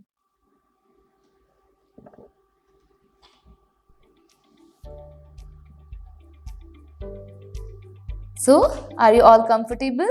Yes, ma'am. Okay. So, as you know, we all are here for the debriefing session. So, our scenario was for approximately 3.5 minutes. So, we will be sitting here for next 7 to 10 minutes. Is this fine? Yes. You want anything? Water or anything? You want to go to Wudu? Okay. So, shall we start? Yes. Okay.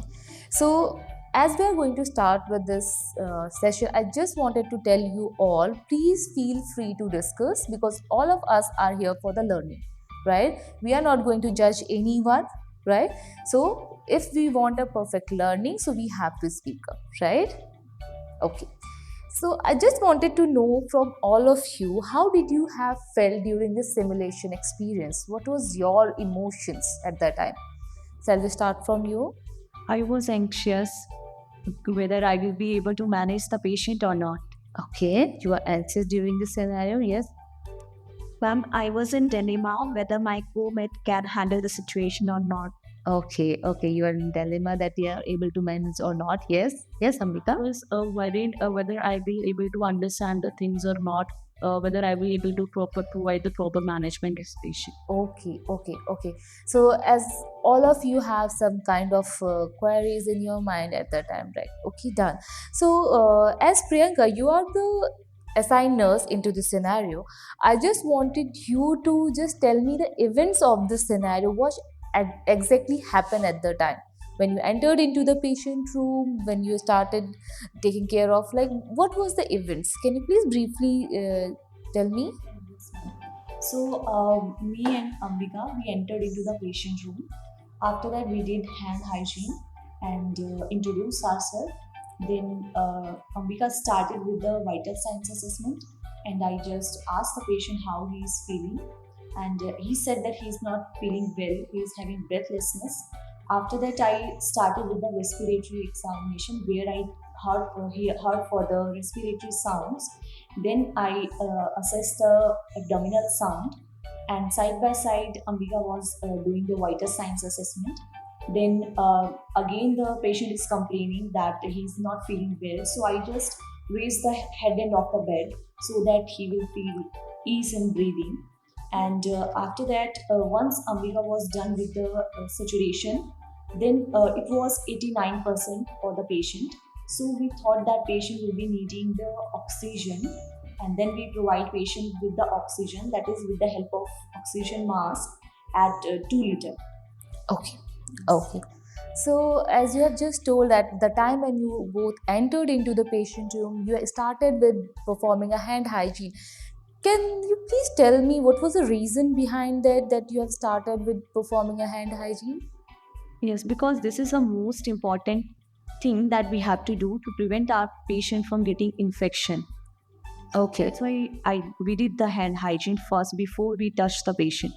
Okay, before we touch the patient, is that anything specific guidelines for that? Can you tell me? Yeah, because there are 5 moments of hand hygiene that we have to prepare whenever we are going to the patient medicine to prevent from the cross contact. Okay, so can you please tell me about that? What all are the 5 movements of hand hygiene? Before touching a patient, after touching a patient, before doing any aseptic procedure, after touching the patient's surrounding, and after touching the body fluid expert. Right, no problem. That's why we are. Suddenly I was zoomed out and blanked out. Right. Actually, this happens, right? That's why we all are here to learn from each other, right? So that's completely fine, Ambika.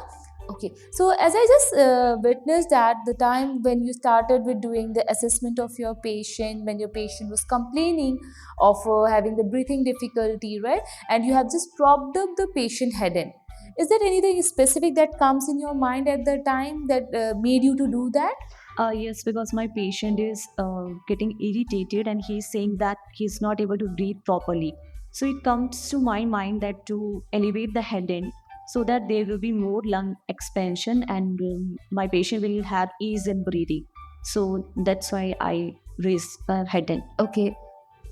I'm very curious to know exactly what happened with your patient if you will just prop up the head and like no doubt it will ease your patient in breathing, right? What made your patient help in this?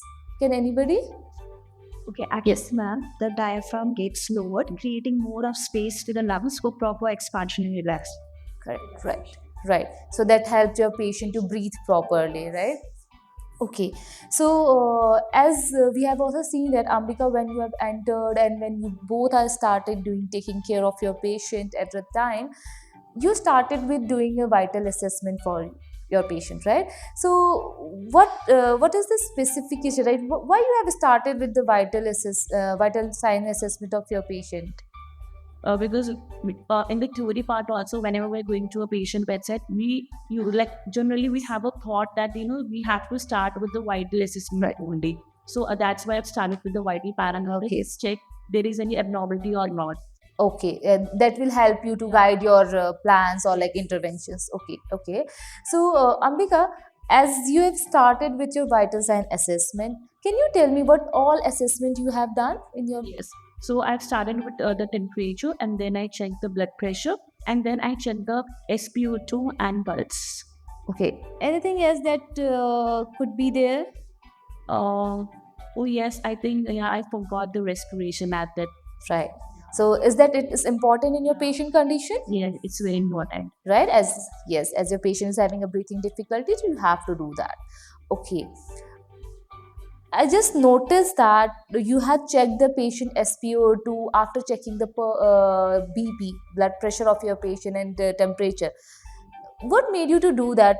Because I noticed that your patient was keep on complaining of having a breathing difficulty, right? Is that we have to prioritize this, or is it fine for your patient that we can do it even later on also?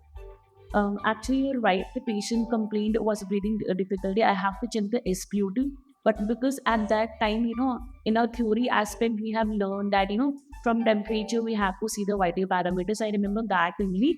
And then according to that, I started taking the vital parameters of my patient. So, Prerna, I just wanted to know from you is that it can help them if they have started it with the SpO2 assessment first? Yes, ma'am, definitely. As the patient was complaining of breathing difficulty, so it would have been given more of a vivid picture that what should be done first. So I think they should have started with SpO2 and then go with the respiration so that they could give an immediate care to the patient. Right. So I also observed, right, when your patient was keep on complaining of having a breathing difficulty, right? After then you have decided to put your patient on oxygen supplement. Is there anything specific behind that? I just before in the history also it was mentioned that the patient is a known case of asthma. So it just came to my mind that he's already asthmatic. So because of the breathlessness, now he will be needing the mask. And also when we are just figuring it out, patient itself, he mentioned that in the morning the staff has provided him with the mask oxygenation. So by hearing that, we think and we provided him with the oxygen. Right. So we have to think it in a proactive manner, right? Right. Okay. So as you have just applied the oxygen mask to your patient, is that any specific guidelines that we have to follow whenever we are putting any probes or like any kind of a mask to the patient? Is that we have to do anything specifically, or the way that you have put the mask to your patient that was correct? Ma'am, I think I did it correctly, according to me. Okay. Correct. Okay. So, Prerna, you are the observer into the scenario. So, would you like to tell on this? Yes, ma'am, I would to correct her that whenever she had put the mask on, it was upside down. Actually, the mask was not put in a correct way. And to add, first, she should have connected to the oxygen cylinder first, start with the flow, and then she should have checked whether the oxygen is coming or not, and then only she should have put it to the patient. But it was done in a reverse manner that she has first applied the mask and then she tried connecting, Miss Ambika tried connecting it to the O2 cylinder. So that have been done in a better way. So, is this clear, everyone? How we have to actually start when we are putting our patient on oxygen supplementation, right? Otherwise, what it can lead to, do you think? If you are simply putting a mask on your patient face and you have just put on the oxygen and it was not working in those situations, what it can lead to, right? So you have to think in that manner, right? Okay. So as you are the observer, you have two components, right? So patient safety we have already discussed, right? So what about the communication? Did you observe something? Yes, ma'am. I have seen that both of them did very good initially with the communication, but I think later on, gradually with time, I think they could have improved in listening to the patient. They neglected most of the things, that is, the complaining of the patient was fully neglected, and I think active listening could be done. Right. So, did you think so that you have actively listened your patient? I think maybe not, because we are so anxious. Means I'm so anxious, so that's why I was just to rule out the thing that how I'm going to make my patient comfortable. So maybe I just missed that I haven't actively listened to my patient. Right. I can just add on to this. Like, I don't tell that you both had not listened to your patient, but yes, you have many times that was missed. That we have to always keep in our mind whenever our patient is speaking something to us, then we have to take care of that. Right. Anything else that we want to discuss? No, I was got so many points and we need to work on that also. Right. So for this scenario, we have two objectives, right? So what were they? The first objective is monitor patient status and following the nursing intervention. Did we meet our objective? Right? Yes, we made. Right? And make clinical judgment and decision that are evidence based. So did we done that? Right. So here now we have already fulfilled both the objectives for our scenario. Right. I just want to ask you all three that what all whatever you have learned from here, what is your take-home message from this scenario? Can we start from here, Ambika? Yes. You talk about me. First, you have understood that it is very important to listen our patient, what complaints are there. So active, as she mentioned, active listening is very important in this case. So, from next time, whenever I get the patient, I need to focus on that also. Okay. Yes, Prerna. I think that the patient's need should be the first priority, and prompt action as well as critical thinking is one of the most important thing while handling emergency situations. Well, yes, then I think instead of getting nervous, I have to be more focused on prioritizing the things, and accordingly, I have to manage my patient. Right. Right. So, do you all think if you will do this same simulation scenario again, it would be in some other manner? It will be in some different way. So, would we be able to handle our patient? Yes. Or is this knowledge will help you out in your further future? Yes. Would you be able to apply this in your clinical settings?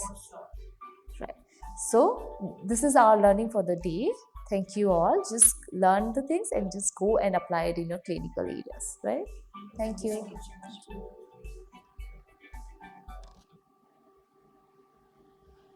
Okay.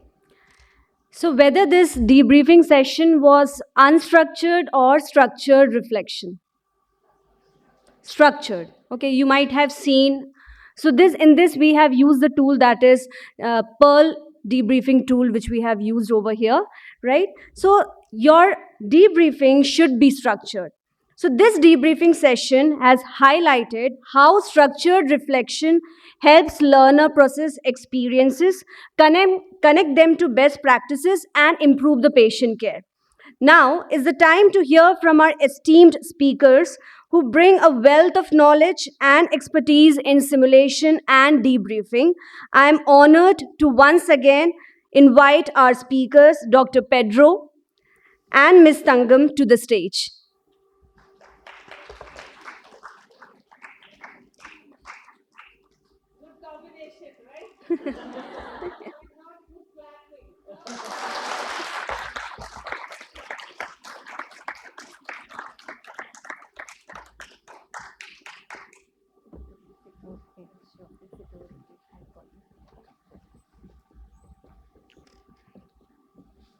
Dr. Pedro, who is a global expert in clinical simulation and patient safety, I would like to invite him to share his insights on from reflection to improvement, the importance of debriefing in nursing education aligning with INACSL standards. Dr. Pedro, the stage is yours. Thank you very much.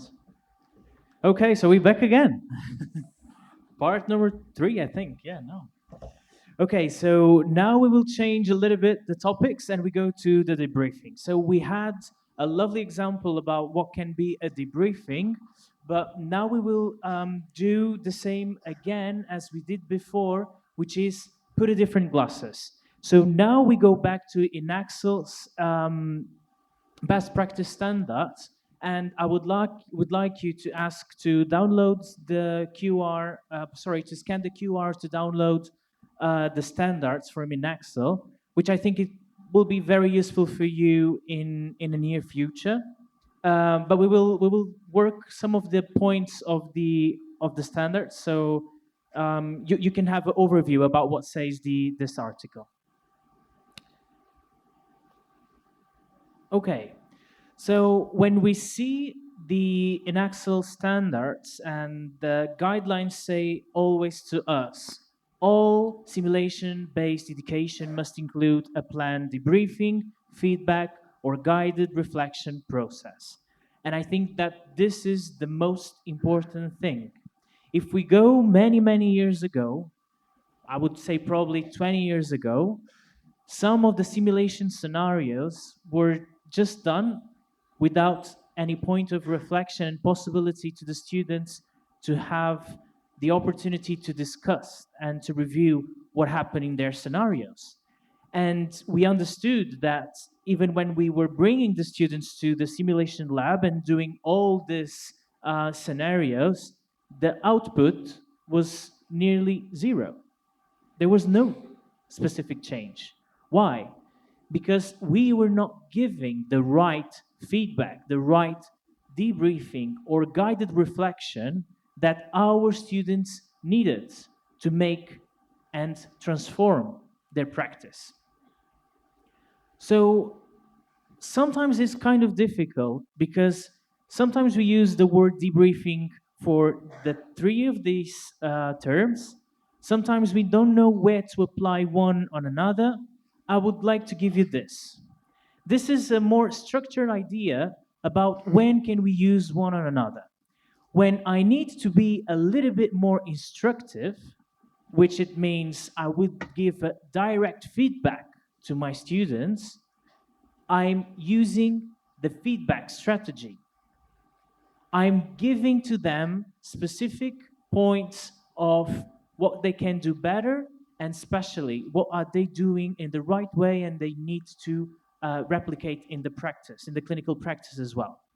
So can you give me an idea of a method that we can use the direct feedback? Anyone? Do you remember something I showed you in the very first slides? The rapid cycle? When we use the rapid cycle and we ask our students to stop the scenario for a few seconds to talk about what happened, this is a direct feedback I'm going to give to them. I'm not going to invest a lot of time to reflect with them what happened. I need to be instructive. I need to give to them clear ideas about what can they improve or what are they doing in the right way to make sure that they are able to put in practice immediately. So this is the way that we do this feedback, and it's very useful for some situations. And sometimes feedback can be also a trigger to the reflective part, which we can give a debriefing in the majority of the ways is the same as a guided reflection.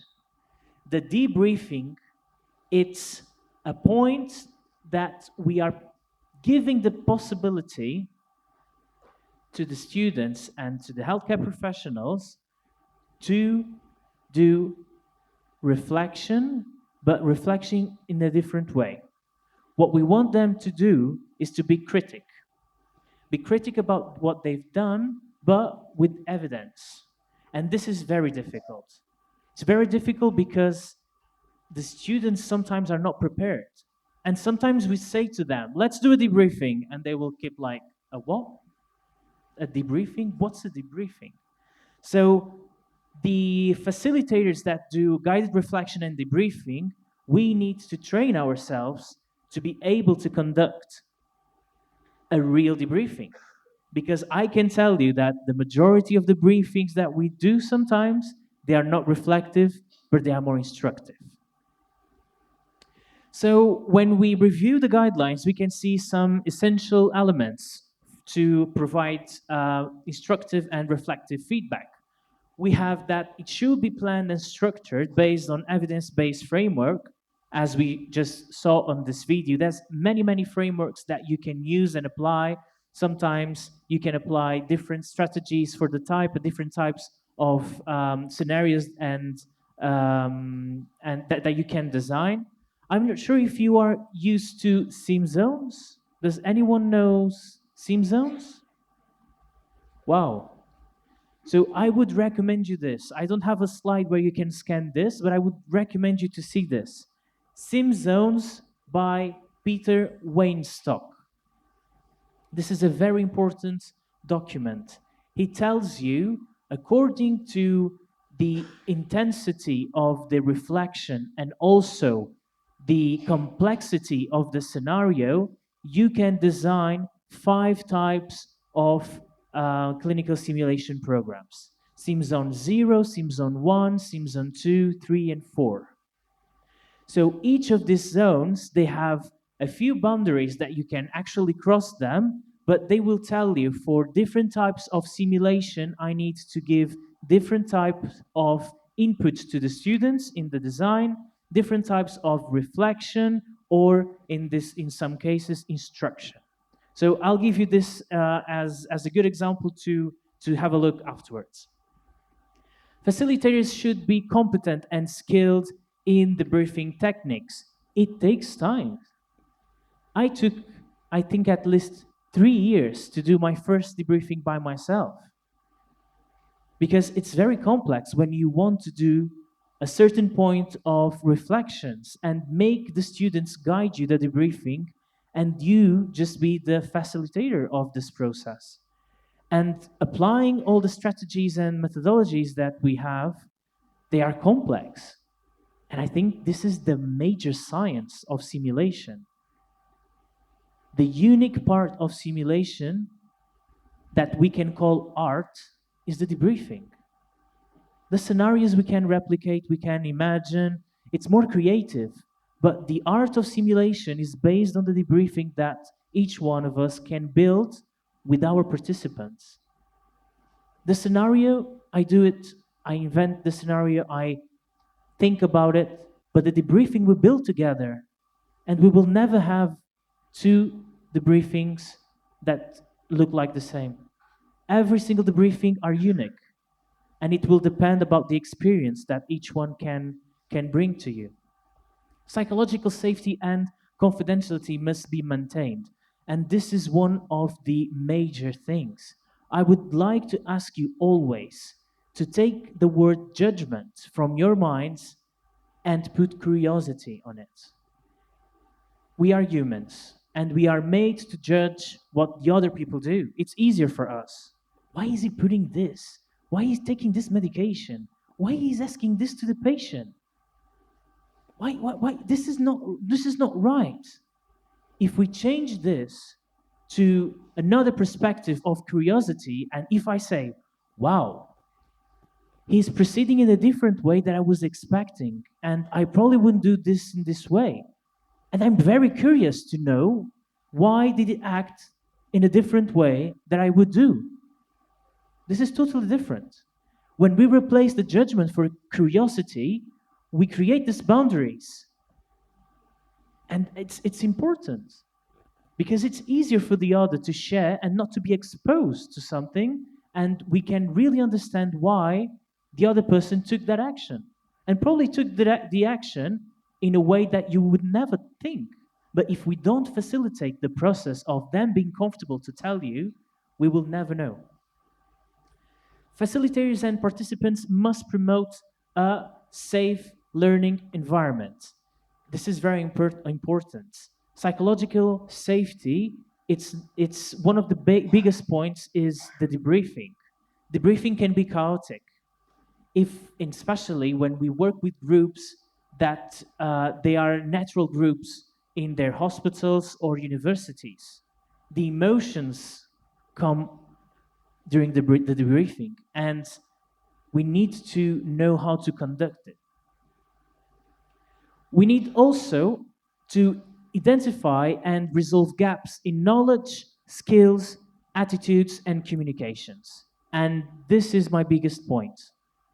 Sometimes it's easier for us just to think about technical skills. It's easier to do the debriefing about technical skills. When we think about doing a debriefing, addressing communication purposes, decision making, when we think about teamwork, leadership, the roles that they can take, talk about this, it's very difficult because it's not A plus B, it's C. A technique is a technique. I can do it in different ways, I have the same output, but it's always easy for us to give feedback about that. But how can I tell him that probably the communication process could be improved? Or how does the other person feel about the way the other give the commands to him? This is very difficult. And we have a problem. Because I think that nowadays we call it the wrong way. All of this that I said, the teamwork, the communication, the leadership, we are tending to call it non-technical skills. Do you agree with that? But we apply techniques. If we think about communication, we use SBAR. SBAR is a tool. It's a technique to communicate.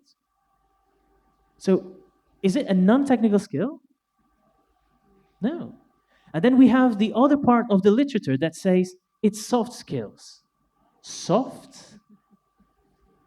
I think they're stronger than the technical skills, because I can be very competent during a procedure, but if I don't know how to act with my peers, there's no output.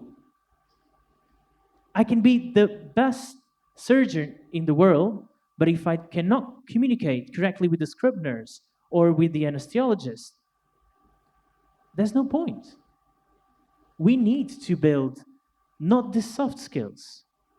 We need to transform this to cognitive and social skills.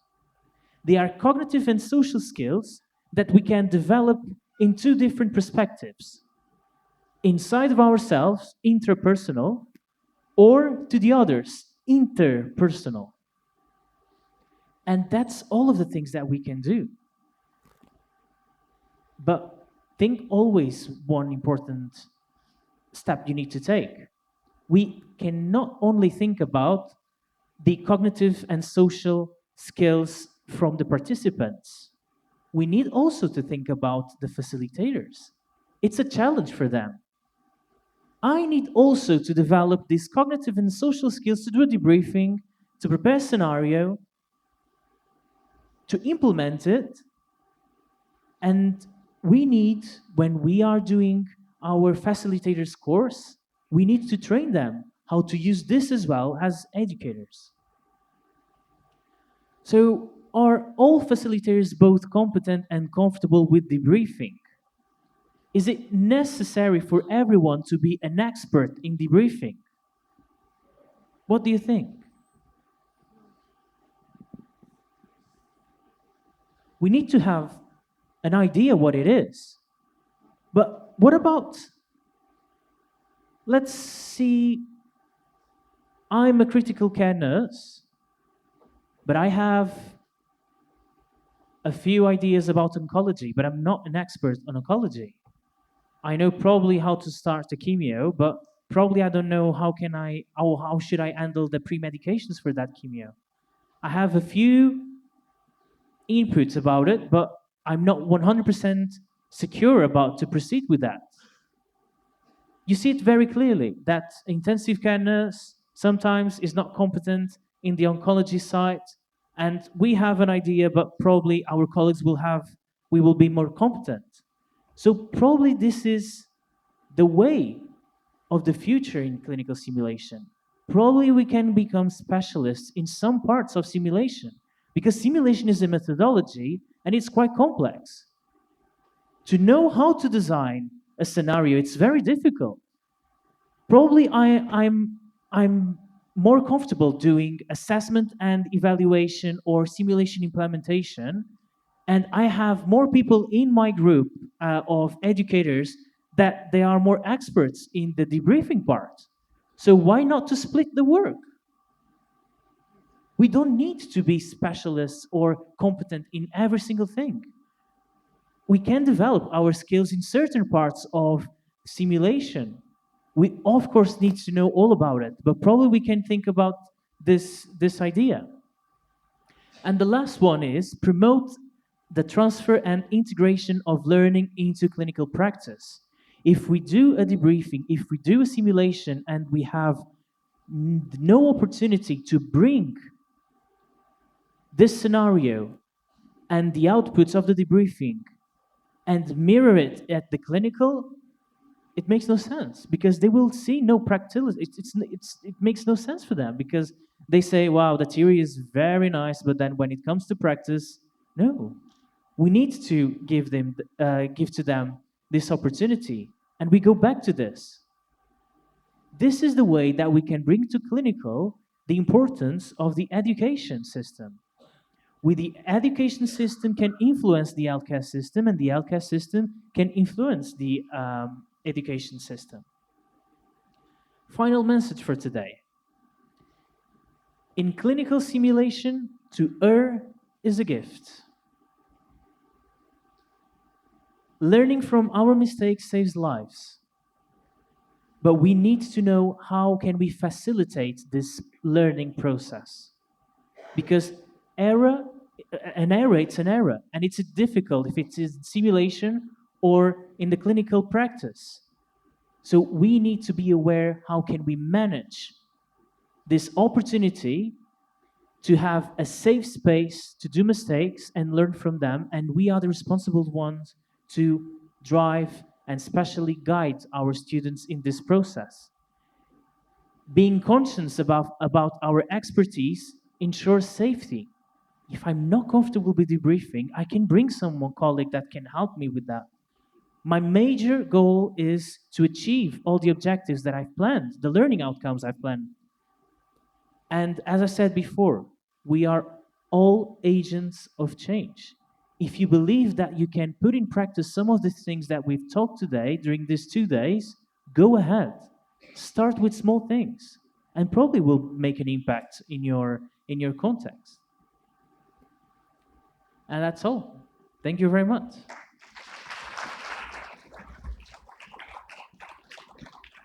Thank you, Dr. Pedro, for sharing your global insights on debriefing and simulation based practices. Specifically, I like the thing which you have said, that how to frame the question. That is very important, because there is a difference between the instructive feedback and the debriefing. So the framing of question is a very difficult part for a facilitator. Otherwise, because we are always on our instructor mode. So now I would like to move on to our next speaker, Ms. Tangam Gomez. Ma'am, you are the pioneer in simulation-based education in India. She will now share her perspective on how debriefing can be effectively adopted within Indian context while aligning with INACSL standards. Ma'am, please grace the stage. Thank you, Robia, and thank you, Pedro, for that deep dive into debriefing. Well, you call me a pioneer.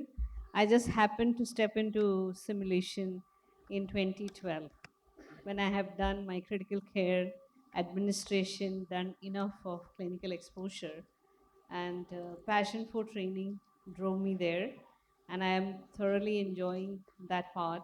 And I'm so delighted.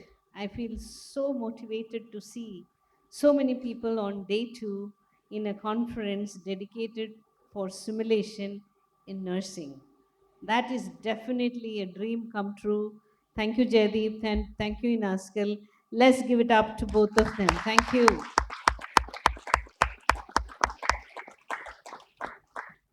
So thank you for all the experts who came from different countries to share their expertise.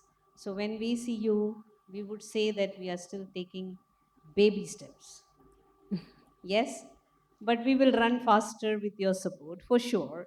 So coming back to debriefing an Indian experience, it's very difficult to train someone to do debriefing in India. First of all, when we talk about safety, everybody, the learners should feel safe. There is something that I always notice is the absence of smile. Yes. In the debriefing.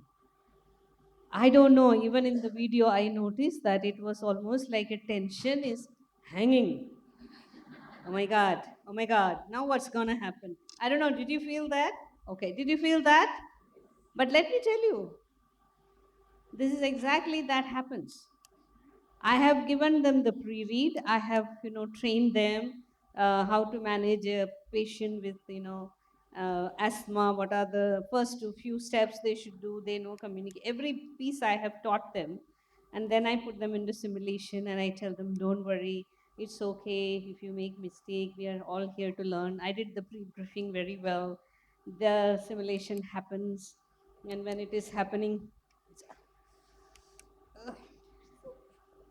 I am already feeling irritated. Why is she doing the wrong thing? And when they all come, the first, response could be, didn't you read your homework? I'm not exaggerating. I think many of you can relate to me, right? So I am going to just tell the things that we tend to do wrong. I'm saying, even I had to unlearn a lot of things when I learned the proper debriefing process.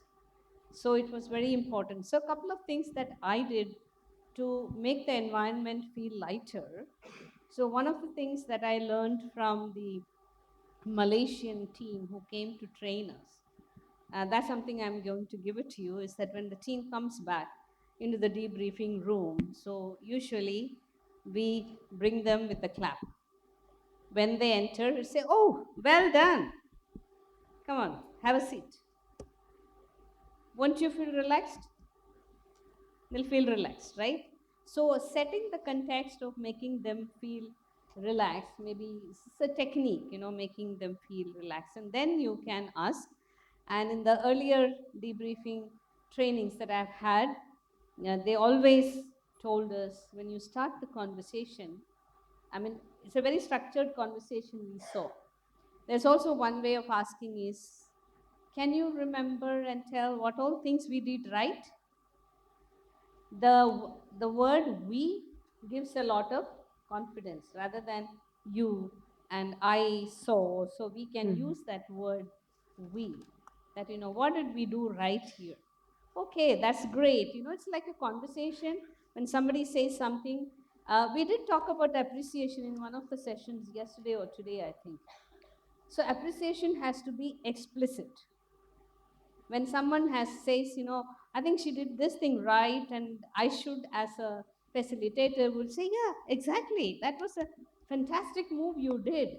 But keep it very conversational so there is positive energy flowing, right? So you can say that's very fantastic. And when someone will say, okay, can you remember that? Did you miss something in your step? Then maybe Pedro might say, I think I missed that one.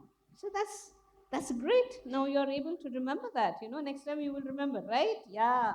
So that's the conversation. Pedro is smiling. Your student will also smile, right? It's very important to do that. And I really, really loved the way you said the instructive feedback and reflective. I think it's very important to decide based on the target audience what is the modality of your debriefing will be. Will it be more of instructive? Because I can tell you, we as a community, you can agree or disagree. I do this reflection exercise a lot in many of my trainings, including my leadership training. If I have a group of 24 people and I just simply show them a video, any video, maybe it's a cartoon, something else, so there's a learning there. So I'll say, would you like to reflect on that video? Teamwork. That's the reflection, teamwork. Then I'll say that anyone knows it is teamwork. Now, can you reflect a little bit more on that? What did you see? So I'm wanting to relate it to their topic of leadership, what is their role. So I think we have got a lot to do to learn the art of reflecting even ourselves. So as a facilitator, if we are not able to reflect, then it is very difficult to facilitate the reflection. And I totally agree with you that debriefing is not something that you can do one training and you say you become a good debriefer. I really liked your suggestion of having experts who can do the debriefing. But unfortunately in India, because we are in the initial steps of simulation, it may be difficult to create experts within, but I am sure the academic institutions who have got faculties, more number of faculties, you can decide that somebody could be better debriefer than someone else. It is not talking about just the clinical skills. I like the technical part of it. I always say soft skills are the hardest to train. Do you agree? Yes. We call them soft, and it is so difficult to train somebody in those soft skills, right? All of you are agreeing. Very good. I really like it. So I'm not going to, because you are looking at Yes, your watch. I you're am running also short of going to time. look at the Yeah. watch because I think some of them have to catch the flight also, right? Yes, yes. Thank you for ringing the bell. So I would only suggest, from all the best learnings that we had from yesterday to today, I call debriefing is the heart of simulation. If Yes. you get that wrong, I think you have wasted the time on simulation. Am I right? Yes. Yes? Right, totally right. So invest in learning the best way. It's okay, you know, the different types, delta plus or gas or pearls or any gases, doesn't matter. But finally, it is up to you how you are going to execute it. So start, you know, it's a good idea to, I happen to meet Dr. the father of simulation, Gaba, in Malaysia. Okay, so he was taking a session on debriefing. So when we were talking, so he said, what else can you do? I said, maybe one way of self-learning is to record your debriefing session. Record your own debriefing session and critique yourself, because you know the standards of, you know, debriefing, you know what all should be there. Make it in your checklist. Did I smile? Was I kind enough? Did I pause? Did I listen? Maybe you should make something like that and look at your own recording and say, oh, now I can make it better. Many years ago, my teacher in school asked me to, you know, stand in front of the mirror and practice public speaking because there is no mobile. So she told me you have to stand in front of the mirror and speak like you are talking to the audience and then see how is your body language. And these are not wasted advice. And I took it seriously. I have done my own recordings many times, critiqued on it. Even today, when I look at my own video, I will learn one or two things every time. So I would suggest that make yourself your best mentor. It is possible, so you have to invest in what you want to do. That's very important.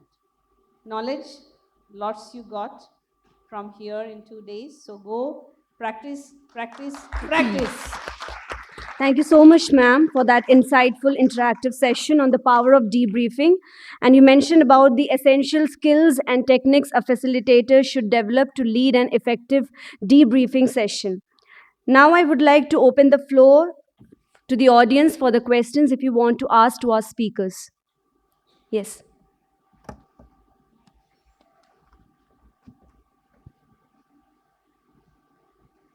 More than a question, it's a statement, because we've got nursing leaders, educators, and our very dear Zenzi. We just learned the power of debriefing. When there is an incidence with the patient in the hospital, which is the real life scenario, debriefing should be done among all stakeholders, whether the doctor, the pharmacy, the supplies, the nursing, the front office, or anybody. It does not get practiced in that sense. The debriefing or RCA stays limited to the medical quality, nursing quality, or the CNO, and the fear, the anxiety, what we saw, very little of it, actually gets multifold in an actual scenario, because the nurses are quizzed not once. When there is an incidence, they are quizzed multiple times. And if it is a really adverse event, they are quizzed even by the senior most authority in the hospital. And the nurses are not found next day at all. They vanish. That is the power of not debriefing as a team. So that is just a message to everyone. All of you will get into practice or are already practicing nurses or managers or some of your leaders. Please ensure, put whatever force or authority you need to. Debriefing of real incident should be done with every single stakeholder, and there should be a fair approach to the final outcomes. That's all. It's not a question. Thank you. Thank you so much, ma'am. This has been a truly enriching discussion on the power of debriefing and its role. Yeah. Ma'am, you can ask later. We are running short of time. That's why. Okay. In role in transforming nursing education. Let's give a huge round of applause for our incredible speakers, Ms. Tangam ma'am and Dr. Pedro, for sharing their expertise and insights today. And finally, thank you to our wonderful audience for engaging in this session.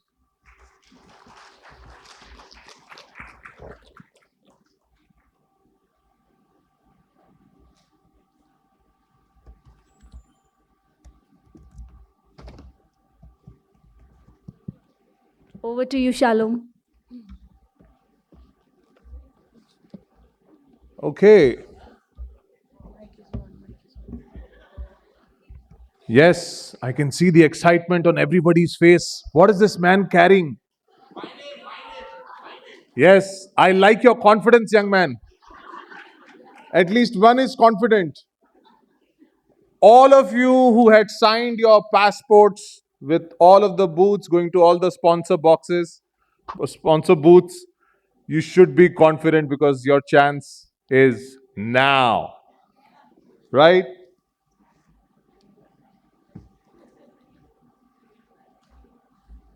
Okay, so for this wonderful ceremony, I have the honor of inviting for the lucky draw award getting ceremony, the thing that we are all excited for. It gives me great joy to welcome our dear Mr. Jonathan to please grace us with your presence on the stage and help us find out the three lucky winners. No first, second, and third.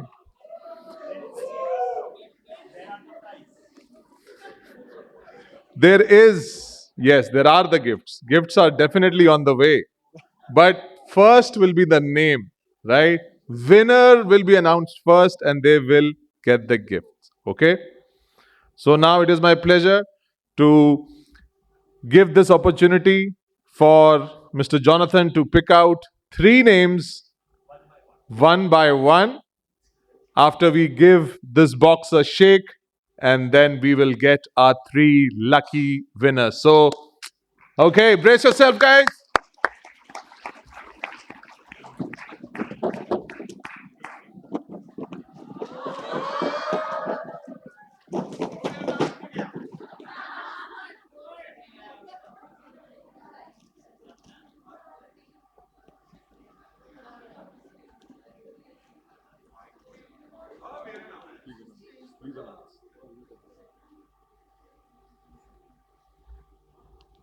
Okay, this is the first person is Miss Priyanjali from SiMCON, Ambala, Haryana.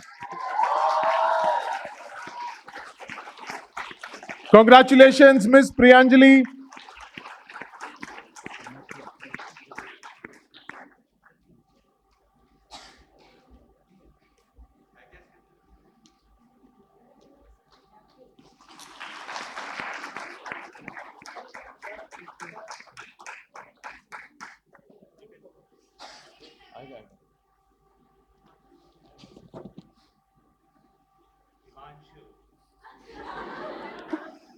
Okay. None of those murmurs are correct. This is Mr. Firoz from ERA College of Lucknow, UP. Miss Firoz, sorry, Miss Firoz. Can we please encourage and celebrate this lucky award winner, Miss Firoz?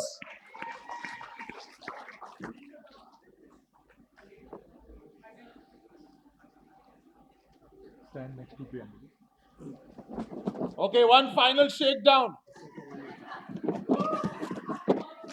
Okay.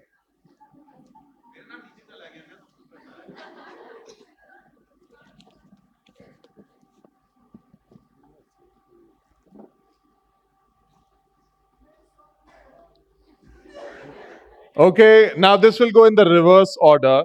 We'll tell the city name first. So we'll have, higher filterization then. This is the city of Indore. Whoa. Variety of emotions are exploding here. The organization is Medanta. And the winner is Miss Jaspreet Kaur.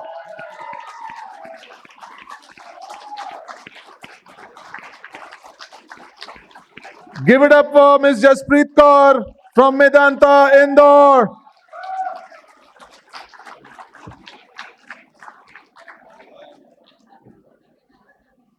First time I am being so lucky. Congratulations, congratulations. Please.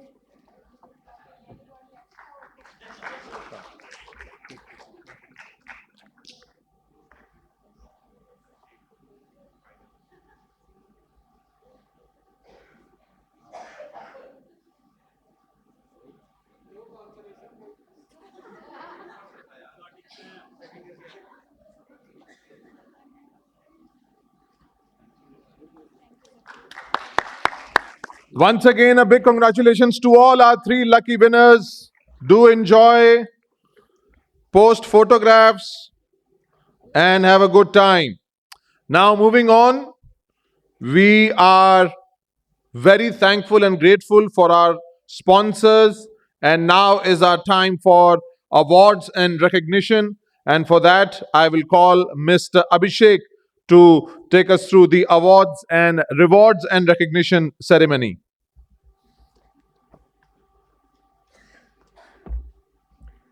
Okay, thank you so much, Joshua.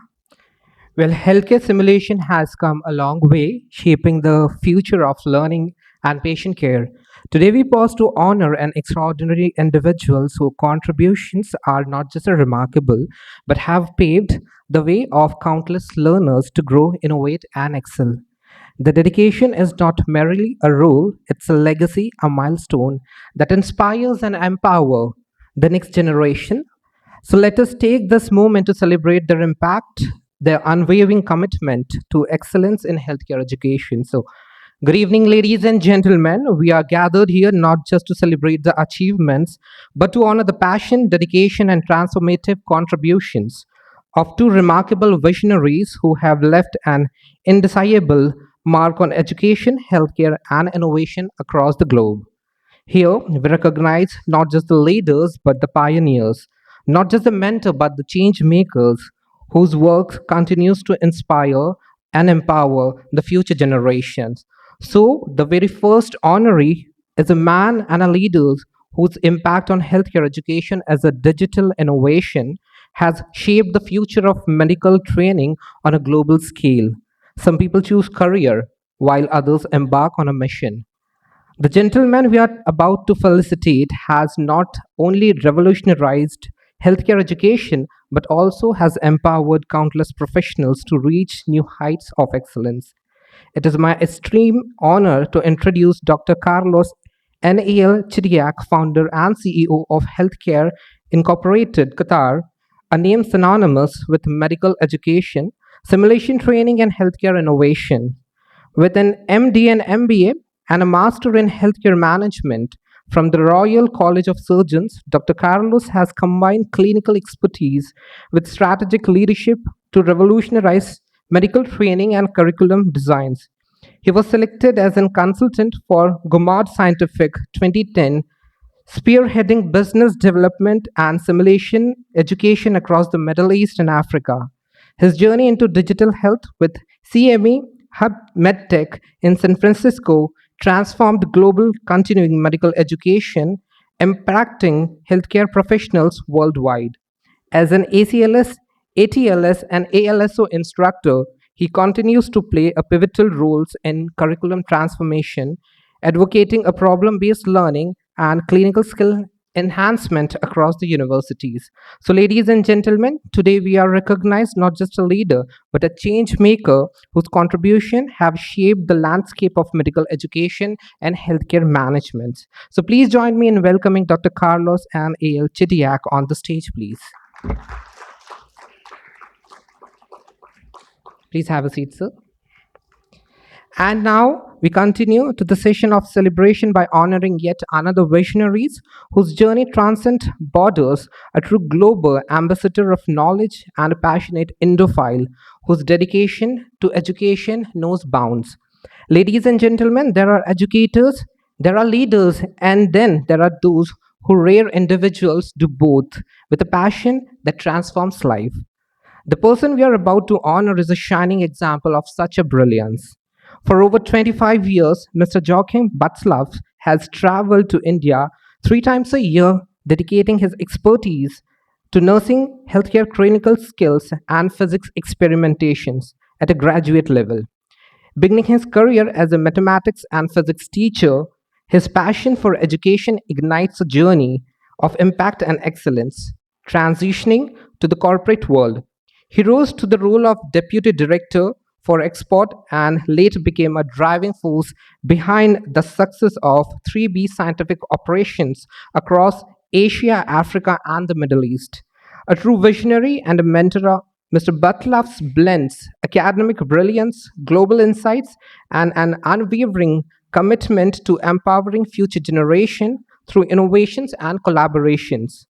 Today, we honor not just an achievement, but his passion and dedication that have shaped countless life and inspired education and learners across the continent. So, ladies and gentlemen, please join me again in welcoming Mr. Joachim Butzlaff on the stage as we honor him with a well-deserved recognitions.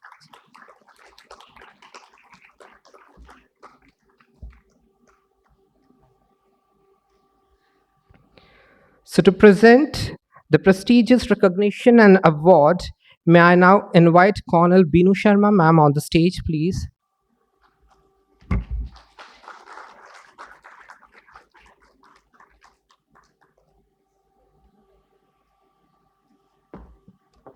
To Dr. Carlos and A.L. Chichiak first.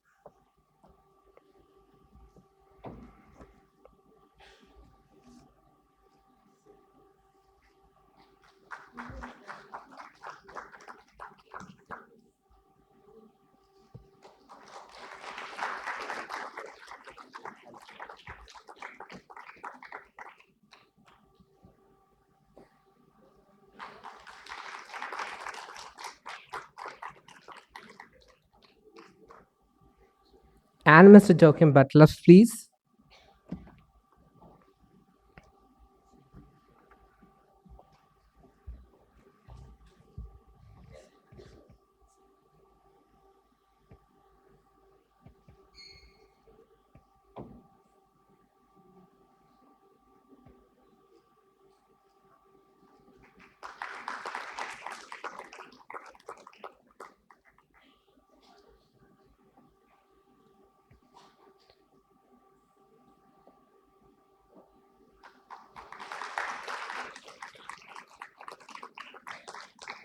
So, Mr. Butzlaff and Mr.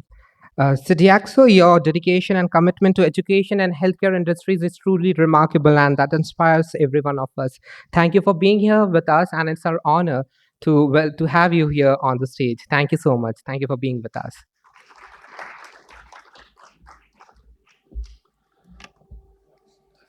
Thank you, Abhishek, for moderating the rewards and recognition session. And we want to be grateful for our sponsors and pioneers in helping simulation education grow. And your support here in India and globally is really appreciated. Thank you so much. Moving on, we are coming close to the end of the conference, SiMCON 2025. I want to give a message to all those who are inquiring, when will we get our certificates? That is what we really want. We want to put it on our LinkedIn. We want to put it everywhere. We want to showcase that we have learned. Yes, patience, my friends, patience. In Hindi we say, sabar ka phal meetha hota hai, right? Yes. So let's be a little more patient and we will definitely get our certificates.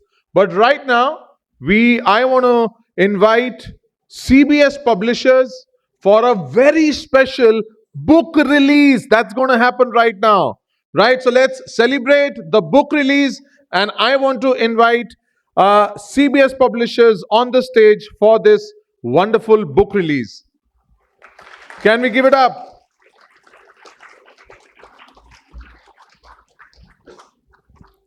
Hello, everyone. I hope you have enjoyed these 2 days of learning and such a huge information has been shared with you, with all the speakers and the honorable faculty members, and of course any. And right now we are from CBS Publishers. That doesn't need any introduction. We have been known in the nursing fraternity from long 50 plus glorious years, and now also we are just moving forward. We do have our sister and concerned company with the name of NNL 1, Nursing Next Life 1. Those who are focusing on the digital education for the nursing students, and also the offline venture of NNL 1 with the name of NNL Academy. I hope you all have visited our stall, so you will get to know that what exactly we are doing. If you want to know it further, download NNL 1 application, or you can visit our academy. So now I'm really thankful that we are invited here on stage for this book release ceremony. Today's, or you can say the theme of this conference is simulation, right? So we do have this one title available on this particular theme with the name of life. As you are seeing on the screen, so life means learning ignited from errors. So patient safety, yes, patient safety events has been covered in this book. Over 100 plus and 50 plus reviewers and contributors have given their contribution in this particular title. So now I would like to invite the editors of the book, Dr. Thankam Gomez ma'am and Dr. Jaideep Herbert sir on the stage, please. So we can have a small book release session. We will be really grateful. Yes.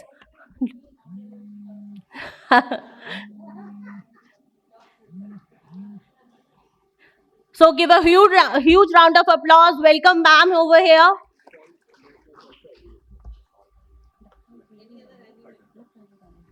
I would also like to invite Lieutenant Colonel Binu ma'am over here on stage. Give a huge round of applause. Welcome, ma'am.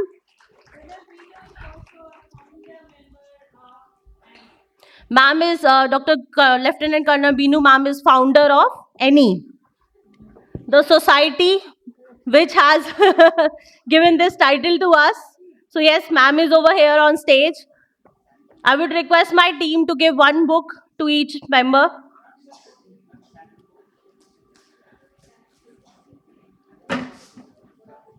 Okay, give a huge round of applause, everyone. As we do have the renowned members over stage, they have contributed a lot in the nursing, and now they are with the title Name Life. This is a reference title for everyone. Yes, give a huge round of applause and congratulate them on the success of their title. And I hope you are also going to see and look in this title that what we are exactly doing and what they are giving. Thank you so much, everyone, and thank you once again, Dr. Thankam Gomez, ma'am, Dr. Jaideep Herbert, sir, and Lieutenant Colonel Binu, ma'am, to be here on stage with us. Thank you. If you have missed this title, you can visit our stall again. We do have number of events which we are doing there.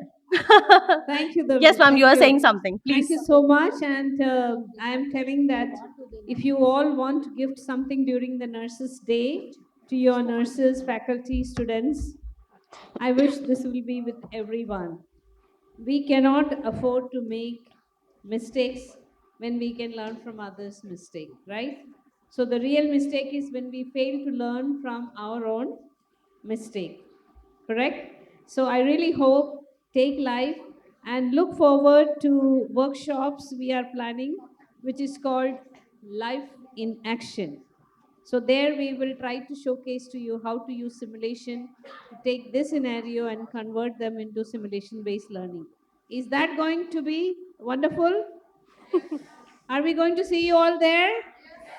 Okay, so go and grab a life and make the lives of our patients more safer. Is that a promise? Is that a promise? Raise your hands and give promise to ma'am that you are going to be there. You are going to be the safety soldiers for our patients. Yes? Now I would like to call upon the most youngest nurse here or a student here. The most youngest. Otherwise, I will give to myself. Nobody wants to say they are the youngest. One. Ma'am, from your hand, everyone wants to take this book, and everyone is saying that they are the youngest.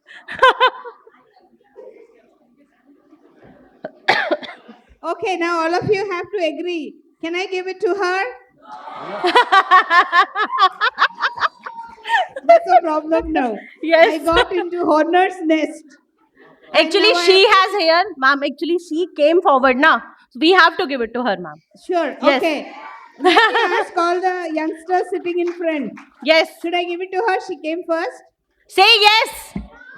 Oh, come up. Otherwise, I have to look at all your Aadhaar cards. Actually, she has initiated to be here. One more.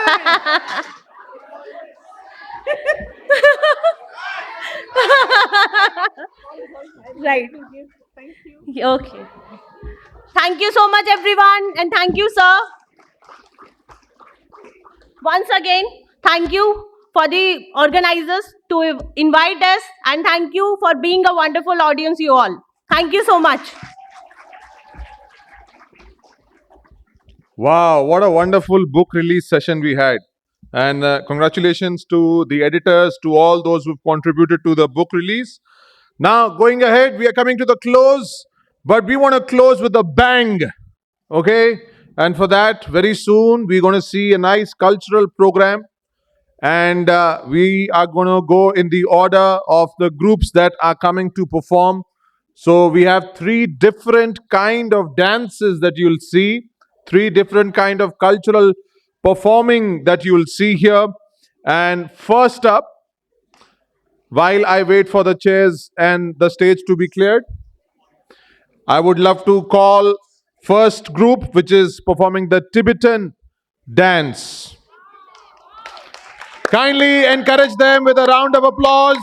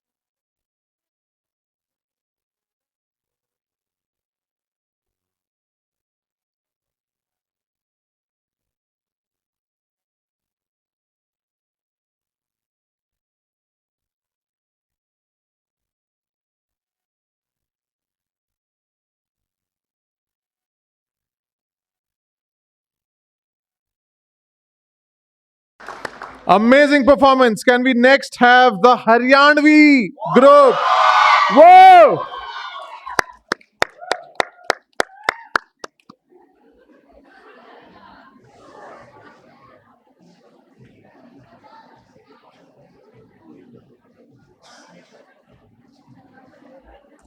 Okay, now we have the Pahadi group.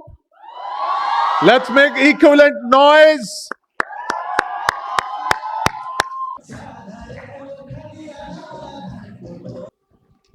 So, good evening, everyone. So, before moving forward, I would like to thank our special sponsor, MD Mr. Manish Sani, sir. And I would like to call up him on the stage. So, sir, if you are in the audience, please come up on the stage.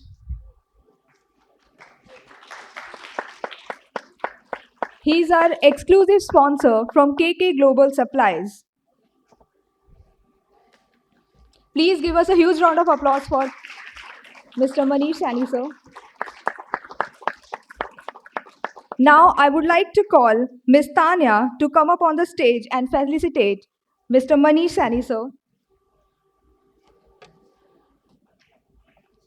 Okay, sir. As our exclusive sponsor, sir, would you like to say a few words before leaving the stage?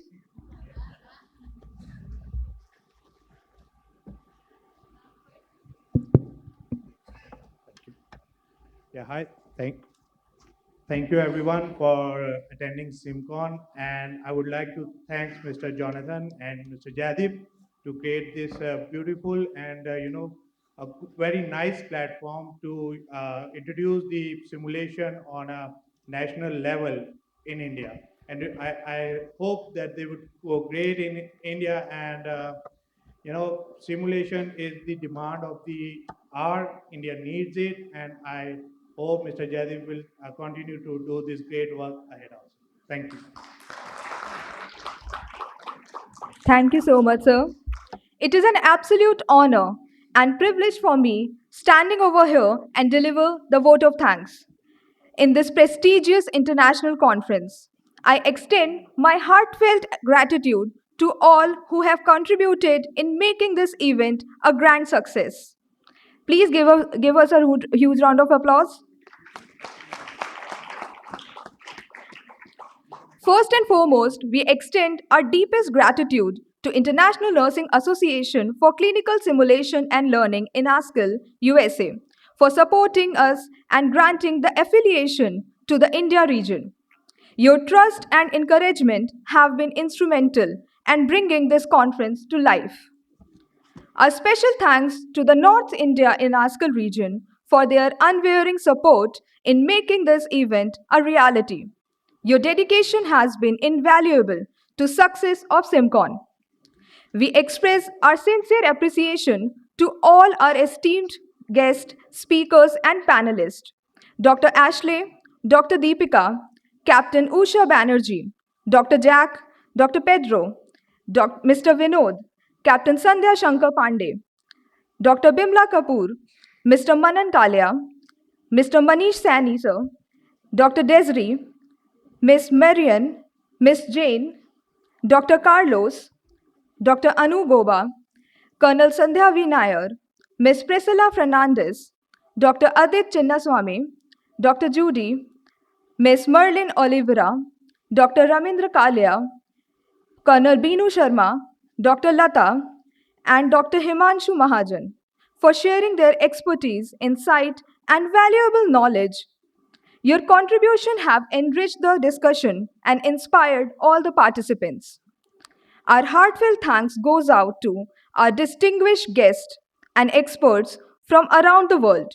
We are truly honored to have Dr. Marine from Canada, Dr. Pedro from Spain, Ms. Tanya from USA, Dr. Janice from USA, Dr. Jack from Thailand, Dr. Judy from Oman. Your presence has significantly elevated the stature of this conference. Thank you so much. We also extend a special thanks to Dr. Thangam Gomez Madam for her invaluable guidance and support. Her contribution to the field of simulation-based learning, which has truly inspired so many people. We are immensely grateful to our sponsors for their generous support, which has played a crucial role in making this event possible. A huge thanks to our exclusive sponsor, KK Global Supplies and NASCO Healthcare, our platinum sponsors, Ladril and Gourmet, our gold sponsors, Maverick and Semumed, our silver sponsor, EMS, EBEC and 3B Scientific, our bronze sponsor, Pocket Nurse International, CBS Publication, and NNL1, our basic sponsor, Tech Mahindra and Lab Solution. Our special acknowledgement to the organizing team of Vidyanta Skill Institute for their tireless effort and executing this event seamlessly. We also like to extend our sincere thanks to our esteemed CEO, Mr. Jonathan Lance, for his leadership and vision that guided us throughout the journey. We extend our heartfelt appreciation to the volunteers who have dedicated their time and effort to ensure the smooth functioning of this event. Your dedication and hard work behind the scene have been instrumental in making this conference a success. Our heartfelt appreciation goes to all participants and delegates from across the globe. Your enthusiastic participation and engagement have been the driving force behind the success of SiMCON. Last but not least, we extend our gratitude to India Habitat Center for providing the exceptional venue to host this prestigious conference. Once again, thank you all for your invaluable contribution and making the SiMCON a remarkable success. We look forward to our future collaboration and continue the growth in the field of clinical simulation and learning. Thank you so much all.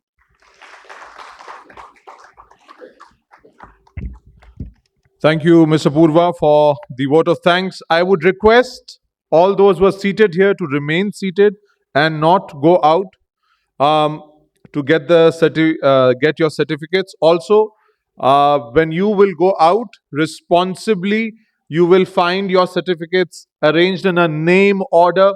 So you will have to go as per your name, as per the letter of your name. You'll have to collect your certificates from that particular booth itself. Okay, so I would request you to remain seated and not go out, because now we are going to have a small final takeaway session and future directions. And for that, I would like to call Dr. Jaideep Harbert. Can we give a huge round of applause for our dear Dr. Jaideep Harbert?